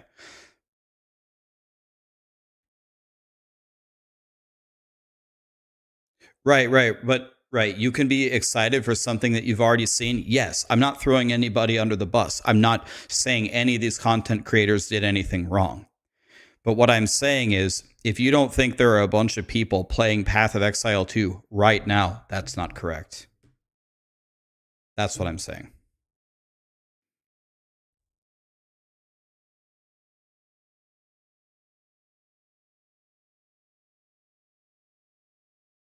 No. I do not have an NDA with Grinding Gear Games.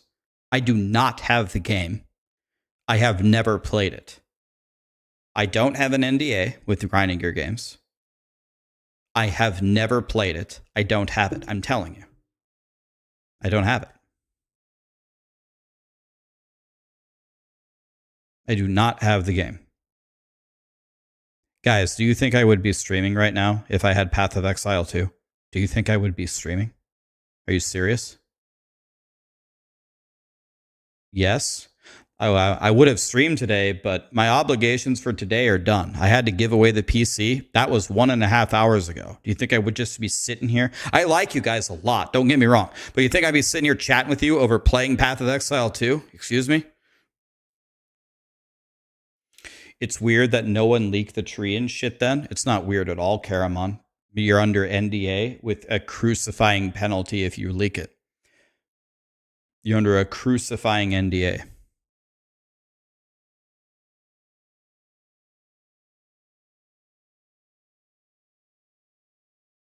We already gave away the keys, Ruan, but we're going to give away more every single day. I've got a bunch of more keys. People message me 1 million keys.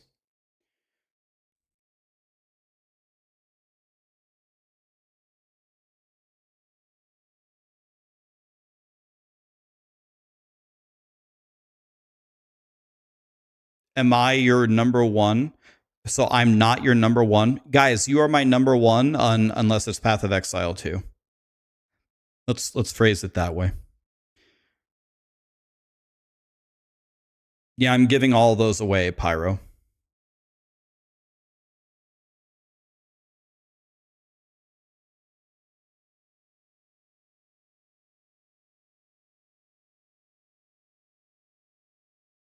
Believe me, guys, there are tons of content creators that are just... I shouldn't say that. That's not true. Actually, most of the content creators that I've experienced in the Path of Exile community are actually quite good. I mean, sometimes people leave comments on my videos, like on my PoE beginner's guide, and they say things like, oh, thank God Rax is here because his beginner guides are a lot better. Like the current content creators, they act like you know everything and it sucks. But actually, that has really not been my experience. I actually think a lot of the content creators for Path of Exile seem very good. Not all of them, but some of them. Some of them actually seem pretty good.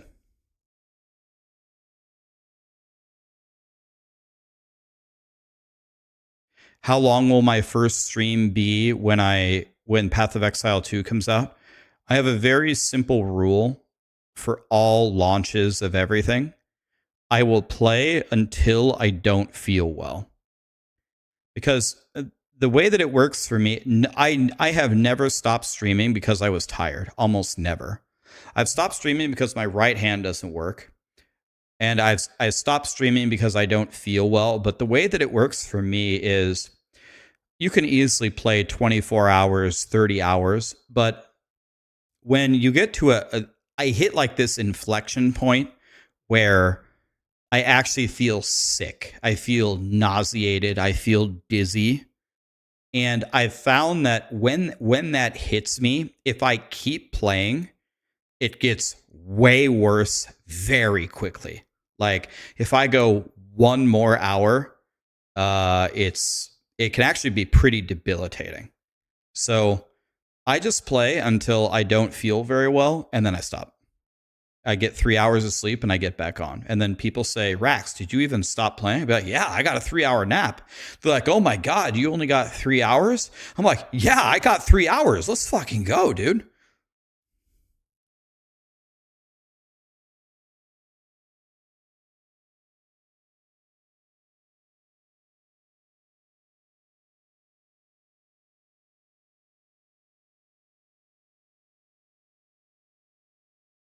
It definitely happens. If I was like 20 years old, I think I could do a 48-hour blast into a 4-hour sleep into like a 36-hour blast. So I think I could sleep like 3 hours out of like 80 or 90 hours, something like that, if I was 20 years old. But I'm 38. It's essentially 1 foot in the grave. I just can't do that anymore. Usually I start to feel sick about maybe 24, somewhere between 24 and 30 hours.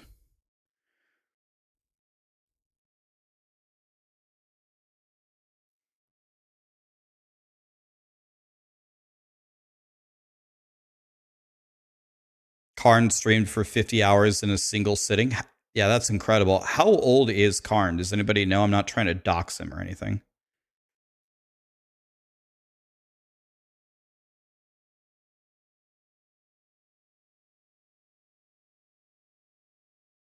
Karn is 56.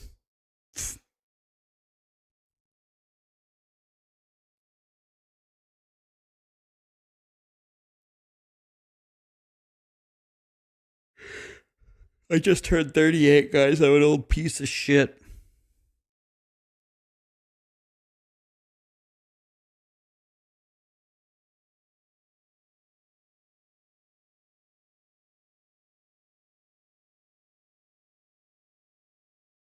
Leia, you did a 56-hour stream with no sleep? 50. If you actually stayed awake for 56 straight hours, that's actually unbelievable. I can't. Like I have the mentality to do it. I could Rax the human being could do it, but my body can't do it. I actually can't. I would wither away and die.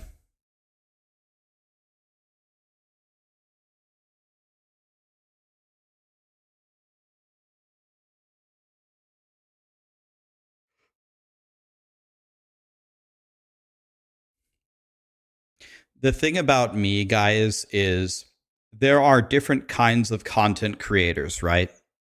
There are content creators that create content only about like racing, like how do you speed run. There are content creators that create stuff about lore.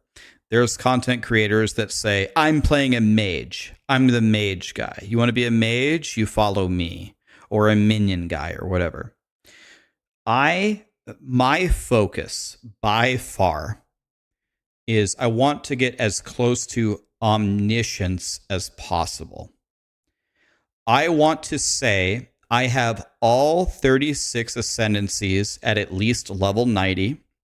I have pathed over here on the tree. I went over here. I got this unique and I made this weird build. I went over here.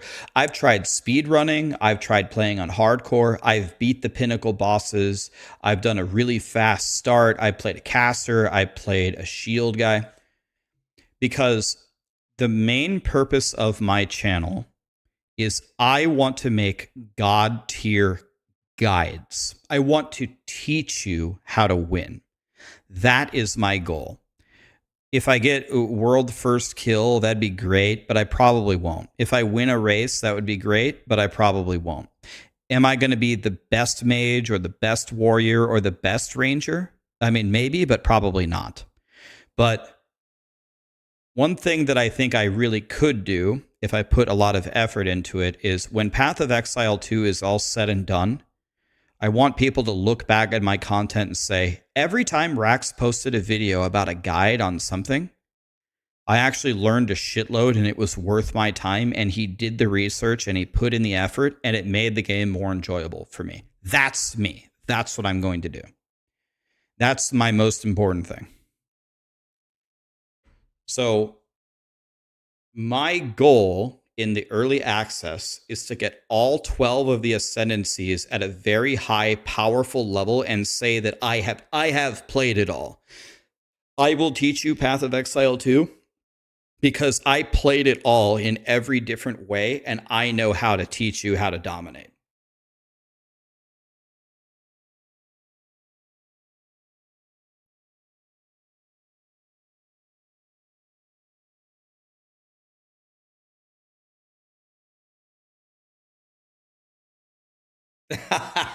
I'm 48. If I play for 10 or more hours, I immediately need a nap. This is a little bit off topic, but you guys know what's the greatest feeling? You order like a giant, like it's Friday night, you order a giant pizza, or you get a giant sub or whatever, wings, or you get whatever the hell you want. And you just sit down and you just eat a bunch of food. And then you're like, you want to know what? I'm just going to take a giant ass nap. Wow. You just stuff yourself and you take a nap and you wake up and then you play some video games. What a night.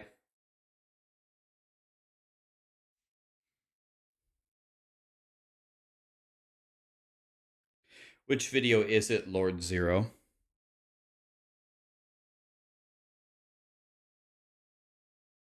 That's not good for you, though. It depends on what you mean by that. It's probably not good for my body, but it's so good for my happiness. Am I going to skip the PTR? No one's going to skip the PTR. The PTR comes out before PoE 2 and it gives us something to do. Hell no, I'm not skipping it. Gives me 3 days of content to do something. Plus, I still have to write a 5-page paper to Blizzard about everything I don't like about it. I know a lot of you might have given up on Diablo 4, but I'm still going to try to make the game good. I would expect my playtime in Diablo 4 to go down going forward, but I'll still be there on all the big launches, making guides and tier lists, but I'm not going to sit there for 2 months and grind for nothing anymore.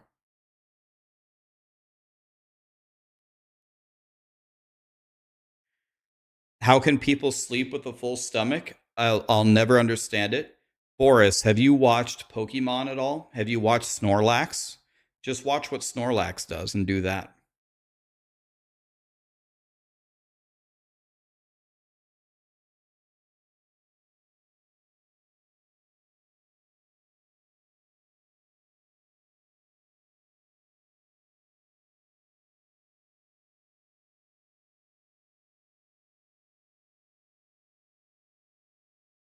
Don't be the captain that goes down with the ship.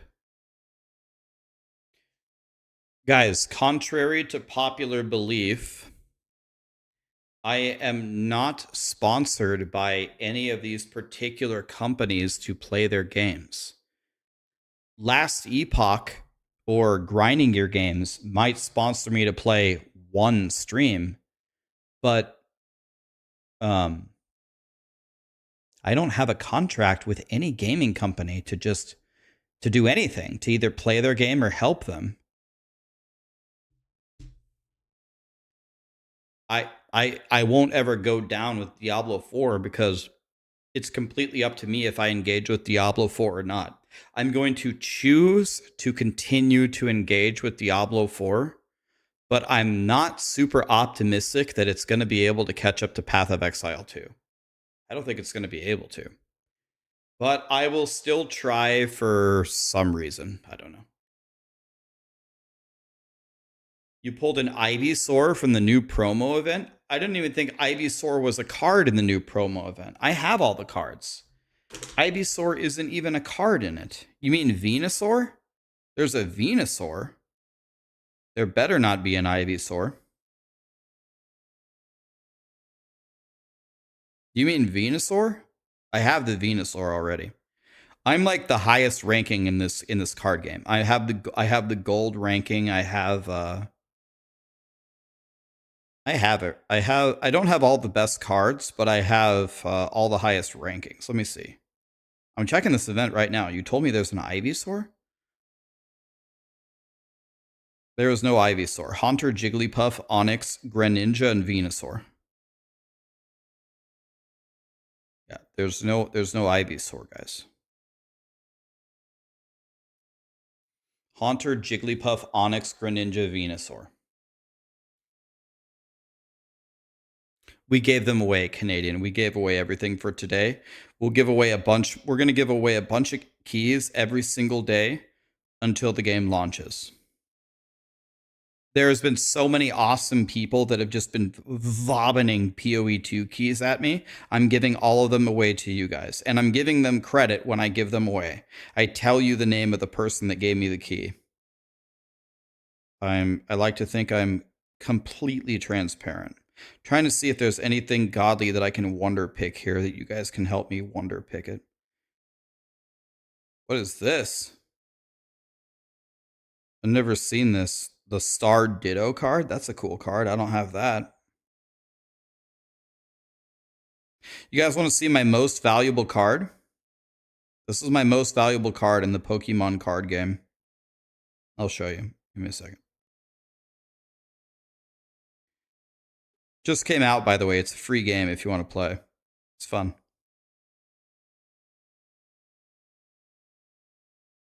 This is my most valuable card. The 2-star Mewtwo EX.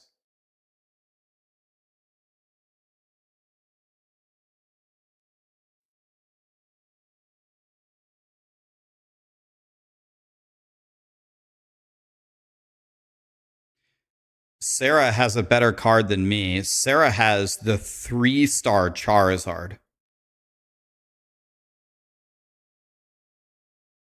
She has the 3-star Charizard.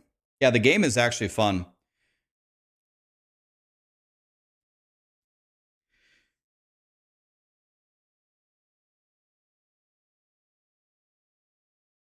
What's my favorite deck to play? There's a lot of really good ones. A lot of them are really good. My Articuno deck, if I flip heads on Misty, the game is over against practically any deck in the game. Venusaur is really good. Venusaur Executor is really good. Zapdos Pikachu is godly. The Mewtwo with the Gardevoir is godly. Weezing Arbok is godly. It's won multiple tournaments. A really, really good deck that nobody plays. A really good deck that nobody plays is Ponyta Vulpix. So, which is Rapidash Ninetales. That deck is so good. You can hit for so much damage early game that it's almost impossible for people to survive it. Ponyta Rapidash Vulpix Ninetales is probably the most underrated deck in the game. It just does so much damage immediately.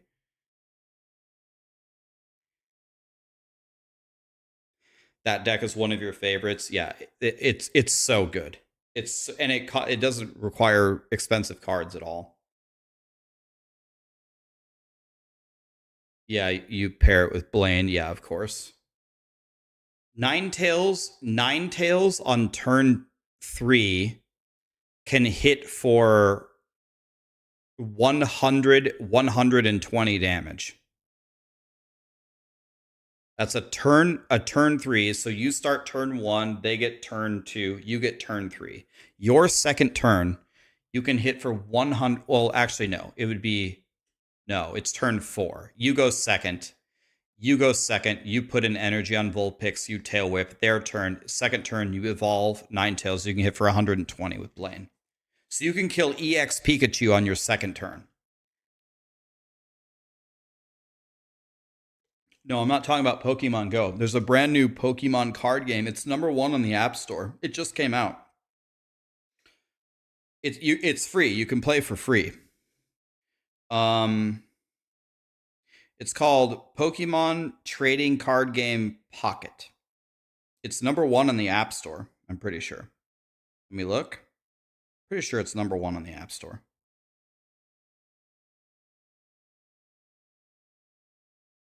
Yeah, number 1.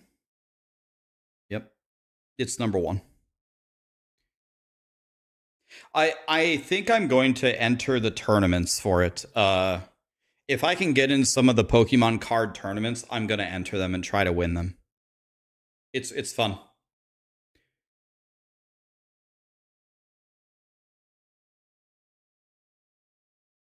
It's a brand new game on your phone, Pokemon trading card game.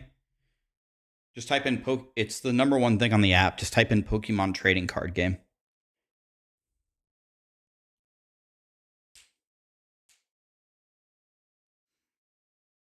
How do you enter the key giveaways? You just be here. You don't have to enter anything. Favorite deck?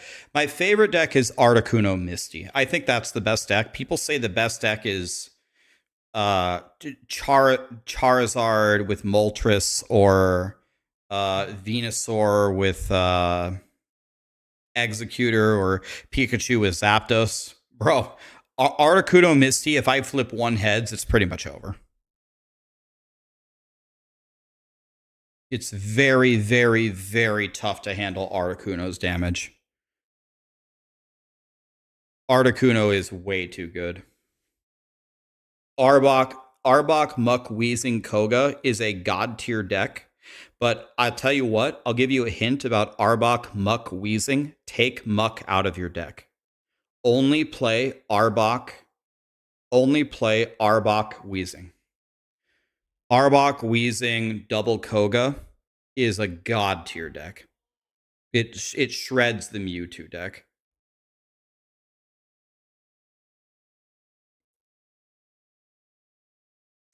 The Moltres setup into Charizard is OP, but you're gonna get absolutely deleted by my Articuno Misty deck because you're weak to me. So second turn, well, it depends on how lucky I get with Misty. It can usually flip at least 1 heads. But on turn 2 with a heads from Misty, you're getting hit for 130. And it's just going to keep happening every turn. And then you gotta try to Sabrina out the Charizard. But if Moltres dies, remember there's 2 Articunos and there's 2 Misties. If Moltres dies, I can just Sabrina any Pokemon. If you're building a second Charizard or you're building a Charmeleon, if you get Sabrina, you lose the game. It doesn't matter if you're fire spinning with Charizard. Anyway, we don't need to go into Pokemon theory crafting. Most people don't want to hear this, but it is a really fun game.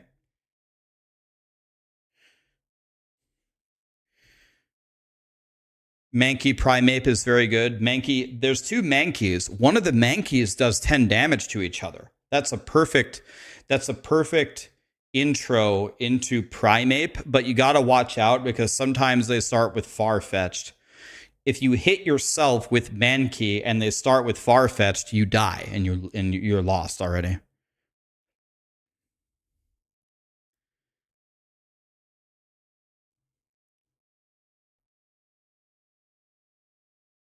Do I know what I'm going to play in on launch? I don't know. I'm going to have to talk to Alex. He said he wanted to pick my starting class, but I don't really care what I start with.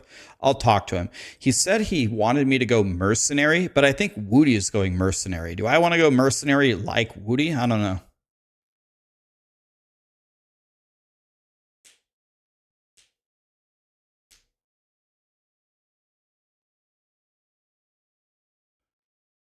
The Fextra Life review is offline. Did they take it down?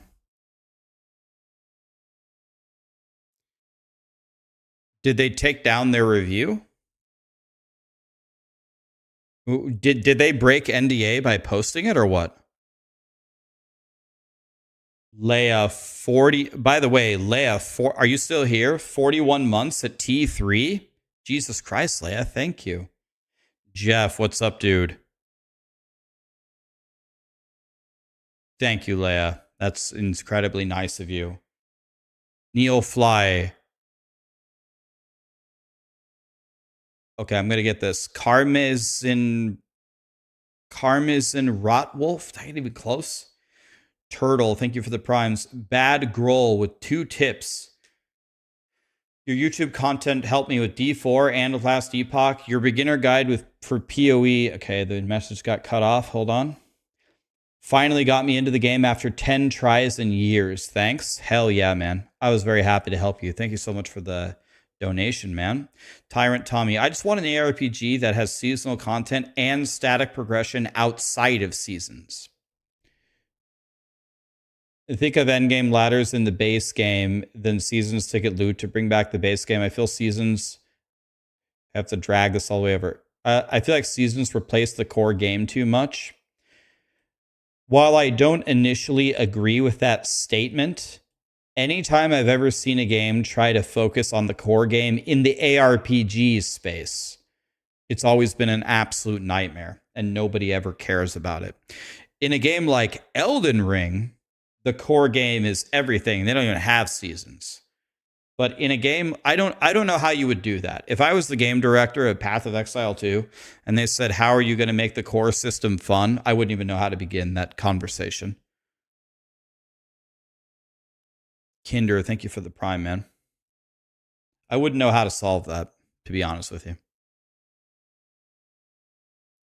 Twitter status from Empyrean. He has important status. All right, let's see what this says.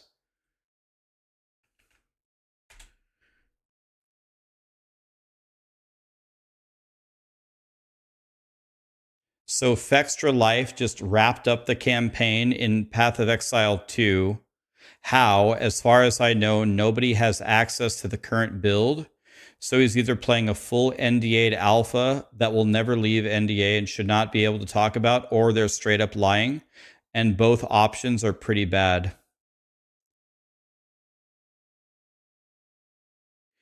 I'll try to get some impressions out of the endgame once I get there, or maybe he just means after release. He's using other people's footage. There is way more footage than it would have been possible to capture on one event.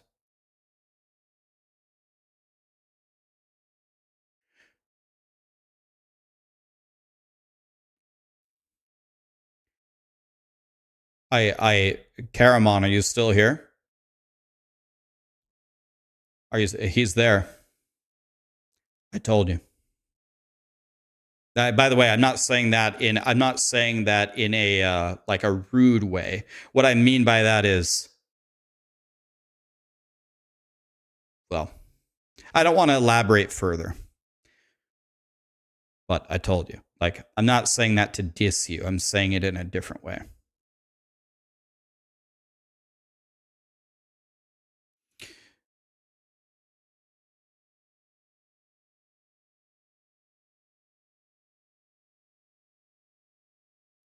Do these people also have access to the end game?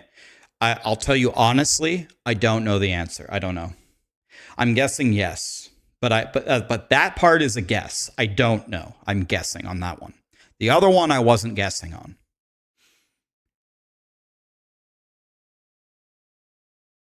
You don't care if people can play the axe?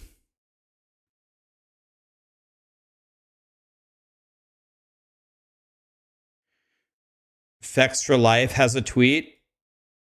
Okay, I don't really like Fextra Life, but let's just see what it says.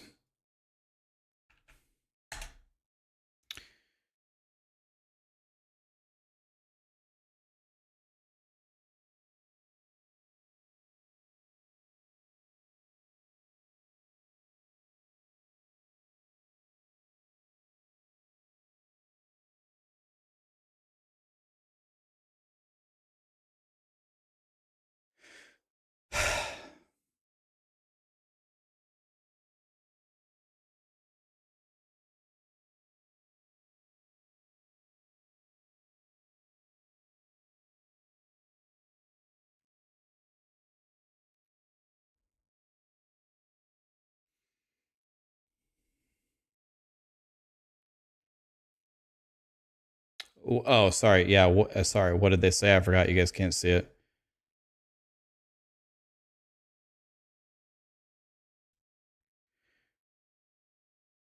I have a feeling that they majorly broke their NDA.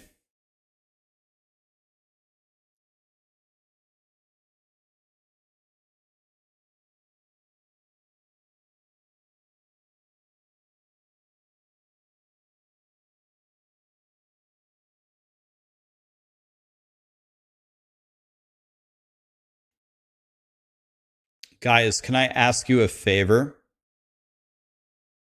Can I ask you a favor?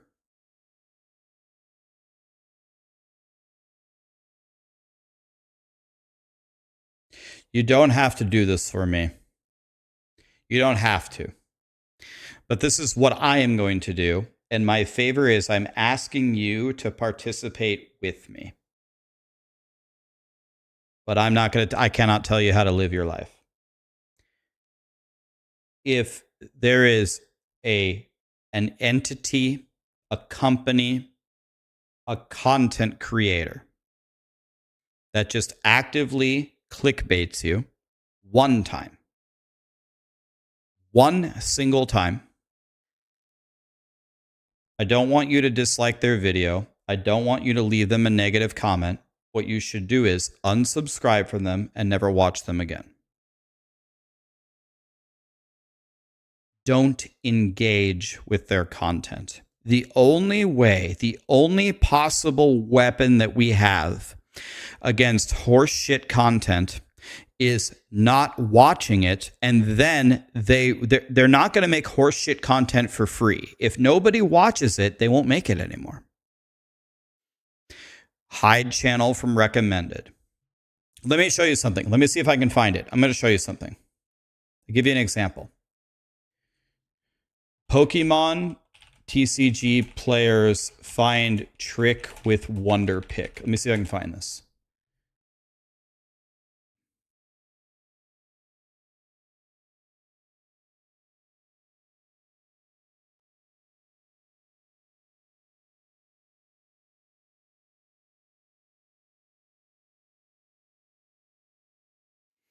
Okay, I'm not going to be able to find it, I don't think.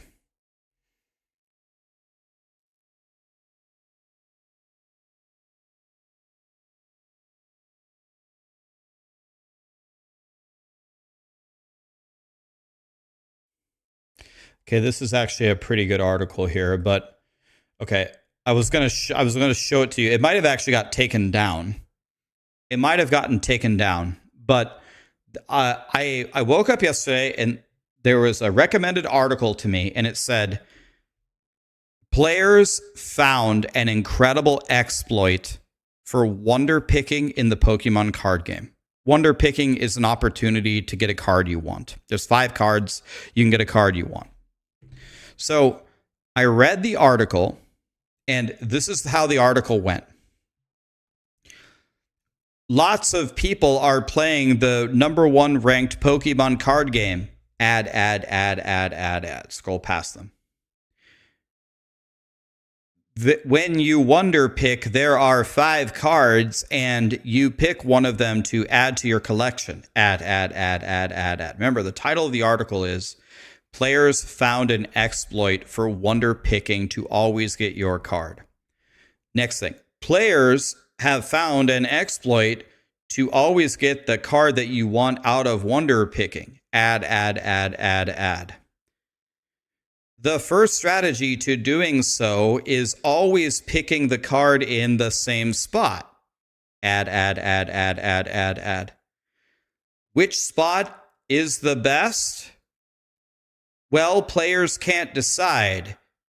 Ad. Here is some advice from some players. Jim Bob 420 says, always pick the right one. Billy Bob Joe Bob says, always pick the first one. Ad. There is a second strategy where you just watch the cards go to the right spot. Ad. Do any of these tactics actually work? We don't know, but we'll keep you updated. Ad. End of article. Now, let's think about what happened here. The article itself told me that there was an exploit that someone found to always get the right card. Not only was 80% of it just horseshit filler that didn't have anything to do with the actual strategy, but both of the strategies were not even strategies. They were just random ideas that no one had backed. No one. And they said explicitly in their article that they had not tried any of them, but they would be sure to keep us updated. No, you're not going to keep me updated. I will never, ever read an article from you or your website again. It's just complete shit. to farm you for ad revenue.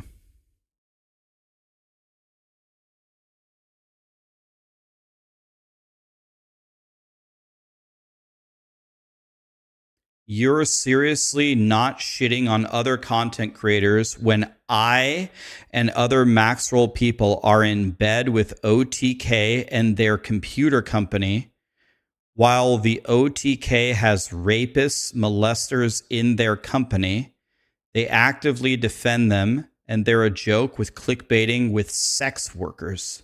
And you're shitting on content creators who actually make gaming content. You're a fucking joke.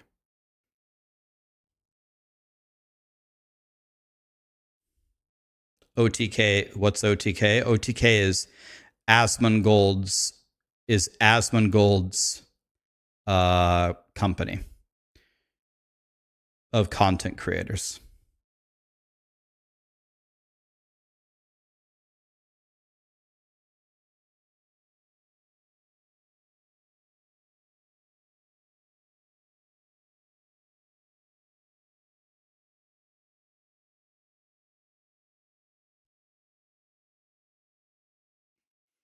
I mean, we've already crucified a couple of people in chat today. I don't think I have the energy to go against Jarhan again, but I have a feeling actually that what Jarhan said, he doesn't actually, I don't think he could possibly be that stupid. I don't think he actually believes anything he said. He's probably just trolling. I don't think he could possibly be that stupid.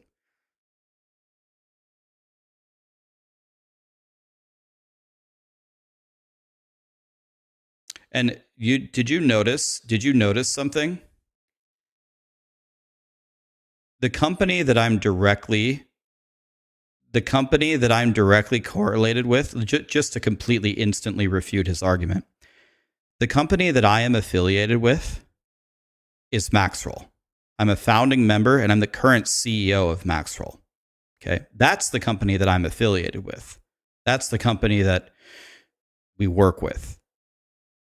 And he couldn't even say that he never said I clickbaited anybody. He never said I'm a rapist. He never said Maxroll has done anything wrong. What he said is you have a partnership with a computer company from another company where one of its members was a rapist or whatever. Is he talking about the guy from Diablo Immortal? I can't remember his name. It was Asmongold's friend. What was his name? Rich Campbell. Is that who you're talking about? You couldn't even attack me, and you couldn't even attack the company that I have dedicated all my time to.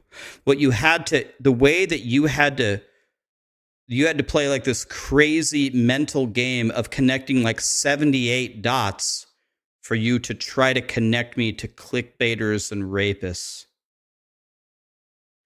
Like,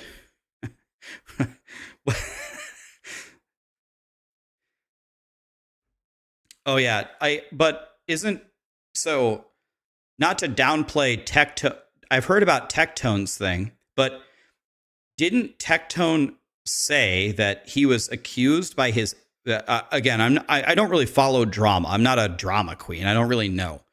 But didn't Tectone say that he's been massively accused by his ex-girlfriend and that everything was a lie and he's going to lawyer up and prove his innocence? Didn't he have a massive post? I swear to God, I just read this saying he's lawyering up and he's going to win easily.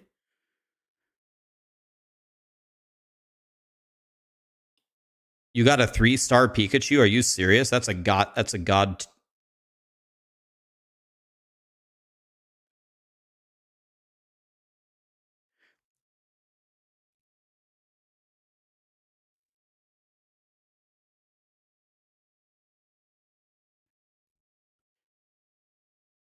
I'm an uninformed mule. Okay. Tectone X.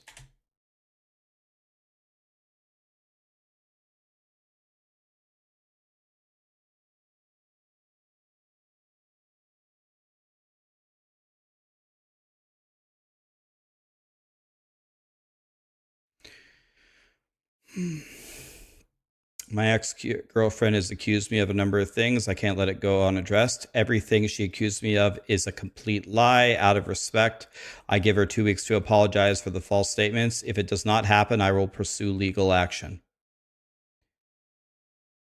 Man, I wish I was more informed.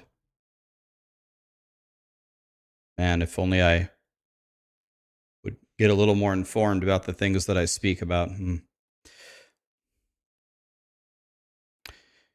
And it's actually a miracle that I even saw that, because I don't really read that kind of stuff.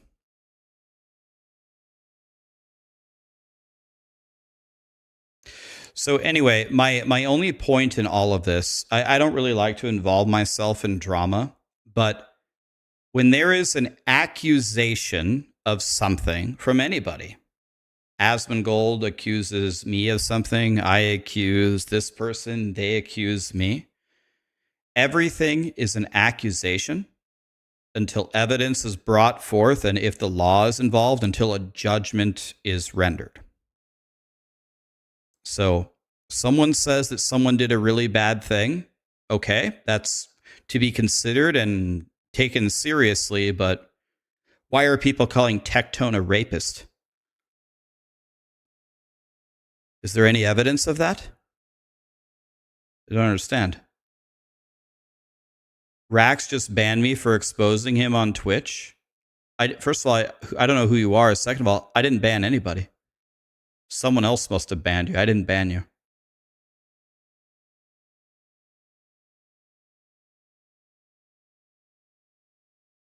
I don't know who Weird Viking is, but I didn't ban you. I didn't ban anybody. I'm sure one of my mods might have banned you because they didn't like what you said, but I didn't ban anybody. And you didn't. You know, one thing, you want to know what's the hardest thing about being a streamer? And man, we are getting into a lot of conversations today that have nothing to do with gaming, which I really don't like. We're going to move it back to gaming for sure. I'm Jarhan, nice cover up. Jarhan, you must not be very smart, but just to show you, user Jarhan. Okay. You are banned. Okay. Look, you are banned. You did get banned. And again, I should have bet you $1,000, but just to show you, I win again, buddy. I've been taking a lot of W's today. You were banned in my channel by Cajun. I did not ban you. Again, I told you a mod banned you and I didn't. It's right here. Screenshot. Okay. You lost again. I don't know how many L's you can take in one day, but you're racking them up, buddy. Another win for me. I feel like quite a champion today.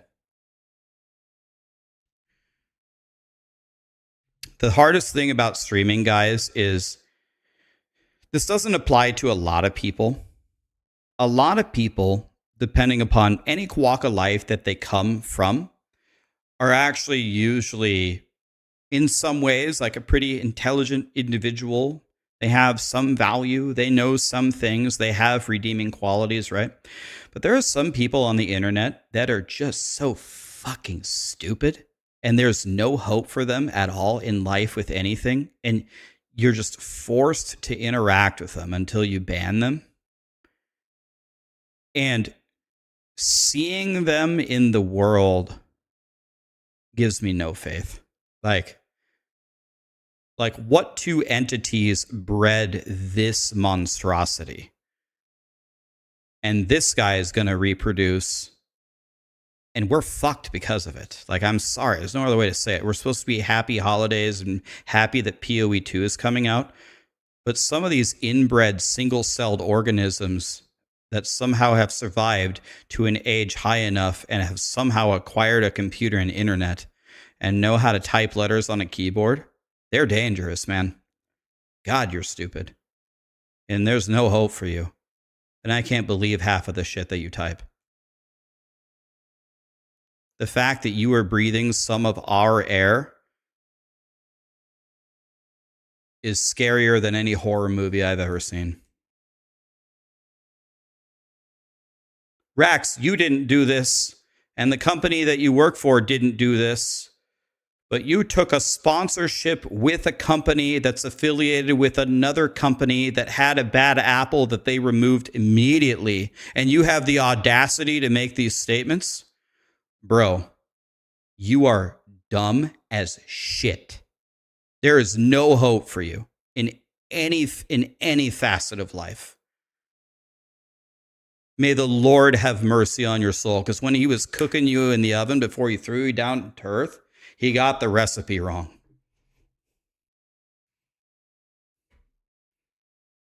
I'm sorry, but that's the nicest way I can put it.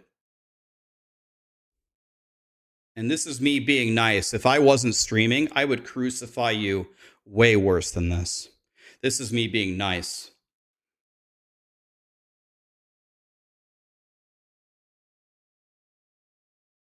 Yeah, you're right. We need to move on.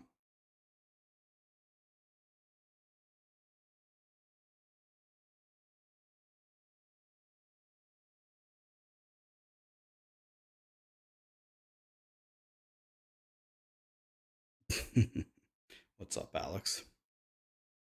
Yeah, it's been a busy day. I'm exhausted.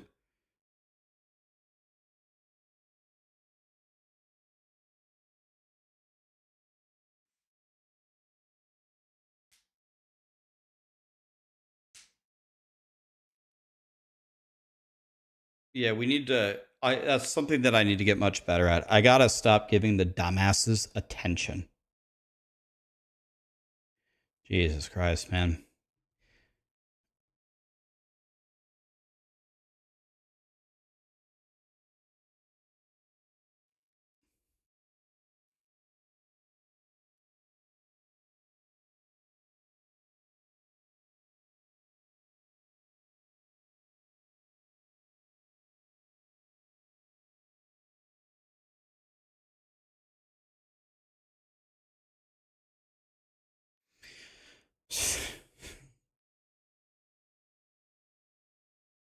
Jesus Christ, you guys, I just can't. Taking a moment here to recover.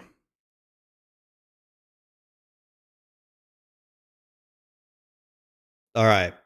Mods. Cajun, you did a good job. Mods, I need your help. I'm going to need your help, guys. So from now on, like, you're going to have to use your judgment. But I need to solve this problem completely going forward. We got to stop getting derailed here. I cannot stop myself. I don't have the self-control to not metaphorically bitch slap all of these 2 IQ dumbasses. So, in the future, if you see something extraordinarily stupid like that, you have the authority, try to permaban them before I even see it. We don't want to turn this into a... If people disagree with me or they have hot takes, that's fine. That's totally fine. But if someone says something that stupid, like correlating myself to a rapist or something, please, if you can, ban them before I can even see it. Because if I see it, it's going to inflict no damage on me, but then I have to torch them, guys. And it's just such a waste of time. I have to torch them. And that's just such a waste of time.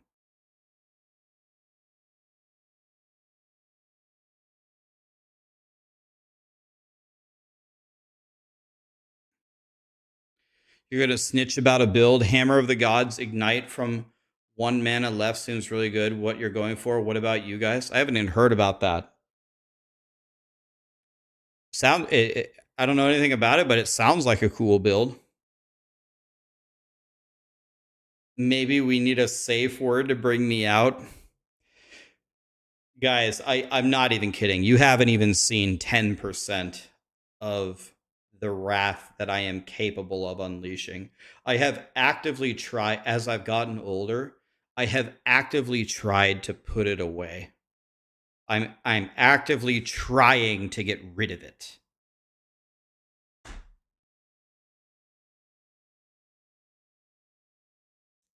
Like, my level of anger and my level of ability to debate is far beyond what I show here, and I'm trying to throw it away because I don't want to do that. I just want to play games. I want to be happy and I want to play games.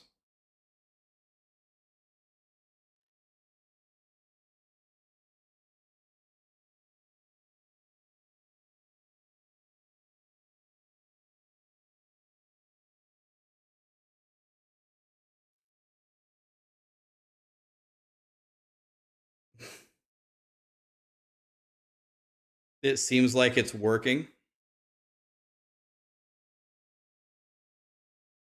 What's the plan for Friday when the servers fall over? I'm glad someone's actually finally asking some real questions here. I don't know, Dwarven Realms? We play Dwarven Realms or what?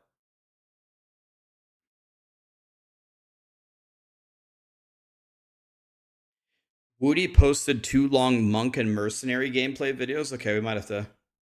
Yeah, I should play DM and chess. DM told me he was in a chess club and he can play, so I'm very interested to see how good DM is at chess. Very interested. By the way, speaking of chess, I have to do a chess stream, so I'm probably going to do it on Monday. On Monday, we'll start out normally looking at PoE 2 stuff, and then I'm going to play chess all day. I'm going to make a brand new account, and I'm going to see if I can get it to 2,000 rating. My goal is 2,000 rating in one day.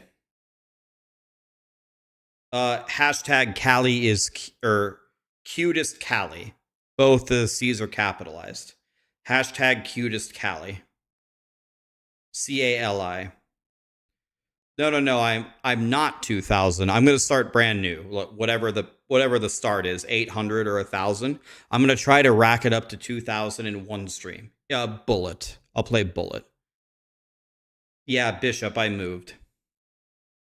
No, I'm not a GM. I have no chance of getting to 2K, but maybe 1.9.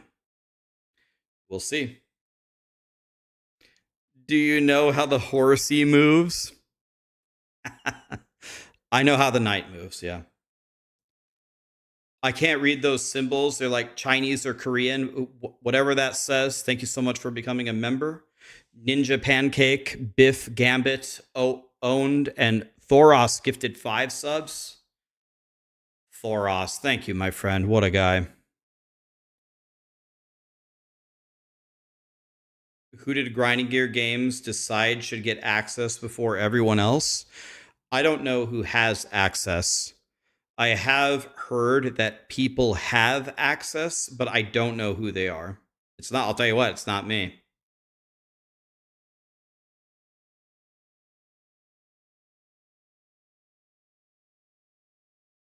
In order to become a Grandmaster, you need 2,500 FIDE rating, which is much harder to get than a 2,500 chess.com rating, and you need 3 GM norms. Do I have a pitchfork department so we can discuss the Thextra Life scandal? Yeah, we've been talking about it pretty much all day. It is what it is. Have I played chess before? Not professionally or anything. I just move the pieces for fun.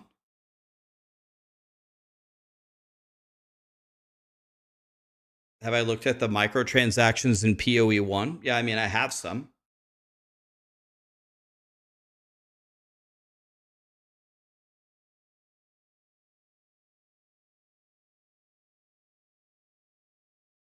Well, Karamon, remember what it actually means, though. Remember what it means. One issue is, oh, why would Grinding Gear Games give a copy to Thextra Life, but they probably just wanted exposure, right? But Thextra Life is synonymous with scandalous, terrible behavior. But that's not really the main problem. The main problem is they gave copies to a lot of people. We're here to rage, Matt. You got rage? Let it go, man. What do you want to rage about?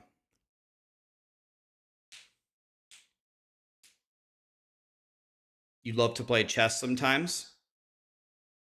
You do play? Are you good? What is my advice to small streamers?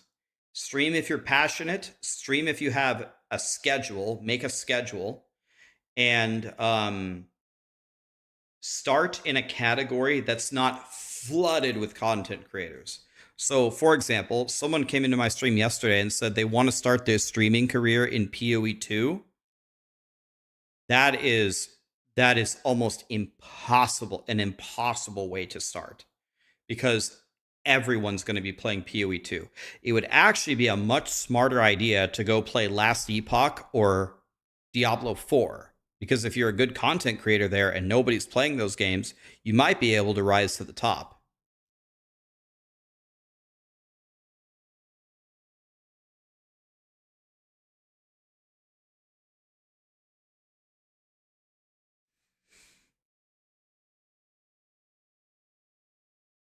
I mean, yeah, as Fenu says, I wouldn't start streaming with the idea that it's going to be like an income source for you. It is very, very, very difficult to have streaming be a reliable source of income where you can even sustain yourself. So like if you have a job or something, or you're going to school, do them both. Don't give up on your current path. Because it's very hard to make it work. Very difficult.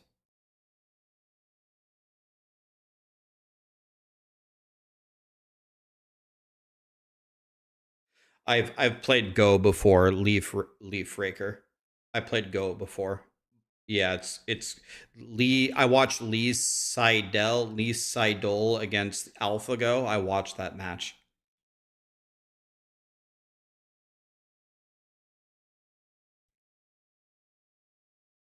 Is the Maxroll team theory crafting builds?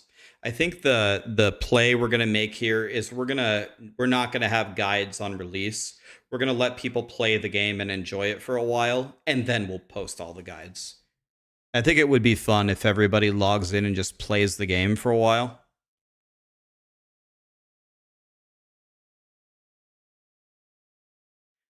I haven't played Chinese chess. I played Chinese checkers. Or are you talking about Go? Is Go Chinese chess?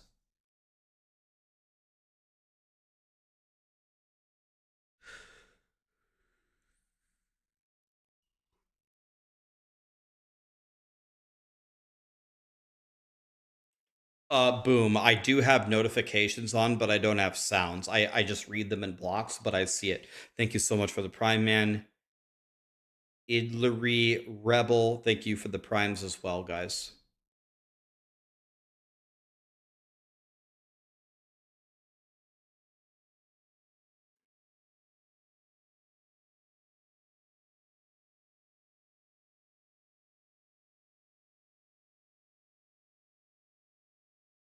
He gets on the Twitch front page because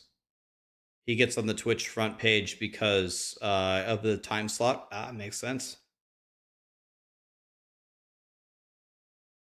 You're welcome, Scargan. You're welcome, buddy. What class am I going to play? All of them. I'm going to get all 12 classes to the highest level. I'll get all of them to the end game. All of them. I don't know which one first. We'll decide soon. What's the best class that I can carry a pleb friend with? He's an ARPG noob. I don't know, Matt. I will know in a month. I don't know the answer. One thing that I'll tell you the rumor that I've heard. I've heard the rumor of the class that is going to shit on the entire game is the Gemling Legionnaire Mercenary, the new FPS class. And that would be good if you're going to carry your noob friend, because then you can have your noob friend run forward, and then they can be your meat shield. And then you can just shoot your grenades and kill everything. And then you could just tell him that he's bad, and then that you carried him. And then it would only further accent the power of your mercenary.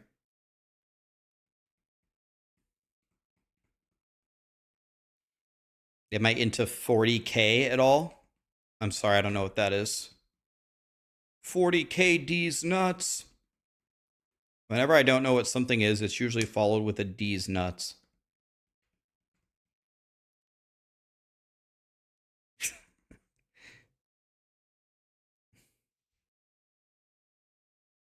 You're going to go Infernalist and buff your minions and your friends. Okay. I've heard the Mercenary is the way to go if you want to shit on everything, but I've never played Path of Exile 2, so I'm really not the one to ask. I don't know.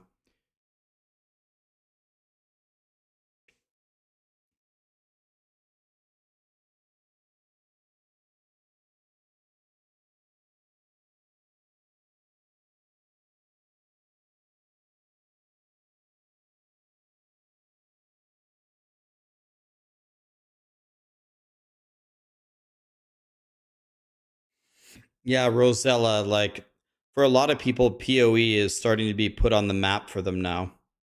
Yeah, you're welcome, man. I'll know more soon, Matt, but that's the rumor that I hear of the class that's really strong.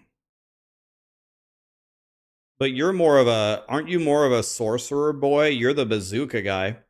Are you thinking about going the, what is it, the witch? No, the witch is the summoner. The sorceress, right? The lightning sorceress. I would expect SVR to be playing the sorceress. You're gonna go sorcerer. See, I told you. I know Matt. I knew that. Yeah.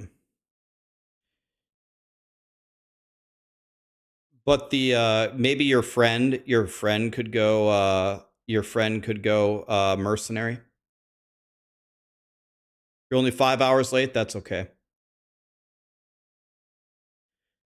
If you guys don't know SVR or you don't remember, he was the mega theory crafter in Diablo 3, man. He theory crafted all the best builds ever. Well, that's a stretch. Not all the best builds ever, but some of the strongest builds ever in Diablo 3's history were made by SVR. There he is, guys. Maybe he'll make us some sorcerer builds. 1 week into PoE 2, I need to message SVR and say, hey, dude, tell me what to do for sorcerer. Just link me your tree, and then I'm just going to copy him, and it's going to be good. I'm pretty sure Matt will let me copy him. Please tell someone at Maxroll to do a totem warrior build. I am 99% sure we will try to theory craft the very best build for all 36 ascendancies. All 36 ascendancies, I'm guessing, will have at least an endgame guide. Maybe not a leveling guide, but an endgame guide for sure. How fast can we get all that out? I don't know. I love totem builds. I love them. I played a shaman for 15,000 hours in World of Warcraft, and I really liked my Toxic Rain Pathfinder, which was just laying totems down. So I might make the totem build. It's super up my alley. I love laying totems, and then you just run away, and you don't do anything. Yeah, Robert, I'm reading both chats at the same time.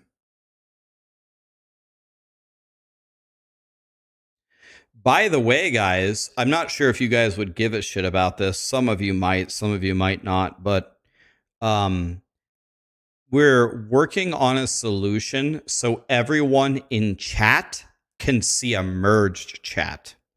Because people like kind of feel left out. They're like, Rax is like half talking to YouTube and half talking to Twitch. It like doesn't make any sense. We're looking for a solution to talk to everyone can see a merged chat.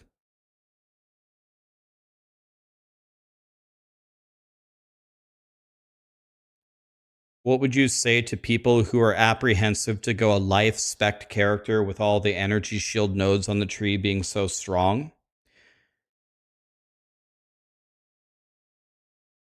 Listen, as someone who has played I've played so much of my life in these ARPGs. Guys, this is early access for PoE 2, which is going to have some of the highest theory crafting ever in the history of ARPGs. Every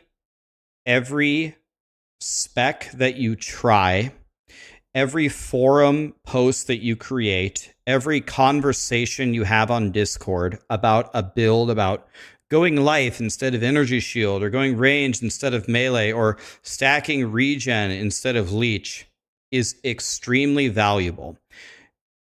Even if you go life and it ends up being a very weak build, you might be able to find some fundamental weaknesses in the character design or the skill tree or the passive tree, I mean.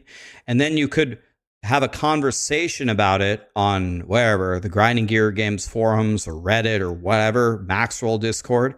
And then Grinding Gear Games, now they're making a lot more money and they have a big team and they're listening.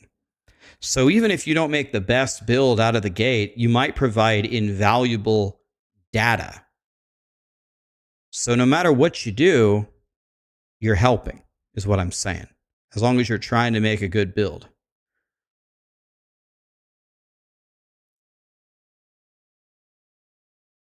I think the value is very high.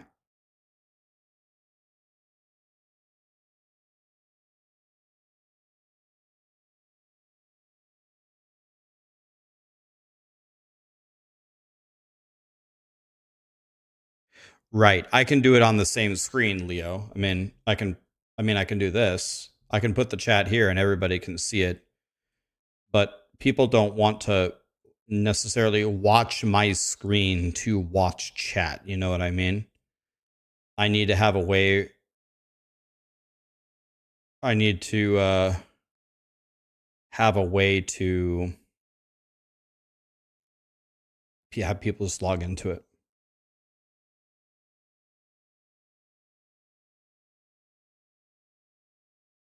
That's what I'm using, Cajun.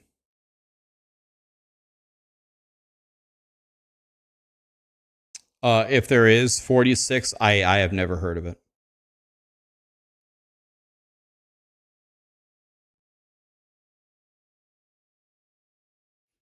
You have 4,000 hours in PoE 1? Ah, you're killing me. I only have 1,000 in PoE 1.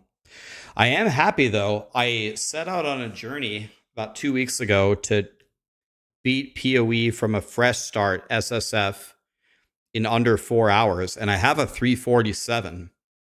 So I did it in 347. That's pretty good for me, because I suck. I think it's going to be very hard for me to lower my time from here. I do think I could probably get sub 330, but I think that's close to the limit of what I'm even able to do on a fresh start.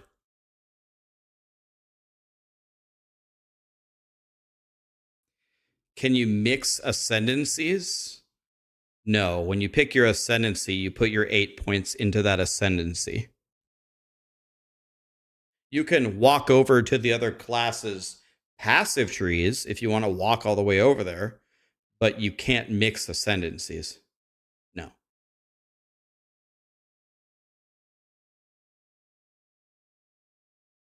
When's PoE 2 launching? On Friday. And by Friday, I mean Saturday, because the servers are going to be on fire for at least a day. If we can play on Friday, that's going to be a miracle, man. It's going to be an absolute miracle.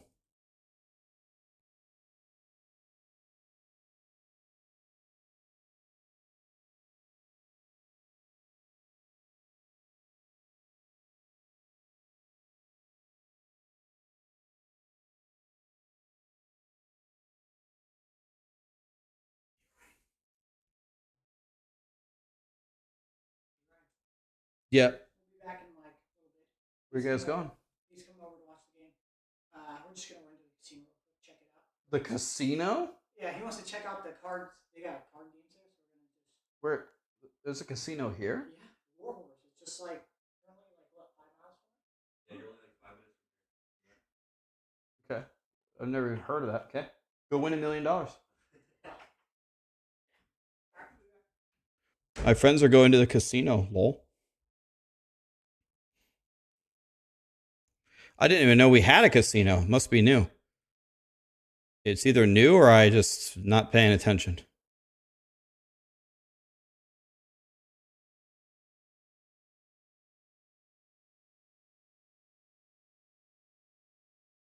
How can you enter the early access key giveaway? Just be here. Just be here. It's that easy.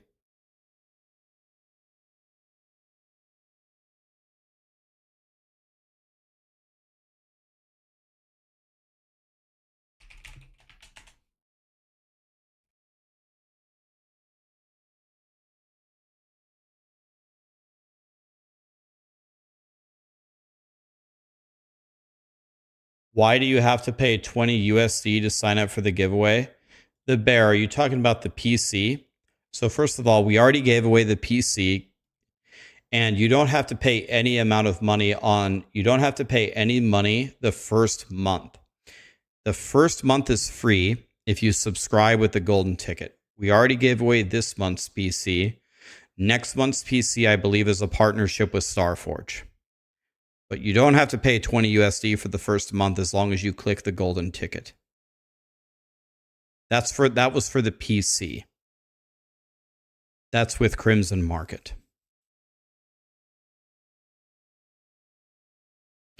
Gambling is bad, but if you do it, put it all on black.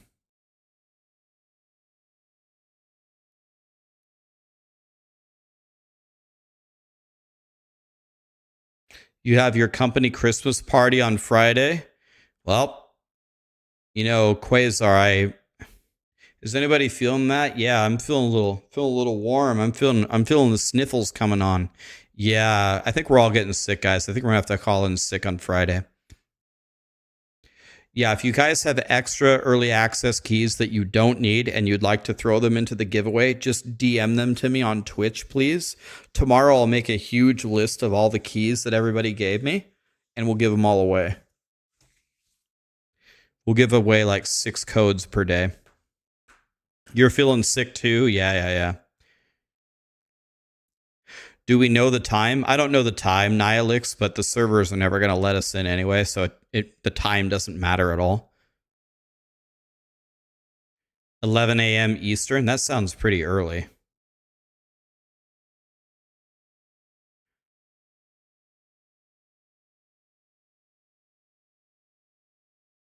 $11 a.m. Pacific. Okay, 2 p.m. Eastern. Okay. 2 p.m. Eastern, but it won't be 2 p.m. We ain't never getting in at that time. It's never gonna happen. Ronas Sharky, thank you so much for the subs. Cajun, thanks for gifting a sub to Matt. All right, guys, I'm gonna hang it up here for today. Tomorrow we will spend the entire day digesting more PoE 2 content. Tomorrow I will give away like 5 or 6 PoE 2 keys. You don't have to do anything to enter, just be here. I'll calculate how many I'm going to give away. I'm guessing it's going to be like 6 keys tomorrow. And then 6 the next day and 6 the next day.